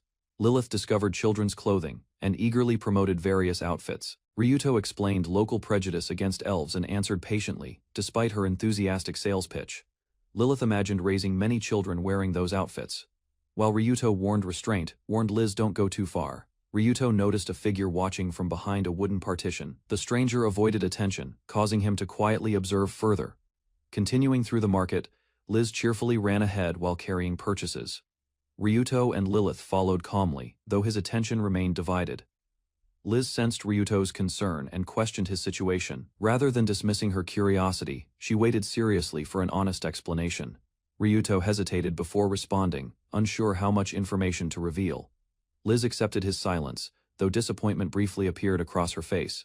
Seeing her reaction, Ryuto reassured Liz with kindness. He promised protection and invited her to remain with them. Ryuto reflected on widespread discrimination against elves. Learning humans participated in such oppression troubled him and deepened concerns about Liz. He considered seeking assistance from elves. Yet doubts emerged. Long-standing resentment toward humans could cause rejection before discussions even began. Reviewing available clues, Ryuto noticed Liz feared something beyond humans. Her circumstances seemed unrelated to northern elves relocated elsewhere. That realization raised another question. If Liz lacked ties to northern elves, what connection could she possibly have with beastmen? Ryuto recalled the northern region ruled by beastmen. Linking his homeland, elves, and beastmen together only complicated matters further. Ryuto weighed difficult choices regarding elves, beastmen, and hidden conflicts. Acting recklessly could worsen tensions and increase Cordelia's burden significantly. Lilith suddenly proposed a condition for accepting help. She wanted herself called Mama while naming Ryuto Papa with excitement. She suggested posing as a family would attract less suspicion. Ryuto reluctantly accepted the idea despite visible embarrassment. The arrangement changed roles completely. Ryuto became the older brother while the girls assumed elder and younger sister identities. Treeing the new relationship, Liz addressed Ryuto as older brother. The unfamiliar title left her surprised while testing it. Liz called Ryuto by his new family title, startling him completely. Embarrassment overwhelmed his composure while she watched with amusement. Delighted by his reaction, Lilith boldly declared her affection. Ryuto remained unimpressed, leaving her dramatic confession without the response expected. Ryuto explained the statement felt strange because they appeared similar in age. He rejected the roleplay, while Lilith looked disappointed. Liz quickly shifted attention toward Lilith, thanking her enthusiastically. Ryuto reminded everyone about their assigned family roles, though doubts remained. The conversation settled as they continued through the market. Ryuto encouraged consistency with their disguises, while Liz followed cheerfully. Back at the guild hideout, Ryuto questioned Bernard about suspicious followers. He wanted confirmation regarding identities and possible motives behind surveillance. Bernard explained 2 groups had followed them. One likely belonged to Norlai's company, whose trainees frequently acted like street thugs. Ryuto learned rumors connected Norlai's with transporting elves. The possibility that Liz had been discovered immediately raised serious concerns. Despite Bernard's suggestion to investigate further, Ryuto advised patience. He preferred gathering information carefully before taking any direct action. Bernard accepted the decision and focused on protecting the hideout. Left alone, Ryuto quietly considered the growing dangers surrounding Liz. Ryuto reviewed recent events and confirmed several groups had tracked them. However, none appeared capable of locating their hideout. Since their pursuers showed no immediate movement, Ryuto avoided acting hastily. His attention shifted toward a more important concern. Holding a familiar pendant, Ryuto worried about Cordelia's safety. The unresolved situation weighed heavily on his thoughts and judgment. Elsewhere, a hooded figure wearing a matching pendant traveled alongside mounted forces. Their coordinated movement suggested an organized operation. Leading the group, Zero observed developments calmly. After spotting suspicious activity, she identified someone as a terrorist scout and remained alert. Zero reflected on centuries of conflict. The church had rejected native beliefs and emerged victorious from a devastating religious war. Confident in church authority, Zero prepared an attack on a passing caravan. She expected support while targeting supposed enemies of believers. Her forces revealed their true intentions without restraint. Zero ordered pillaging and violence, driving followers into a frenzied assault. Mounted troops charged forward at her command. The attackers crashed into their targets aggressively, overwhelming resistance through speed and force. When the battle ended, survivors searched the aftermath. One man mocked the equipment while noticing the complete absence of women. The cloaked Cordelia praised the attackers' strength. Elite holy knights had overwhelmed opposition rapidly, proving far more dangerous than expected. Amid the battlefield, a mysterious figure confronted the survivors. He correctly guessed they were reincarnated individuals, shocking everyone present. The Oni god, a personal grudge against reincarnated people. He blamed one for deceiving and killing his own brother. Consumed by hatred, he threatened brutal revenge upon his enemies. Grief and rage had completely twisted his judgment and actions, determined to honor his fallen brother. The Avenger unleashed a powerful attack. Energy gathered within his hand before release. The Oni god evaded retaliation and questioned reincarnation. Confused, Cordelia struggled to understand his motives while facing unexpected pressure. Demanding answers, he searched for additional hidden enemies, his attention fixed on surviving targets as tension rapidly intensified. A sudden impact struck the Oni god without warning. The unexpected blow interrupted questioning and completely changed the battle's flow. More unseen attacks followed immediately, launching combatants through the air. The horned warrior realized an invisible technique was involved. Despite repeated strikes, the Oni god remained confident. He believed his body would recover completely before reaching the ground. The Oni god crashed violently into the ground.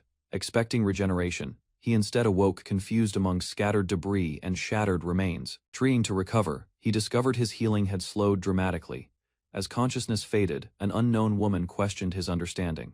The woman introduced herself as Zero and declared absolute confidence. She claimed anyone opposing her would inevitably face defeat. Though forced to halt, the armored warrior remained composed. Rather than panicking, he appeared ready to reveal something important. Zero calmly addressed the battlefield while destruction surrounded her. She boasted about her group's strength, displaying overwhelming confidence before everyone. Zero turned toward the fallen Oni god and addressed him as hero. The question lingered unanswered across the devastated battlefield for several moments. The Oni god stared ahead in confusion, unable to grasp events. His shaken expression revealed uncertainty, fear, and doubt about Zero's overwhelming power alone. Ryuto was mentioned as someone who could not defeat Zero either. Hearing that assessment, the Oni god lowered his guard and reconsidered the situation completely. Ryuto arrived with Lilith and Liz beside adventurers. The group reacted with surprise, questioning their presence. He calmly explained their contract terms, stating 3 participants would join the mission and share rewards fairly without excluding Lilith or Liz involved. 2 days earlier, Ryuto attended a discussion regarding porter hunting incidents. Reports showed skilled carriers possessing item box abilities were being targeted. The meeting detailed item box powers, explaining its stored luggage within separate space, allowing users to transport equipment easily regardless of weight limits. Further information revealed porters relied on the rare skill, whose capacity increased with level growth, making experienced users valuable targets. Bernard explained numerous suspicious porter deaths occurred recently. Investigation revealed overlapping locations between crime scenes and one adventurer party repeatedly appearing. Ryuto questioned what kind of group could ambush porters successfully. Bernard explained wealthy clients commonly hired powerful private escorts. Bernard considered the pattern carefully and estimated the suspects belonged to a C-ranked party. Ryuto reacted with visible surprise. He explained each party member possessed strength, comparable to a ranked adventurer's. Such power allowed them to overwhelm targets efficiently. Bernard added several strong adventurers had vanished as well. Ryuto confirmed they were missing, suggesting a larger conspiracy existed. Bernard revealed every porter death was reported as an accident. The involved adventurers disappeared, leaving only a damaged sword fragment behind. Examining the fragment, Ryuto realized it was made from orichalcum. Bernard admitted conducting independent research despite guild hesitation. Their investigation uncovered links to the Norlize company. Bernard suspected its influence pressured the Adventurers Guild into silence. Ryuto accepted Bernard's request immediately. He planned to pose as a porter while accompanying in a ranked party transporting materials. Reaching the gathering point, adventurers protested Liz's presence. They acknowledged her item box skill, yet doubted her suitability. Despite objections, the party accepted Ryuto, Lilith, and Liz. The leader urged cooperation, then ordered everyone to begin moving. Entering the hunting grounds, the adventurers fought numerous lizardmen efficiently. Their coordinated attacks eliminated monsters quickly while Ryuto observed. The party selected a campsite and discussed patrol duties. Their successful hunt proved hiring a porter was practical. While others relaxed, Ryuto quietly studied their behavior. Several members exchanged suspicious expressions, drawing his attention immediately. Ryuto eventually uncovered the truth behind the mission. The adventurers revealed hostile intentions, confirming Bernard's suspicions were completely correct. Ryuto defeated the attackers and questioned their strength. Their abilities seemed insufficient for defeating B-ranked opponents, despite earlier reports. Searching for Liz, Ryuto discovered Lilith, standing calmly beside captured enemies. Their failed attack left him briefly confused.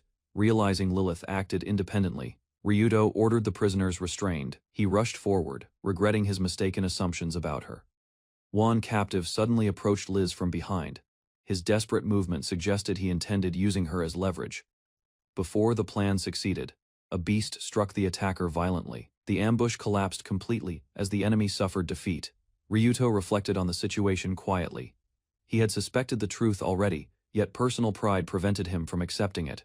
Watching the battlefield, Ryuto realized Liz acted to stop further bloodshed. He never wanted a child carrying such burdens. Understanding her circumstances better, Ryuto concluded Liz lacked full control over her powers, despite possessing overwhelming strength. Multiple summoned beasts surged across the area aggressively. Ryuto stepped forward immediately, determined to prevent unnecessary casualties. Ryuto repeatedly ordered the creatures to retreat. His firm commands gradually calmed them, stopping the violence before it spread. Liz transformed into a beast-like form and began crying. The aftermath overwhelmed her emotions, revealing fear hidden beneath strength. Ryuto approached carefully and reached toward Liz. His calm presence helped her regain awareness and return gradually. Seeing her distress, Ryuto blamed himself instead. He apologized sincerely, insisting Liz bore no responsibility for the incident. Unable to hold back her feelings, Liz rushed forward and embraced Ryuto tightly. He stood surprised, yet accepted it. Lilith watched the scene silently from a distance. Her expression changed slightly, suggesting unexpected thoughts crossed her mind.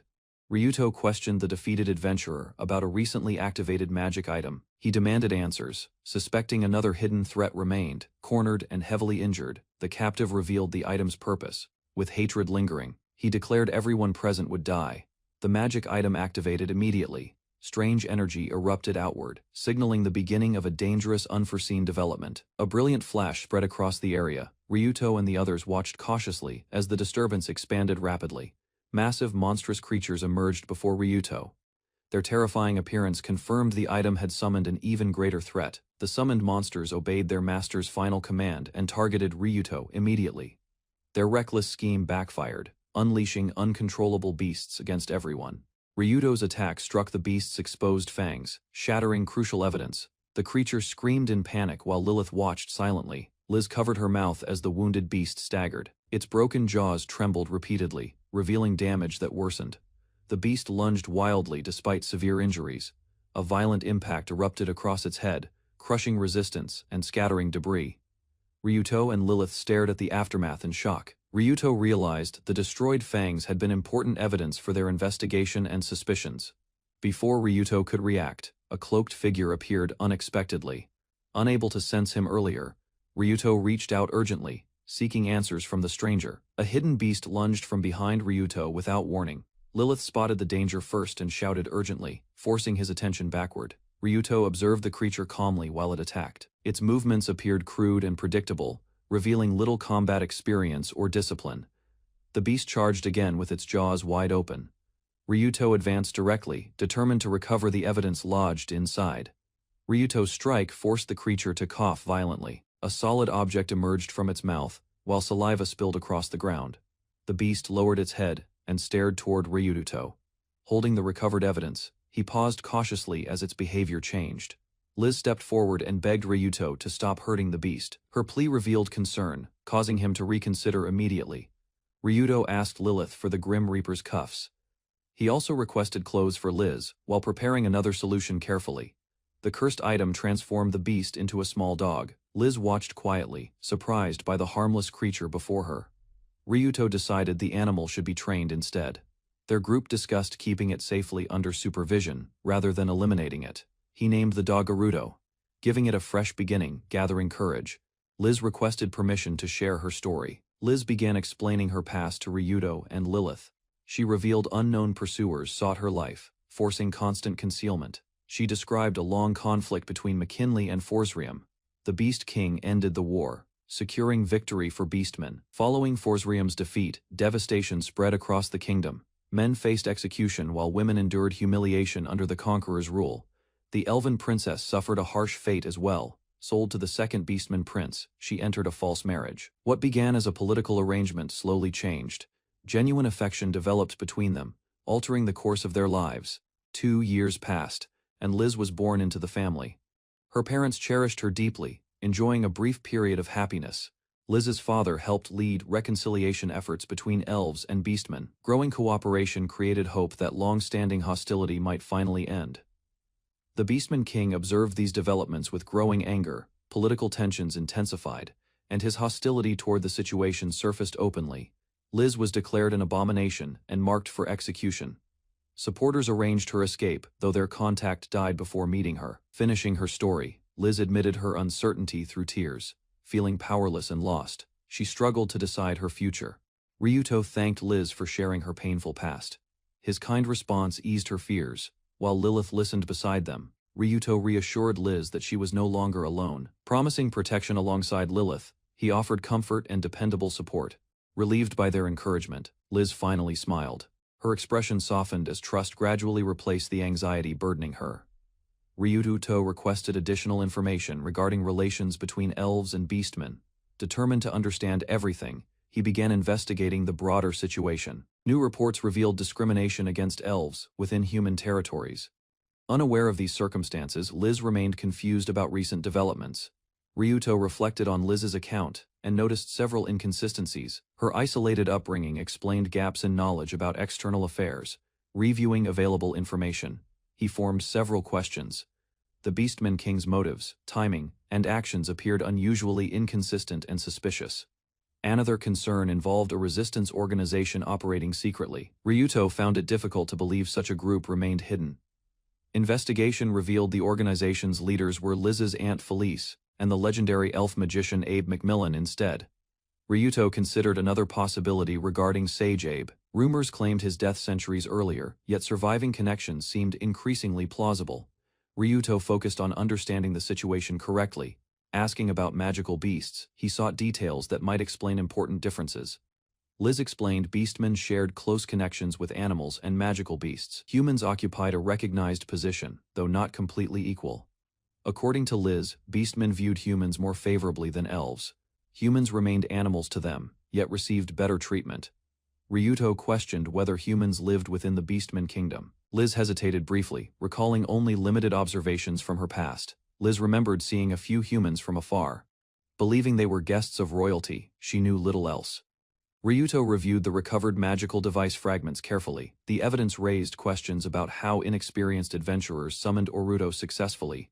He recalled detecting a hidden observer briefly.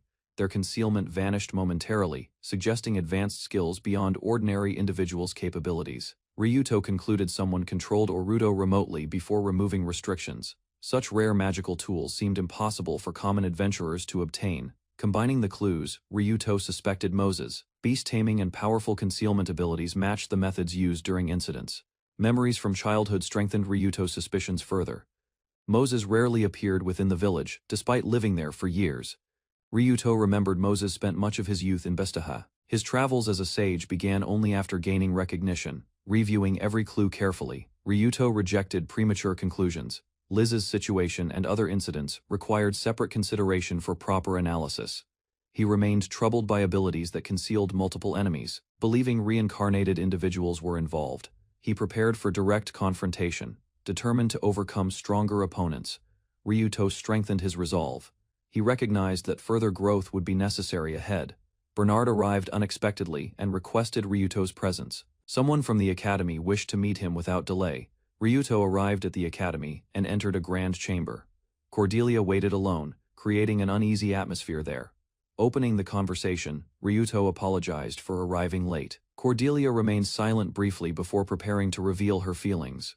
Cordelia finally addressed Ryuto directly and exposed her determination. Declaring they would never meet again, she left him stunned. Cordelia declared she would never meet Ryuto again, and rejected returning home while he quietly accepted her decision, turning away. Cordelia offered a brief farewell and passed beside Ryuto, believing their paths had finally separated completely. Ryuto suddenly called out, causing Cordelia to freeze and stare back in surprise as he questioned her silence and hesitation, seeking an answer. Cordelia reached the door with trembling hands, attempting to leave, yet her uncertainty deepened, while Ryuto watched quietly from behind, awaiting her choice. She shut the door and rushed away, leaving Ryuto standing alone, yet her hurried retreat revealed unresolved feelings. Cordelia hid her tears and recalled events from 4 days earlier, revealing painful memories that continued affecting her thoughts and emotions. During a fierce battle, Zero fought relentlessly against enemy forces, cutting through opponents while flames and destruction spread across battlefield. Zero suddenly noticed an incoming attack and reacted instantly, striking the dangerous projectile before it could reach her position. With determination burning across her face, Cordelia pushed forward through overwhelming pressure, refusing to yield despite the intensity surrounding her. Zero confronted a defeated enemy leader and calmly acknowledged the achievement, confirming she had eliminated a powerful S-rank equivalent opponent. Cordelia angrily demanded an explanation for attacking the village, insisting the assault appeared unrelated to the conflict involving pagans entirely. Zero calmly questioned her concern, suggesting villages naturally became targets during warfare, and treating such destruction as ordinary. Confused by the response, Cordelia listened as Zero argued villagers existed for specific purposes and should not survive. Zero explained 3 meanings behind villagers, describing low status, poor combatability, and experience value as defining traits.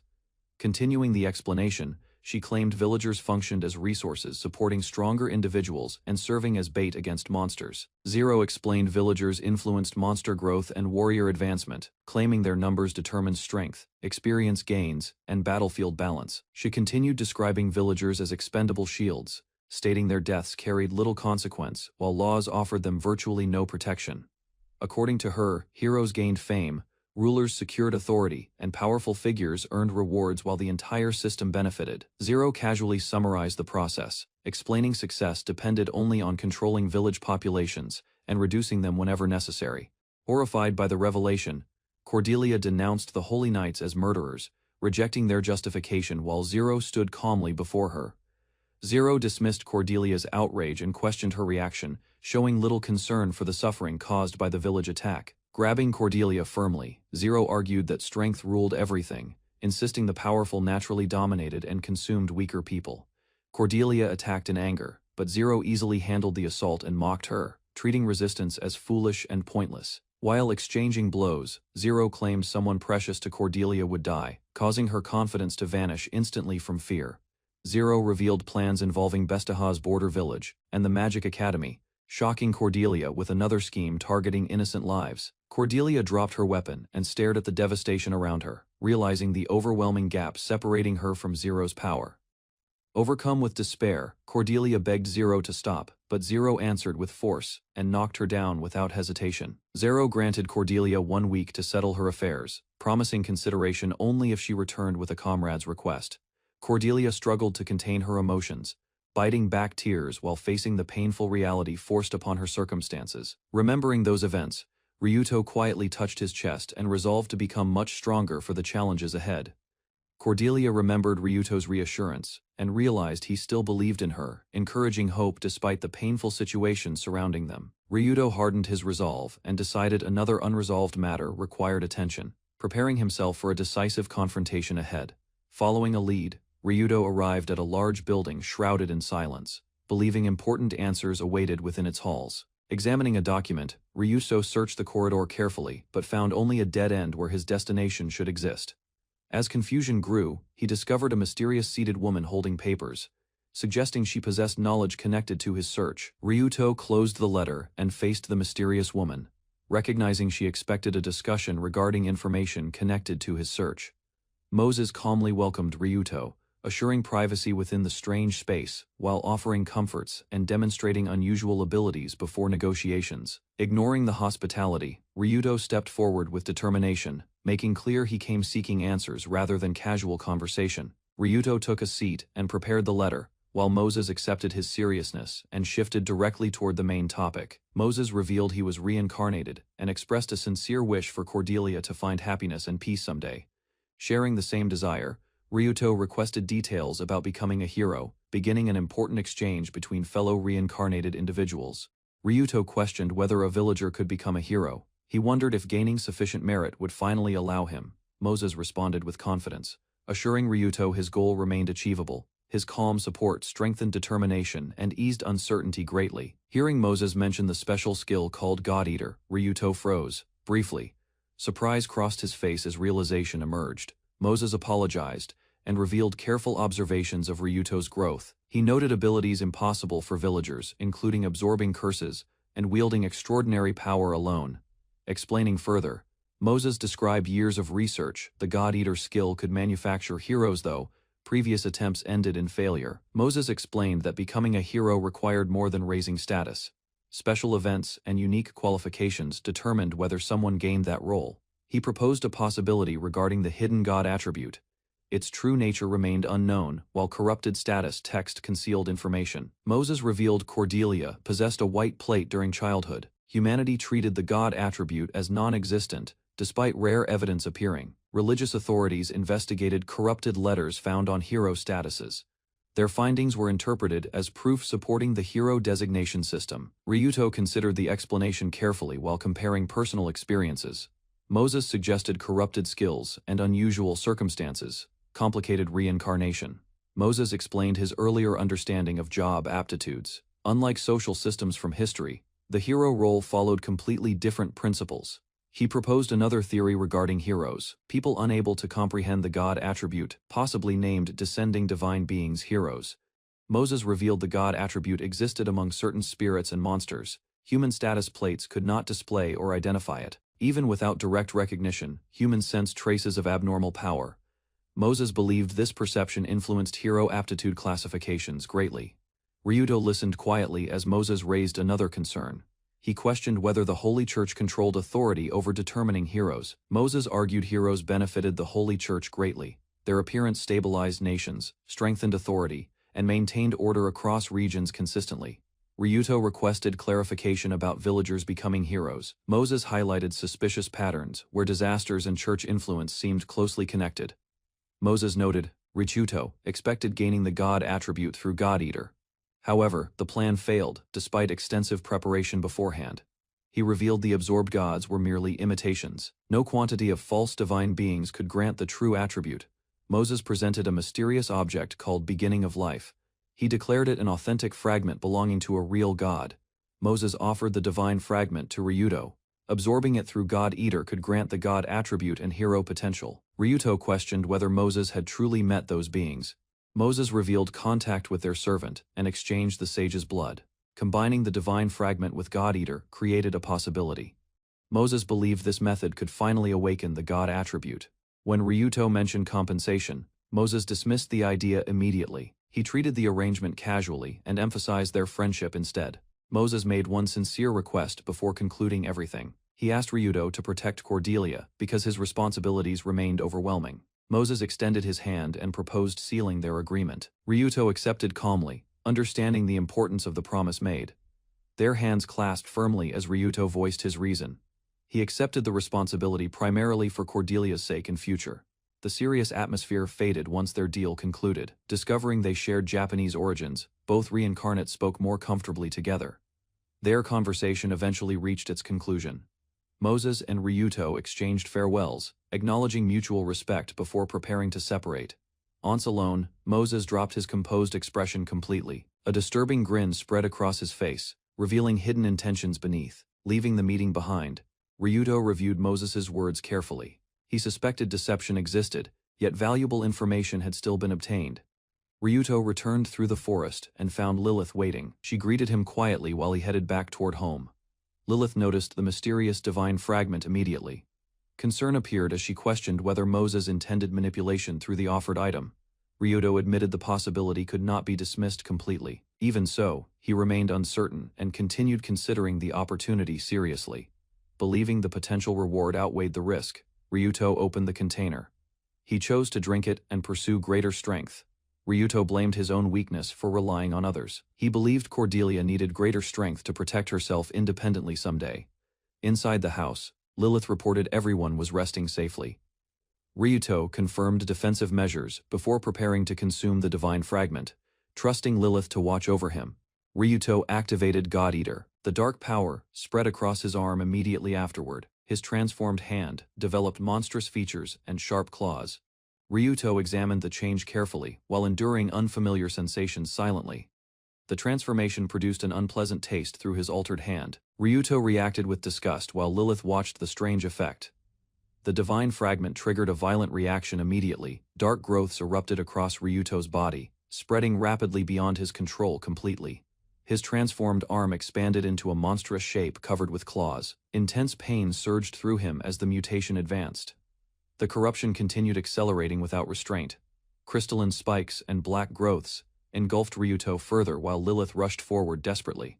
Lilith cried out in panic as Ryuto's condition worsened. A mysterious phenomenon consumed his body, leaving the outcome uncertain. 3 years earlier, 13-year-old Ryuto exchanged rapid strikes with the Dragon King, testing technique, timing, and control.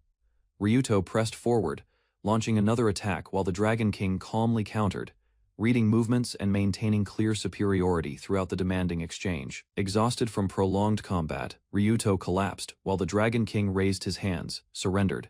Pleased with the outcome, the Dragon King revealed a reward, presenting a small ring and declaring it belonged to the match winner, Ryuto. Confused by the gift, Ryuto examined the ring closely. As the Dragon King explained, it was the ring of the Dragon King. Versatile. The Dragon King instructed Ryuto to rely on Lilith whenever he faced circumstances beyond his ability, stressing she alone could rescue him. A vision of Lilith appeared quietly before him, while the Dragon King's final request emphasized protecting her carefully no matter what. Ryuto stared at the ring resting on his finger, absorbing the Dragon King's words while reflecting silently on Lilith's importance. A sudden memory surfaced, showing Lilith calling Ryuto's name with alarm, her expression shaken as danger unfolded before her. Half a year earlier, 15-year-old Ryuto charged through a monstrous realm, desperately pursuing Beelzebub. While surrounded by countless gaping mouths, Ryuto rushed through swirling jaws, swinging his weapon toward Beelzebub while threading dangerous gaps. Zone's massive mouth struck back, forcing Ryuto onto the defensive, while Lilith watched helplessly and called out in alarm. Ignoring pain, Ryuto retaliated fiercely, driving another attack into the creature and shouting angrily as the battle intensified with relentless force and momentum. The exchange grew harsher as Ryuto pushed forward, blasts colliding around him while multiple mouths emerged to intercept his advance. Lilith gasped when an enormous mouth snapped shut, attempting to devour Ryuto completely, leaving his fate uncertain amid the chaotic struggle against Beelzebub. The gigantic mouth closed around Ryuto, twisting inward through endless layers of teeth, seemingly trapping him within Beelzebub's overwhelming attack completely. A violent eruption burst from inside the Beelzebub, as Ryuto unleashed power outward, tearing through the monstrous jaws and shattering resistance. Standing alone amid the destruction, Ryuto raised his transformed arm, displaying newfound strength while the battlefield settled. The corrupted power spread across his body, forming a terrifying hand filled with fangs. While a sinister smile appeared, Ryuto stared in shock as dark creatures emerged around him, their jagged forms and countless eyes suggesting another dangerous threat ahead. Dark entities surrounded Ryuto as corruption intensified, their monstrous shapes closing in, while an enormous eye observed the scene silently. Elsewhere, a pale-haired figure drifted through darkness, noticing a disturbance and turning attention toward Ryuto's desperate condition from afar. The figure reached outward and established a connection, extending assistance across the void while Ryuto remained trapped within danger. The conflict ended with heavy injuries, leaving Ryuto unconscious on shattered ground, while Lilith rested against him protectively. Ryuto slowly awakened, noticing her presence beside him. Realizing she had rescued him once more, he expressed quiet gratitude. Ryuto checked his status after recovering, confirming he remained a villager despite recent changes. While examining lingering signs, he gazed through the window, clenched his fist, and reflected on survival, determined to grow stronger before facing future threats once again. Elsewhere, Cordelia confronted Zero, drawing her sword and formally issuing a duel before assembled forces amid rising tension and expectations. Cordelia declared her intention to defeat Zero and earn command of the Holy Knight's Order, displaying unwavering resolve. In past, Zero stood before her father, requesting permission to remain in tennis club, yet he dismissed her wish completely. His condition was simple and unforgiving, only stronger grades would justify discussion, pushing Zero into relentless study. Zero checked her results, seeing an A score displayed, bringing relief and hope that effort had finally earned recognition from her demanding parent. She presented the achievement, but her father remained unmoved, repeating his order to abandon tennis, rejecting the evidence. The words struck deeply, and Zero stared blankly as a racket symbolically broke, crushing her determination and ending the dream she cherished most. Zero accepted her father's demands, with a forced smile, hiding disappointment while promising greater effort. Years passed, and Zero encountered a reckless biker gang causing chaos, their loud arrival startling students and drawing attention across streets. Watching them leave, Zero considered the group irritating and immature, noticing their hostility toward authorities while reflecting on their behavior. She traveled alone by train, quietly focusing on her phone, remaining detached from surrounding passengers and unaware of danger approaching. A sudden crash shattered the carriage window beside Zero, leaving her stunned as someone outside watched through a broadcast and laughed. The collision became unavoidable as vehicles crashed violently, glass scattered everywhere, and Zero's consciousness slipped away while darkness swallowed everything. She opened her eyes within an unfamiliar place, noticing strange architecture and distant destruction, realizing the world around her had changed. From a high structure, Zero observed hooded figures surrounding someone below, their weapons raised while tension filled the devastated landscape. The scene resembled recurring visions, revealing another moment from the same mysterious sequence, where conflict persisted beneath ruined surroundings. Armed attackers charged simultaneously toward Cordelia, matching fragments from earlier memories as Zero witnessed familiar violence unfold again. The vision reached its 1000th repetition, showing the same hooded warrior surrounded by attackers, convincing Zero this memory carried significance. Zero mocked the outcome while standing beside Moses, observing the blood-stained battlefield where Cordelia appeared to have fulfilled expectations. Moses requested an explanation, questioning the situation carefully as Zero claimed she completed her assigned role, yet withheld details. Zero dismissed concerns by calling it an experiment, while Moses directly asked what actions she had taken regarding Zero. Moses calmly reassured her, insisting Cordelia's unique ability surpassed everyone else, making any interference incapable of changing victory. Zero posed a question about whether a villager could become a hero, directing attention towards Zero and the possibility before them. Moses immediately rejected the idea, insisting Ryuto remained only a villager and could never reach the position of hero. Despite that judgment, he suggested Ryuto might transform into something entirely different, implying an outcome beyond ordinary classifications and expectations. He justified his actions as necessary for the world and fellow reincarnates, presenting his plans as beneficial, despite uncertainty surrounding them. While their discussion continued, the battlefield remained active, and a sword pointed toward the wounded figure standing amid destruction. A furious boy accused Cordelia of murdering his father, then charged forward with a sword, driven entirely by grief and vengeance.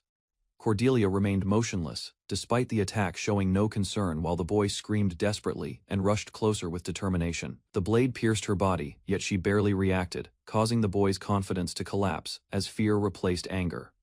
Zero suddenly intervened and executed the attacker instantly, treating his actions as deserving punishment while ending the confrontation immediately. She mocked his fear, explaining Cordelia had already healed similar wounds before, proving the attack never threatened her survival. Cordelia confronted Zero directly, revealing she had observed everything and recognized hidden emotions concealed beneath her ruthless conduct. She accused Zero of avoiding personal responsibility, how subordinates carried out killings while Cordelia remained distant from bloodshed. Zero connected Cordelia's fearful eyes to her past, identifying a resemblance to her mother and exposing a deeply buried weakness. Realization struck Zero as Cordelia questioned whether someone forced her actions, suggesting she hated killing despite her reputation. Cornered by the accusation, Zero nervously laughed and dismissed it as a misunderstanding, avoiding a direct answer completely. Zero answered calmly, suggesting disagreement with their methods should be resolved logically, while armed followers surrounded her without concern. Cordelia stepped forward despite the threat, facing the gathered enemies directly and refusing intimidation from the weapons surrounding her. She boldly challenged her opponent to a duel, declaring she would seize leadership and personally stop the alliance's actions. The proposal amused Zero, who acknowledged Cordelia's sincere intentions even while preparing to reject the confrontation's premise entirely. Zero revealed Cordelia targeted the wrong person, explaining another leader controlled operations, leaving Cordelia shocked and speechless instead.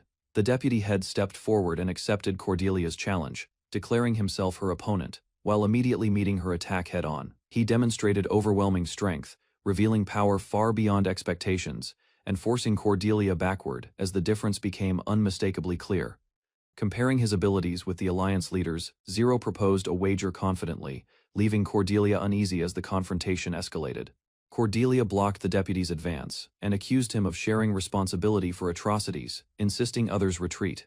The deputy, claiming the hero misunderstood the situation, then challenged assumptions behind the accusations and ongoing judgment against his group. As weapons clashed, he declared everyone gathered under that command was wicked. While Zero watched the confrontation unfold, he questioned whether enjoying another's suffering was truly strange, exposing darker emotions many people concealed beneath social expectations and restraint for long periods. The discussion turned toward resentment, arguing hidden negativity existed within everyone, while memories of persecution fueled unforgiving hatred actions.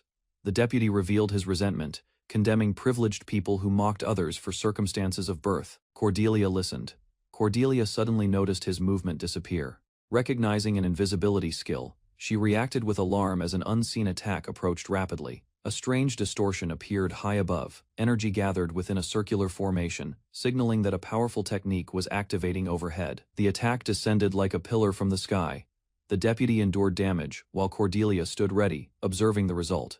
Zero watched with surprise as Cordelia executed the only practical strategy. She countered unseen abilities without killing her opponent completely. Witnessing Cordelia's strength, observers acknowledged the hero's true ability.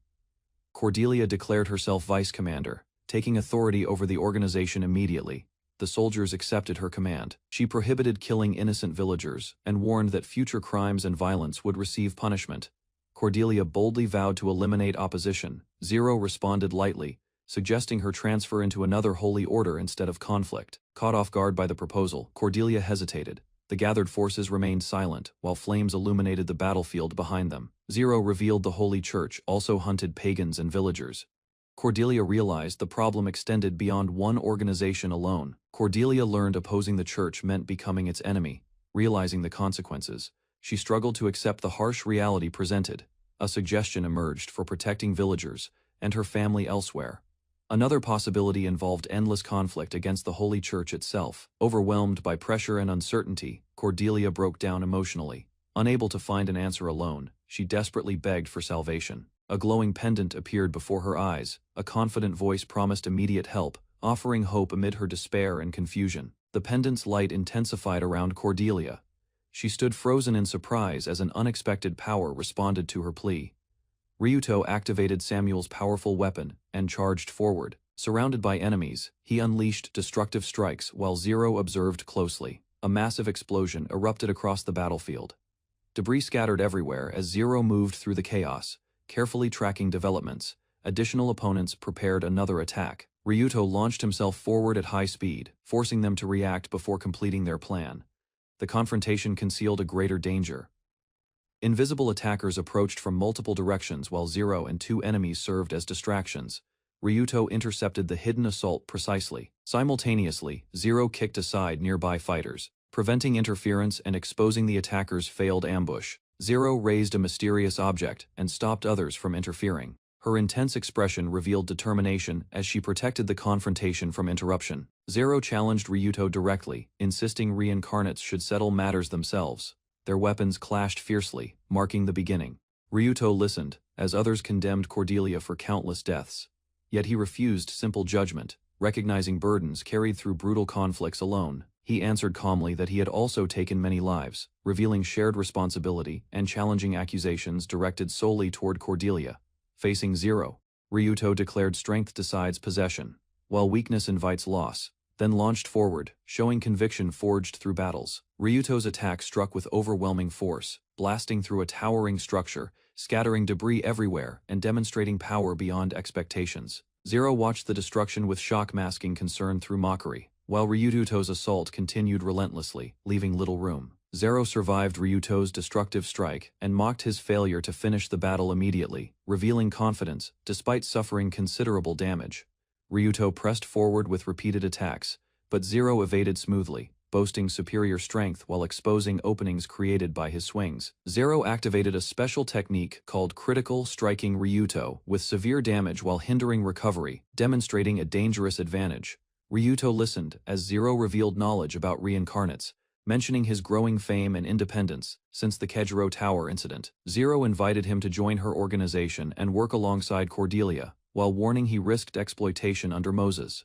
Ryuto answered with an unsettling smile, refusing Zero's proposal because betraying a shared friend conflicted with the loyalty he still valued deeply enough. Zero argued Cordelia was underestimated, insisting their side possessed enough power for protection and remained stronger than fading organizations, facing uncertain futures ahead. Ryuto revealed Cordelia's growth came from careful observation, not simple levels, explaining she studied Zero relentlessly and built countermeasures for every move possible. Cordelia suddenly struck, proving Ryuto's assessment correct, while exposing weaknesses among Zero's followers and shifting momentum toward their side during the fierce clash. Ryuto declared victory was certain, meeting Zero's taunts head-on as confidence replaced hesitation and strengthened his resolve to overcome every obstacle before him. Ryuto and Zero exchanged rapid attacks, their weapons colliding repeatedly as neither side yielded ground, pushing the confrontation into greater intensity. Zero revealed hidden abilities, explaining she could predict outcomes, perceive concealed attacks,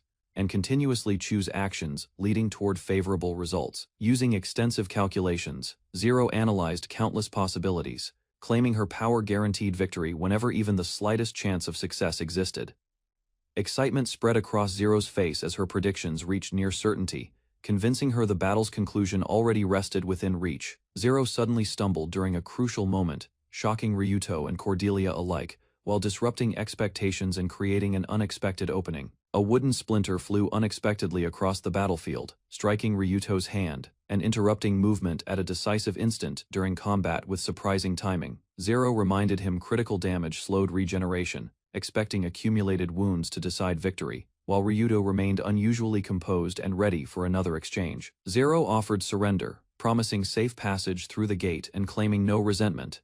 Yet Ryuto rejected the proposal without showing doubt or fear. She calculated favorable odds, then charged confidently, believing victory approached. But Ryuto's reaction suggested an unseen factor remained in play and threatened certainty. Her probability suddenly collapsed, leaving Zero stunned as revised calculations revealed worsening outcomes, exposing flaws within her predictions and battle strategy at once. Zero could not understand her declining odds, while Ryuto identified a hidden limitation within her foresight and calmly exposed it.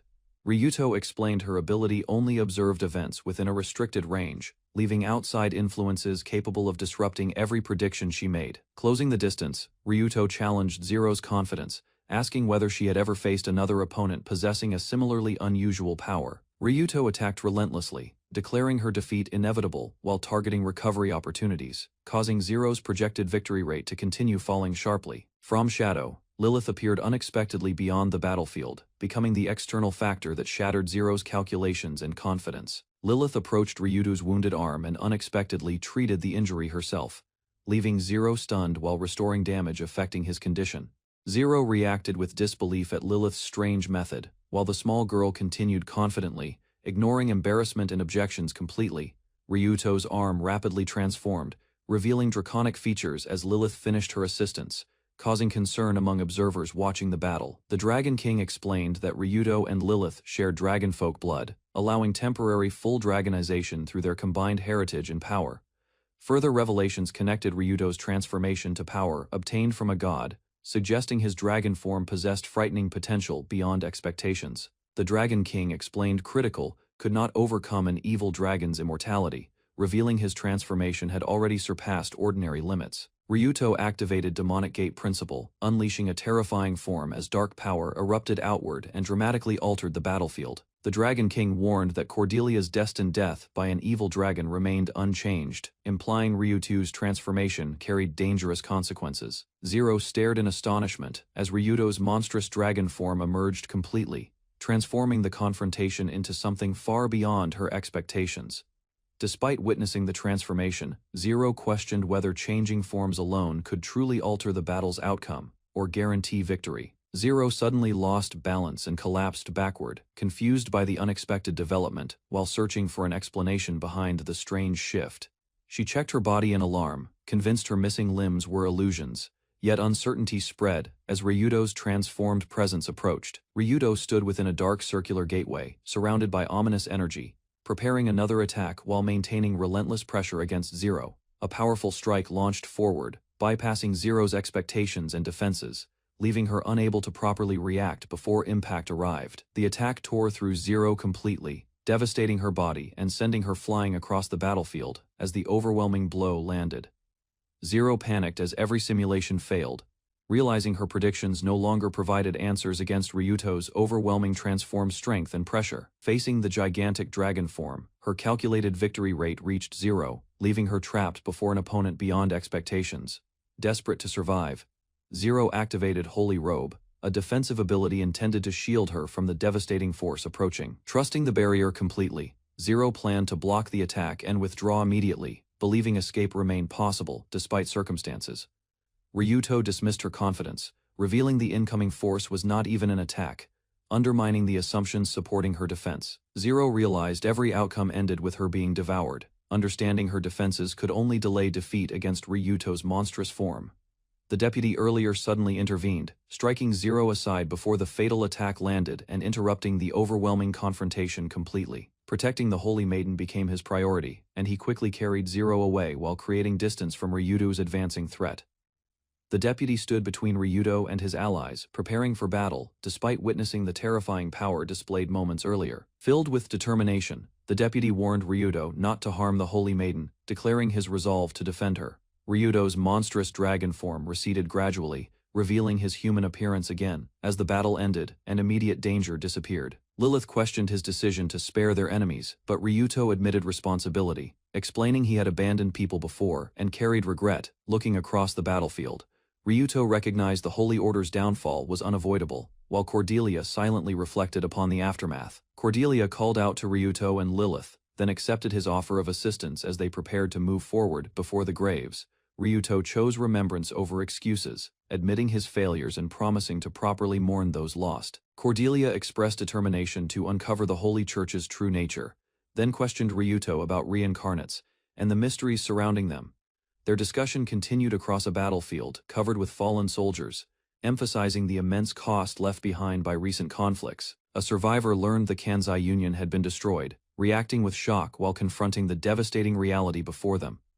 Far away, hooded figures gathered around a table, quietly exchanging information as they assessed developments connected to the conflict. The group revealed communication with other holy orders had vanished, while images of destruction suggested a far larger crisis unfolding. Cordelia returned from a difficult mission and entered the Lord's residence. The Lord welcomed her warmly. The Lord suddenly assigned another task.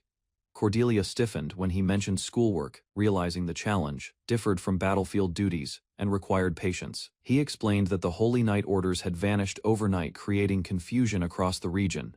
Meanwhile, Cordelia's transfer remained unresolved. The Lord believed Cordelia should experience life suitable for her age. He emphasized personal growth and broader understanding beyond constant heroic responsibilities alone. With border security gone, immigrants and mercenaries continued entering the country, increasing uncertainty across communities.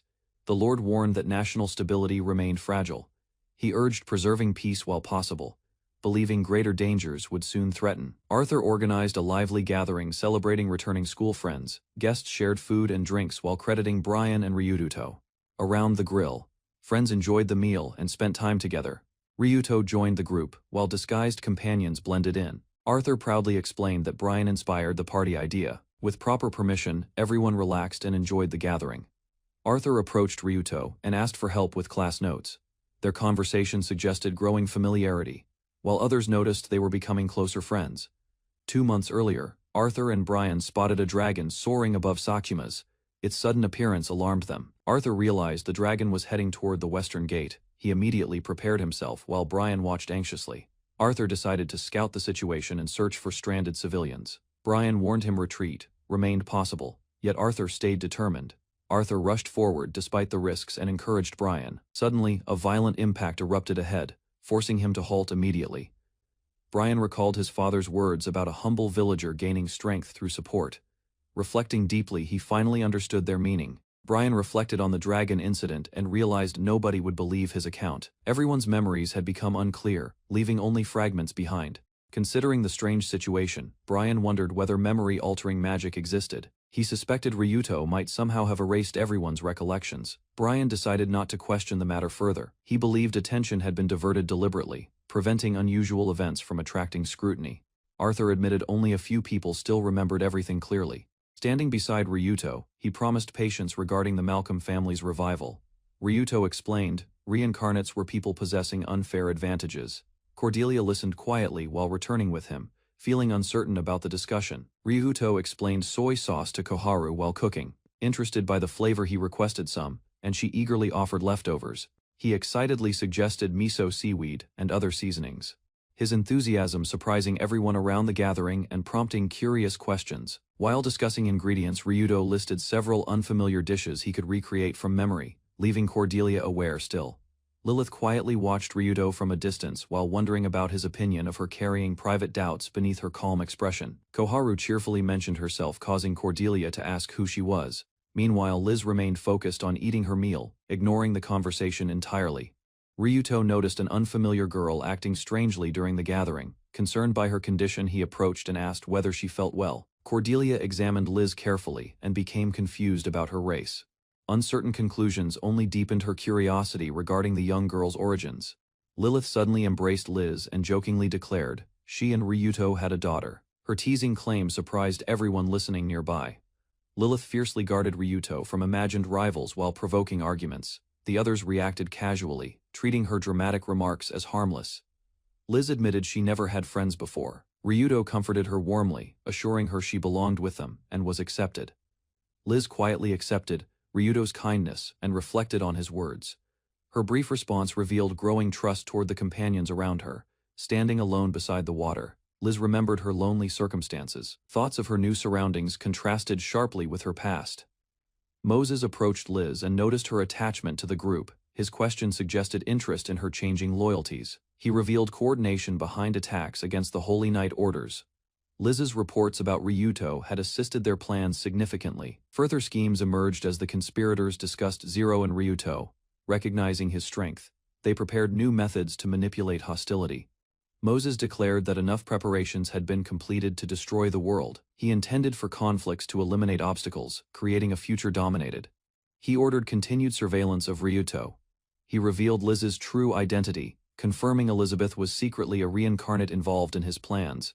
Cordelia recalled Ryuto mentioning reincarnates. Confused by the unfamiliar term, she questioned its meaning, seeking answers beyond simple explanations from Cordelia. While reflecting on Ryuto's actions, Cordelia realized she lacked romantic feelings. Still, his constant protection left her carrying unusual curiosity. Sitting with Cordelia, Lilith voiced her doubts. Ryuto never displayed desire toward her, making his dedication seem increasingly mysterious. Lilith explained that during their separation, Ryuto devoted himself to training, studying extensively, and gathering rare items for growth. Hearing this, Cordelia questioned his methods. Lilith described harsh spiritual training, clone battles, and relentless efforts, leaving Lilith astonished. Cordelia learned Ryuto regularly bought flowers and women's accessories using a skill. The revelation surprised her and deepened questions about him. Lilith pointed out neither she nor Cordelia had received gifts. Ryuto always disappeared when purchasing them, increasing their suspicions. A possibility emerged in their discussion. They wondered whether another woman existed, believing that explained why Ryuto remained unaffected by them. Lilith admitted feeling jealous because she stayed beside Ryuto often. Despite improving herself, he treated her gently yet distantly. Cordelia revealed a significant date was approaching. Determined to uncover Ryuto's secret, both girls joined hands and formed an alliance. The next day, Cordelia and Lilith entered the market district. Their guide criticized their disguises while preparing surveillance on Ryuto for the mission. Lilith appeared wearing a dramatic ninja outfit borrowed from Koharu, hoping concealment would help her follow Ryuto unnoticed through crowded streets and shops. Girl interrupted the operation with exaggerated ninja poses, while Cordelia protested impatiently. Meanwhile, Ryuto entered a store, leaving them scrambling to continue tracking. A mysterious black outfit was presented as another recommendation from Koharu. Its special effect supposedly made the wearer invisible to surrounding people during observation. Wearing the outfit, Lilith tested its effect. Cordelia still noticed her through a mirror, causing confusion and raising doubts about the item's reliability. Ryuto suddenly spotted Cordelia and Lilith despite their efforts. Carrying flowers, he questioned their behavior, leaving both girls startled and utterly exposed instantly. Unable to maintain the disguise, Cordelia blurted excuses while Ryuto calmly admitted he had never hidden anything from them in the first place. Lilith removed her hood while Cordelia stood speechless. Then Ryuto unexpectedly invited both girls to accompany him, causing surprise and curiosity to grow. A short journey led the group across open hills far from the bustling city. Their destination remained unclear to the curious girls present. Reaching a quiet spot, Ryuto stopped and declared the location suitable. The girls watched closely, confused by the flowers and his intentions there. At the remote location, Ryuto knelt before a fire and placed the bouquet within it. Cordelia questioned the sacrifice. Ryuto prepared chairs and warned that his explanation would be lengthy. He decided to reveal truths about reincarnates. As daylight faded across the mountains, both girls listened quietly. The atmosphere grew serious while Ryuto gathered his thoughts carefully. Ryuto admitted hiding his story deliberately. He confessed that saving people satisfied him personally, and that he concealed unfair motives. Cordelia openly revealed her feelings for Ryuto. He responded that he already knew and had used those emotions to justify helping. Cordelia demanded an explanation for Ryuto's actions. He answered bluntly, revealing that her resemblance to his younger sister influenced him. The confession stunned Cordelia. Lilith reacted immediately, gripping her chair tightly while tension spread across the hilltop gathering there. Struggling to contain her emotions, Cordelia asked whether she merely served as a replacement for his lost sister all along. Ryuto offered no comfort. He confirmed her painful conclusion directly, leaving Cordelia devastated by the answer she received instead. Unable to endure the response, Cordelia struck Ryuto with all her strength. Her heartbreak erupted openly, transforming sorrow into anger. Cordelia's strike sent Ryuto crashing into rock. Remaining calm, he thanked her, then asked Lilith to escort Cordelia back safely. Lilith accepted his request and prepared to leave. Before departing, Ryuto acknowledged Cordelia's growth, recognizing how much stronger she had become. 2 days passed. While walking through the city with visible injuries, Ryuto heard Cordelia call his name from behind. Without warning, Cordelia punched Ryuto again. She apologized immediately, explaining the blow was repayment for striking him previously. Cordelia declared them even and confidently lectured him. She warned that strength meant little whenever someone carelessly lowered their guard. Cordelia smiled proudly after catching Ryuto off guard. Lilith watched from nearby, criticizing their behavior while the tension finally eased. Cordelia hurried forward with renewed determination. Her mood had improved greatly, and she seemed ready to move beyond recent heartbreak. Several days earlier, Moses stood within a dark chamber surrounded by floating crystals. He reviewed information concerning significant events quietly. He examined reports describing Ryuto's overwhelming abilities. Despite alarming conclusions from others, he rejected claims that Ryuto was uncontrollable. Continuing his assessment, Moses discussed recent operations and broader objectives. He remained focused on weakening ancient powers threatening the world.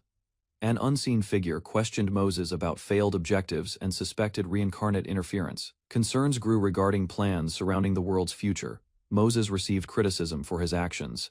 Despite mounting doubts from others, he remained calm while accepting responsibility for explanations. The discussion shifted toward forbidden experiments and monsters. Moses defended his decisions, then revealed a project called Reverse Reincarnate. Moses proudly reported major progress. Reverse Reincarnate had passed verification, and he promised reincarnates could return home within 18 months. Smiling confidently, he explained his dedication. Because he originated from another world himself, reincarnation research became his lifelong pursuit. Leaving the meeting behind, Moses reflected on difficult responsibilities.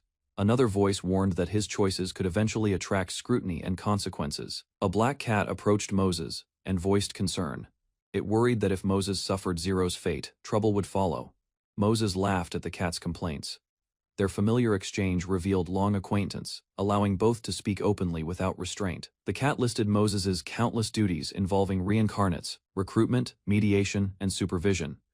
It argued no amount of Moses's seemed sufficient. Moses listened quietly before offering a simple conclusion. The more responsibilities he fulfilled, the busier he inevitably became. Cordelia's concerns echoed through Moses's conversation. The cat wondered whether reincarnates would abandon destruction, while Moses emphasized discretion. Moses answered calmly. If reincarnates embraced destruction, he believed they should follow that path fully and accept the resulting burdens. The cat promised friendship regardless of events. Moses appreciated the loyalty, and their discussion ended on a quieter note, filled with mutual trust-respect. At Altna Magic Academy, Ryuto attended lectures about magic and sorcery distinctions. He analyzed clues regarding Moses, while considering intentions carefully. Ryuto recalled the battle against Zero. During the conflict, an unusual item box appeared unexpectedly, prompting questions about its value. The deputy explained the item carried significant worth. He repeated a commander's assessment, emphasizing its importance to Ryuto's arrow. Had left instructions concerning the item. She ordered it transferred only if someone besides Moses defeated her. She declared only her victor could challenge Moses properly.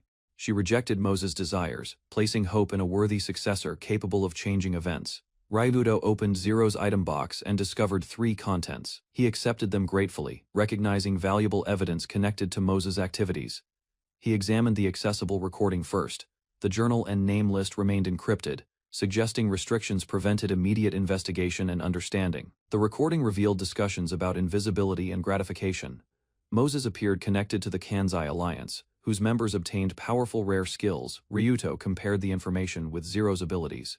He concluded her invisibility and future sight likely explained several suspicious developments. He formed a new theory regarding Moses. Copying and pasting skills could explain the Alliance's strength and Moses' vast powers. Ryuto welcomed the information. He believed Moses could mass-produce heroes through copied skills, while secretly targeting mutual love involving Cordelia alone first. He examined Moses' intentions. He predicted traps, isolation, and manipulation of grieving Cordelia, while considering another existence behind the unfolding scheme. A sudden sound interrupted his analysis. Ryuto paused immediately, turning attention away from theories and toward reality. He rejected firm conclusions. Ryuto admitted uncertainty about Moses' abilities, recognizing excessive speculation could become dangerously misleading. Ryuto compared influence and resources between himself and Moses. The assessment highlighted Moses' advantages, despite Ryuto's formidable allies. Entering his dormitory room, Ryuto found Lilith cuddling Liz. Lilith complained about neglect, jokingly claiming she was replacing his sister completely. Ryuto ordered them elsewhere, but Lilith refused. She remained beside Liz, insisting conversation mattered more than proper dormitory rules. Cordelia arrived and questioned the unusual gathering. She explained personal business with Ryuto, then requested his time despite everyone present. Without hesitation, Cordelia grabbed Ryuto and hurried away. Her urgency prevented further discussion, leaving the others watching silently behind. While moving through the academy, Cordelia handed Ryuto a sealed letter. She explained it contained correspondence exchanged with her mother. Cordelia explained the letter concerned Ryuto directly. She intended discussing everything first, yet her mother arrived before preparations finished. Ryuto's mother rushed forward and embraced him enthusiastically. Surprised by her sudden appearance, he struggled to process the unexpected greeting. She praised Ryuto's growth and appearance while apologizing repeatedly. Cordelia thanked him sincerely for enduring problems caused by her family. Reading further, Ryuto discovered troubling information. Their village appeared controlled by Cordelia's father, raising serious concerns about local conditions. Cordelia revealed her father purchased village lands using wealth. Farmers lost property, accumulated debts, and eventually became laborers under him. Cordelia explained her father's actions affected the McLean family. Unable to stop him, the mother sought help through Cordelia instead. Cordelia considered the matter personal, yet Ryuto disagreed. He declared it their shared problem and offered support immediately, before leaving. Ryuto handed money to Cordelia's mother. He hoped easing financial pressure would calm tensions surrounding her husband. He and Cordelia traveled to Sakmima's. They entered the reception room of a major bank branch for negotiations. There they met Cordelia's father directly. The man acknowledged Ryuto's survival, while Ryuto thanked him with measured composure. Cordelia's father criticized Ryuto's behavior around his daughter. He questioned Ryuto's maturity and demanded he act more responsibly. Instead, Cordelia immediately fired back. She condemned her father's actions, accusing him of hurting her mother while wasting wealth carelessly. Unmoved by criticism, her father insisted he protected the village. He dismissed objections, claiming children could not understand responsibilities. Cordelia grew angrier at his attitude. She even complained about his marriage plans, while Ryuto quietly observed the argument. Ryuto recognized the reasoning behind those actions. With protectors gone, villages faced threats from bandits, beasts, invaders, and speculators. During the argument, Cordelia accused her father of abandoning the village. He openly admitted it, shocking everyone present there. Ryuto revealed his intention clearly. He would save the villagers himself, even if Cordelia's father suffered financial collapse afterward. 3 days passed before a new mission began. Ryuto traveled near Altna Magic Academy toward the mysterious Wellum Forest. Reaching the location, the group examined the surroundings carefully. Confusion spread because the area differed from expected descriptions completely. Ryuto explained the truth behind the landscape. The former plain had shifted elsewhere, leaving no actual forest remaining there. Ryuto explained the region contained a massive wormhole. He purchased the polluted land cheaply, registering ownership under official names. He revealed the territory once belonged to Lacoon. Despite political decline, historical connections still provided valuable opportunities and significance. Ryuto admitted the purchase served another purpose. He wanted ties with King Albert while focusing on rescuing villagers. First, he described a hidden shelter beyond the wormhole. The location could protect evacuated villagers and remain functional for many years. Examining the damaged environment, Ryuto noted unstable mana. He decided the land required forceful restoration before purification became possible. Ryuto began restoring the polluted land. Using powerful skills repeatedly, he focused energy into a tiny plant growing there. The plant reacted immediately and expanded at tremendous speed. Massive roots and branches spread outward across the transformed landscape. Cordelia and Lilith watched the enormous growth. The structure resembled a legendary world tree, leaving them astonished and uncertain. Ryuto explained it was an imitation rather than genuine. He planned to stabilize mana first, then convert it into fertilizer. Several days later, attention shifted elsewhere. The story introduced Jonas McLean and Charlie McLean, Ryuto's father and mother. Ryuto's parents settled into their new home. Following his advice, debts vanished, infrastructure improved, and preparations for relocation proceeded. His father reflected on recent changes. Although relocation helped greatly, restarting agricultural work remained difficult and uncertainty persisted. Checking the crops, he discovered seedlings already sprouting. Powerful environmental effects were constantly influencing cultivation across the restored land. Unexpectedly examining a small garden, he found healthy soil and few obstacles. Excitement grew as farming possibilities expanded further. Carrying supplies, he remained cautiously optimistic. He decided to observe results for a month before making decisions about future plans, investments, and expansion. Ryuto's father hurried through the flourishing settlement carrying supplies. Surrounding crops and trees had expanded enormously, transforming ordinary farmland into abundance. Reaching the harvest area, he stared in disbelief. Fruits had grown excessively within days, leaving even an experienced farmer amazed. Ryuto visited the fields and asked about the crops. His father complained their growth exceeded expectations, leaving harvest management increasingly difficult. His father admitted the crops tasted excellent, yet remained concerned. Ryuto explained his methods were harmless and caused no danger. Ryuto discussed the golem workers helping with labor. Liz and Oruto adapted gradually, though his father found them unsettling. A golem approached silently during their conversation. Ryuto insisted familiarity would come eventually, while his father felt uneasy watching. His father shifted topics toward ongoing projects. Ryuto explained Charlie prepared spices carefully, while other developments continued steadily. Ryuto explained the root crop required processing before use. He continued selective breeding experiments while encouraging cultivation, despite its unpleasant taste. His father accepted the explanation. Ryuto considered expanding production, believing the crop stored well and could eventually reach broader markets. While planning future business, Ryuto reflected on attracting other villagers. Maintaining large-scale illusions remained difficult, limiting progress considerably. Using guild connections, he secured trade routes and gathered information. Bernard's reports revealed authorities investigating the Holy Knight Order's disappearance. Further discussion suggested Zero likely survived recent events. Questions remained unanswered, while attention focused on her whereabouts and safety. Ryuto analyzed Moses carefully and questioned his motives. He reviewed past combat experiences, preparing countermeasures against hidden abilities and threats. He sat alone, organizing his thoughts. He concluded defeating Moses required better preparation, determined to anticipate every possible move. His planning ended abruptly when officials summoned him. Ryuto received notice ordering his appearance before an important tribunal. Ryuto entered a towering chamber where several figures observed him. Their elevated positions emphasized authority while he remained composed. Masked representatives formally addressed Ryuto before the assembly, acting under student council authority. They began questioning him regarding matters. The tribunal listed Ryuto's alleged violations, including absences and dormitory issues. Unimpressed, he questioned why such accusations mattered. Ryuto challenged the proceedings calmly, arguing many students behaved similarly. The official insisted loyalty and study obligations justified scrutiny. A noblewoman interrupted with insults, mocking Ryuto's origins and appearance. Her remarks revealed hostility rather than genuine concern. She pushed for trial by combat and quickly gained support. Ryuto recognized her influence behind the orchestrated hearing. The woman was identified as Victoria Venison, a powerful noble. She enjoyed exposing weaknesses and publicly condemning chosen targets. Ryuto considered Victoria's actions carefully. He realized approaching the influential Venison family might explain the tribunal's sudden attention. A recollection revealed Ryuto receiving the court summons. He instructed companions to avoid confronting the student council regardless. Lilith questioned his decision to participate. Ryuto acknowledged force remained available, but preferred resolving matters through established procedures.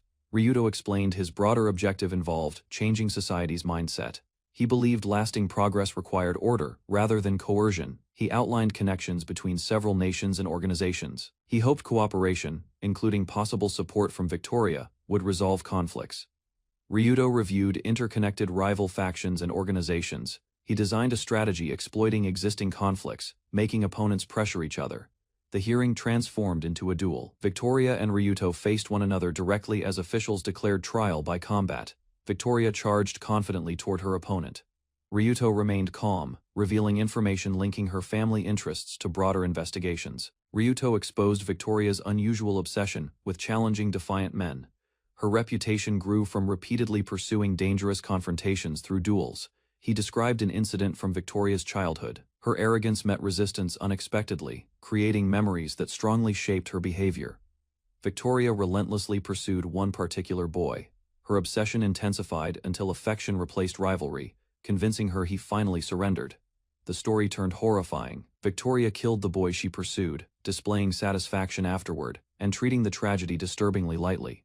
Following that incident, Victoria repeated similar violence against weaker targets.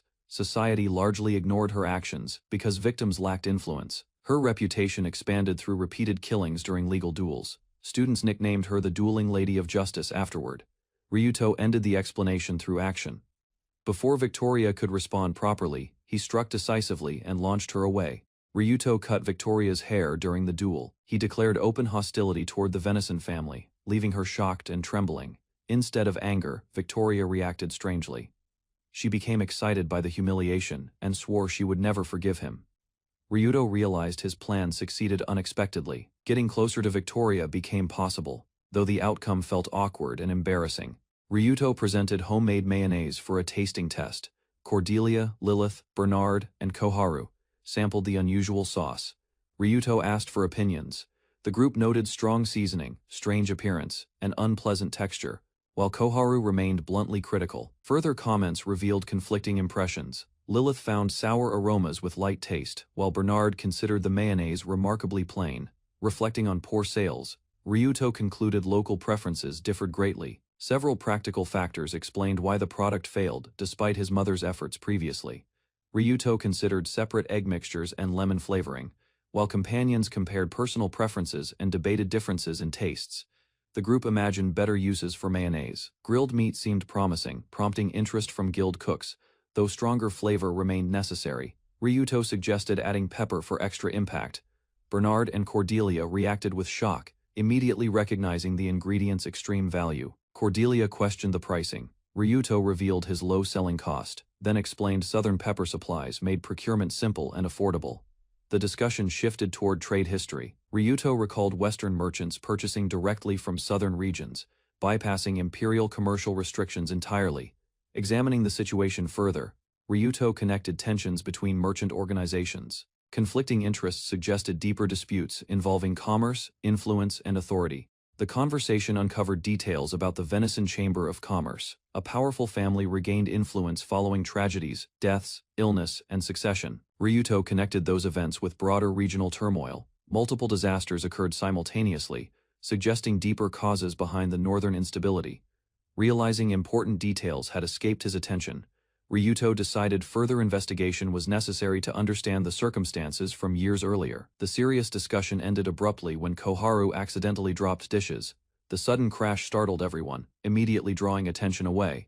Koharu knelt among broken plates and apologized repeatedly. Ryuto and Cordelia checked her condition first, prioritizing safety over blame. While Koharu handled her mistake, Ryuto's mother admitted liking clumsy girls. Her daughter questioned the reaction, leaving Ryuto puzzled. His mother continued teasing, imagining Ryuto's future marriage. She suggested her daughters should build familiarity early, causing visible discomfort.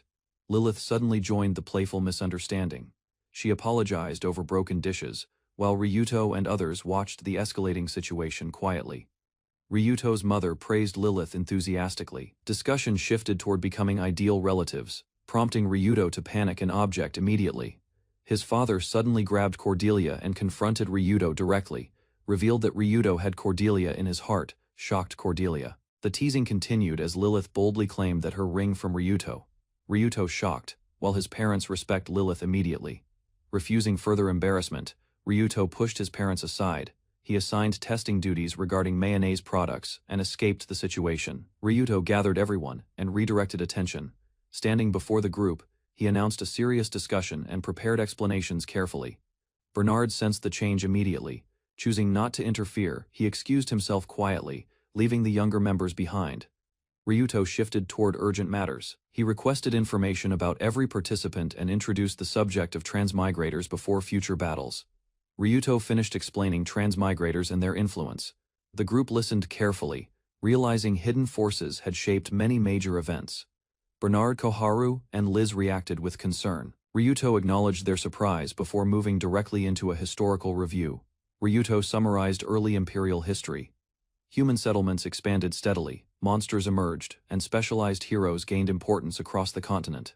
He continued through later centuries. Humanity united against disaster, survived devastating wars, and eventually formed the current political order. Ryuto highlighted the sacred church's dominance. Despite centuries of authority, he warned unchecked power could become corrupt and dangerous. Ryuto introduced capitalism as a rising belief. Holding coins, he argued economic influence had grown significantly during recent years. He explained the idea simply, placing paying customers above inherited status. Bernard questioned it while others listened with curiosity and caution. Ryuto linked the concept to ongoing events, suspecting the Venison Chamber of Commerce pursued major changes. Business interests had already been disrupted. Garrett Venison openly supported replacing established systems. He predicted merchants would gain influence and declared new rules were necessary. Inside a noble residence, a young woman recognized Ryuto McLean's name after seeing his famous mayonnaise. Her father realized the successful merchant and powerful villager were the same person, leaving both surprised by his growing reputation. Determined to redeem herself, the young noblewoman rushed after Ryuto and challenged him again. Ryuto calmly rejected the request, explaining she needed greater strength before attempting another duel against him in the future. Without difficulty, Ryuto restrained the determined challenger and demonstrated the overwhelming gap separating their abilities. After releasing her, he departed quietly, leaving everyone convinced the villager remained far beyond ordinary fighters. The embarrassed noblewoman struggled to overcome her humiliation after another defeat by Ryuto. Meanwhile, her father examined McLean brand mayonnaise and vowed to stop the villager's rapidly expanding influence through every available method possible. Elsewhere, the story shifted to the guild dining hall where respected adventurer Balzac reunited with an old companion. They shared drinks while reflecting on past military service and discussing recent events affecting the guild. Balzac's companion warmly welcomed him without unnecessary formalities. Remembering their long friendship, their reunion created a relaxed atmosphere as both veterans enjoyed drinks together while recalling experiences from their years serving the kingdom. The conversation shifted toward the guildmaster's achievements and the rising popularity of McLean brand mayonnaise. Balzac praised the accomplishment while expressing curiosity about the product that had recently attracted widespread attention across the kingdom. Balzac learned the guild had faced increasing pressure because merchants connected to the Chamber of Commerce had taken many profitable opportunities. Those commercial losses created serious difficulties for guild operations and future development. The guild master admitted the Raccoon Kingdom faced difficult circumstances, while Balzac explained he had retired from military leadership to enjoy life as an adventurer. Their discussion reflected changing priorities after years of service. As delicious mayonnaise dishes arrived, the pleasant aroma interrupted their serious conversation. Balzac eagerly prepared to taste Ryuto's famous creation, unaware the remarkable product would soon leave another lasting impression on both experienced adventurers. Balzac received the freshly prepared mayonnaise dish and tasted it with curiosity. The rich flavor immediately exceeded his expectations, leaving the experienced veteran astonished as he recognized the product's remarkable quality and unforgettable taste. Another bite completely won Balzac over as he enthusiastically enjoyed every mouthful. His overwhelming reaction confirmed Ryuto's mayonnaise possessed extraordinary appeal, making the simple dish unforgettable even for a seasoned adventurer. Several days later, the guild dining hall struggled to keep mayonnaise in stock because demand increased rapidly. Following Ryuto's plan, satisfied customers continuously recommended the product, creating remarkable sales through word of mouth alone. Ryuto explained that popularity itself was never the ultimate objective. Instead, he intended to attract influential people through a product connected to a transmigrator, allowing valuable individuals to discover his growing business naturally. Elsewhere, the Chamber of Commerce received a detailed report about the mysterious condiment called mayonnaise. Officials carefully examined the jar, recognizing the product's growing influence and preparing to investigate its remarkable commercial success. After reviewing the ingredients, the investigators concluded producing a cheaper imitation would be nearly impossible. Expensive materials, difficult preparation, and labor costs prevented competitors from creating an affordable alternative with matching quality. Further discussion revealed uncertainty surrounding the production site and distribution network. Some officials proposed copying the manufacturing process, but others admitted insufficient evidence existed to identify Ryuto's complete business operation. The chairman became furious after learning mayonnaise had already circulated through the guild dining hall for many days. He criticized his subordinates for failing to report the rapidly growing product before its popularity expanded. Disappointed by their incompetence, the chairman assigned the investigation to another subordinate. He immediately ordered every available jar of mayonnaise to be confiscated, hoping to halt the product's spread before losing further influence. Accepting the assignment without hesitation, the subordinate promised to handle the operation personally. Determined to satisfy the chairman, he prepared to seize every available mayonnaise product while tracking down Ryuto's expanding commercial network. Inside a confidential meeting, investigators concluded the mayonnaise incident resembled methods commonly used by transmigrators. They suspected someone from another world was earning influence through familiar products while carefully hiding behind ordinary appearances. The discussion expanded as officials considered whether rogue transmigrators connected to demons or heretics were responsible. They also questioned the mysterious disappearance of several holy knights and the church's supervision over transmigrators. Soon, a mysterious robed representative appeared before the gathering without hesitation. Calmly surveying everyone present, the visitor declared nobody could escape the investigation bureau. Immediately drawing every official's complete attention, the chairman confronted the visitor by mentioning Ryuto McLean, reminding everyone he had previously been declared an ordinary villager instead of a transmigrator. He demanded a convincing explanation for that contradictory assessment. Without showing concern, the mysterious representative blamed everything on the dragon race. According to the explanation, powerful dragons secretly manipulated events, while using Ryuto's villager identity as convenient cover for their scheme. The representative continued claiming the Dragon King orchestrated the entire operation. The fabricated explanation suggested dragons intended to create conflict between transmigrators and other races, diverting suspicion away from the real situation. Afterward, the representative revealed another startling announcement.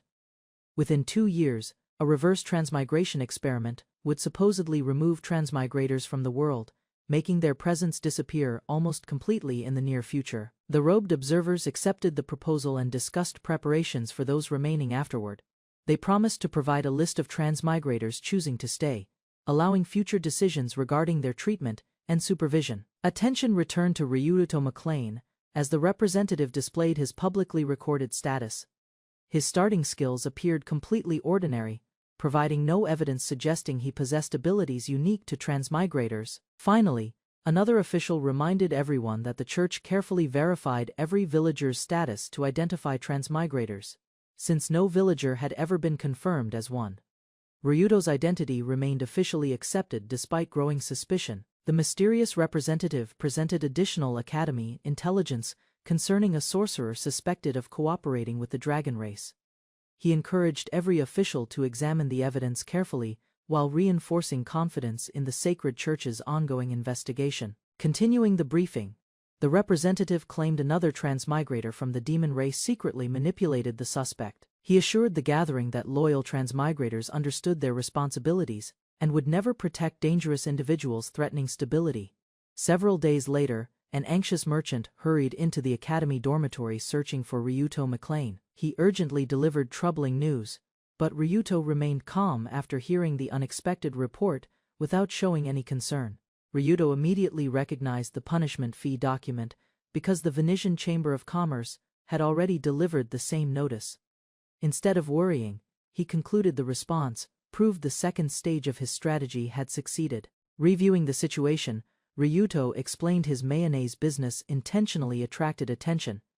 He wanted influential people to associate the product with transmigrators, creating tension between powerful natives and those from another world. While expanding recognition, Ryuto analyzed the world's competing political forces, explaining that neither side supported democracy. He predicted both factions would eliminate anyone disrupting their existing balance, making his plan produce the expected political reaction rather than feeling threatened.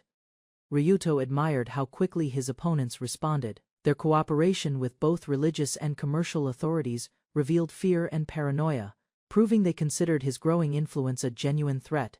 Ryuto concluded his enemies would eventually turn against one another through growing distrust. By exploiting suspicion surrounding transmigrators, he expected rival organizations to weaken themselves without requiring him to confront them directly. Preparing for the next step, Ryuto decided to pay the Chamber of Commerce's requested authorization fee. He also asked his uncle to witness the transaction, ensuring reliable evidence would remain for future developments. With every preparation complete, Ryuto confidently announced the beginning of the third stage of his strategy. His new objective focused on dividing the internal structure of the Venetian Chamber of Commerce from within. After paying the expensive stall authorization fee, Ryuto and his companion visited a cafe managed by Venison. Although the payment seemed unreasonable, Ryuto insisted their true objective was observing the establishment rather than settling debts. Before long, a customer loudly protested after learning his small debt had increased unfairly. Watching the confrontation unfold, Ryuto quietly realized the abusive collection methods marked the beginning of the opportunity he expected. The debt collector falsely claimed the customer now owed 10 gold coins instead of 2.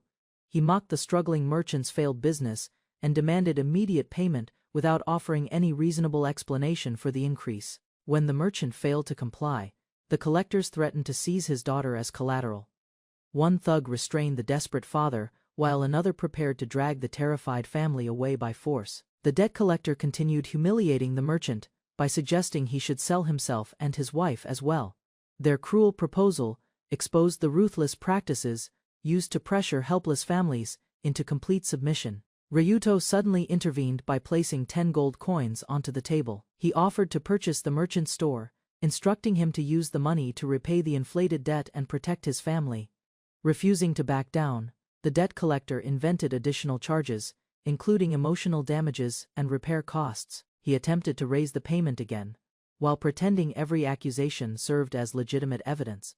Without hesitation, Ryuto stacked even more coins before the collectors and calmly questioned whether they had any further complaints. His composed response completely undermined their attempt to intimidate the frightened merchant.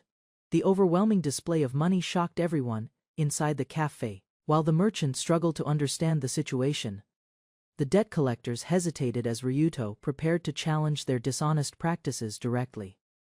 Ryuto silenced everyone and declared he had come to negotiate properly. Confident that events were unfolding according to his strategy, he prepared to expose Venison's corrupt methods before every witness present. The frightened merchant accepted Ryuto's generous offer and immediately completed the store transfer. Despite the debt collector's objections, the legal paperwork finalized the sale, placing ownership safely under Ryuto's control. The debt collector refused to believe an ordinary villager possessed such wealth. However, the accompanying guildmaster confirmed every coin was legitimate guild-issued currency, leaving the collector unable to challenge Ryuto's payment. Ryuto revealed he conducted business under official authorization from the Raccoon Kingdom. The collector mocked the kingdom as weak, unknowingly exposing Venison's arrogant ambitions before everyone watching the confrontation.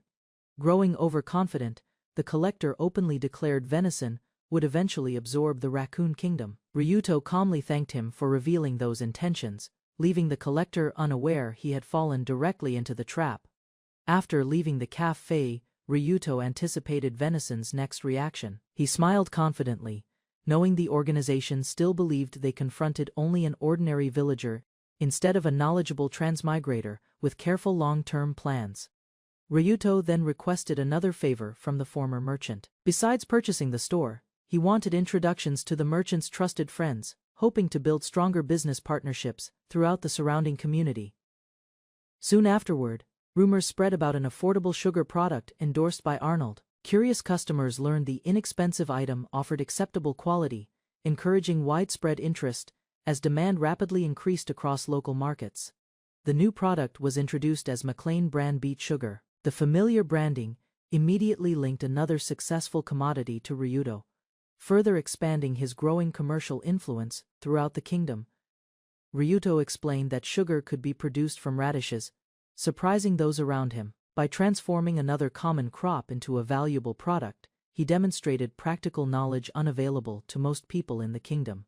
With beet sugar entering the market successfully, Ryuto quietly expanded his business once again. Every new product strengthened his influence, while placing greater pressure on Venison and advancing his carefully prepared strategy.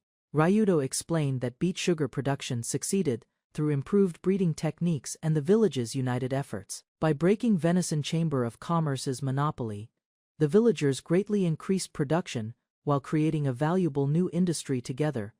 The grateful villagers thanked Ryuto McLean for transforming their community through his guidance and support. Accepting their appreciation with a smile, Ryuto believed mutual trust remained the strongest foundation for lasting prosperity and future success.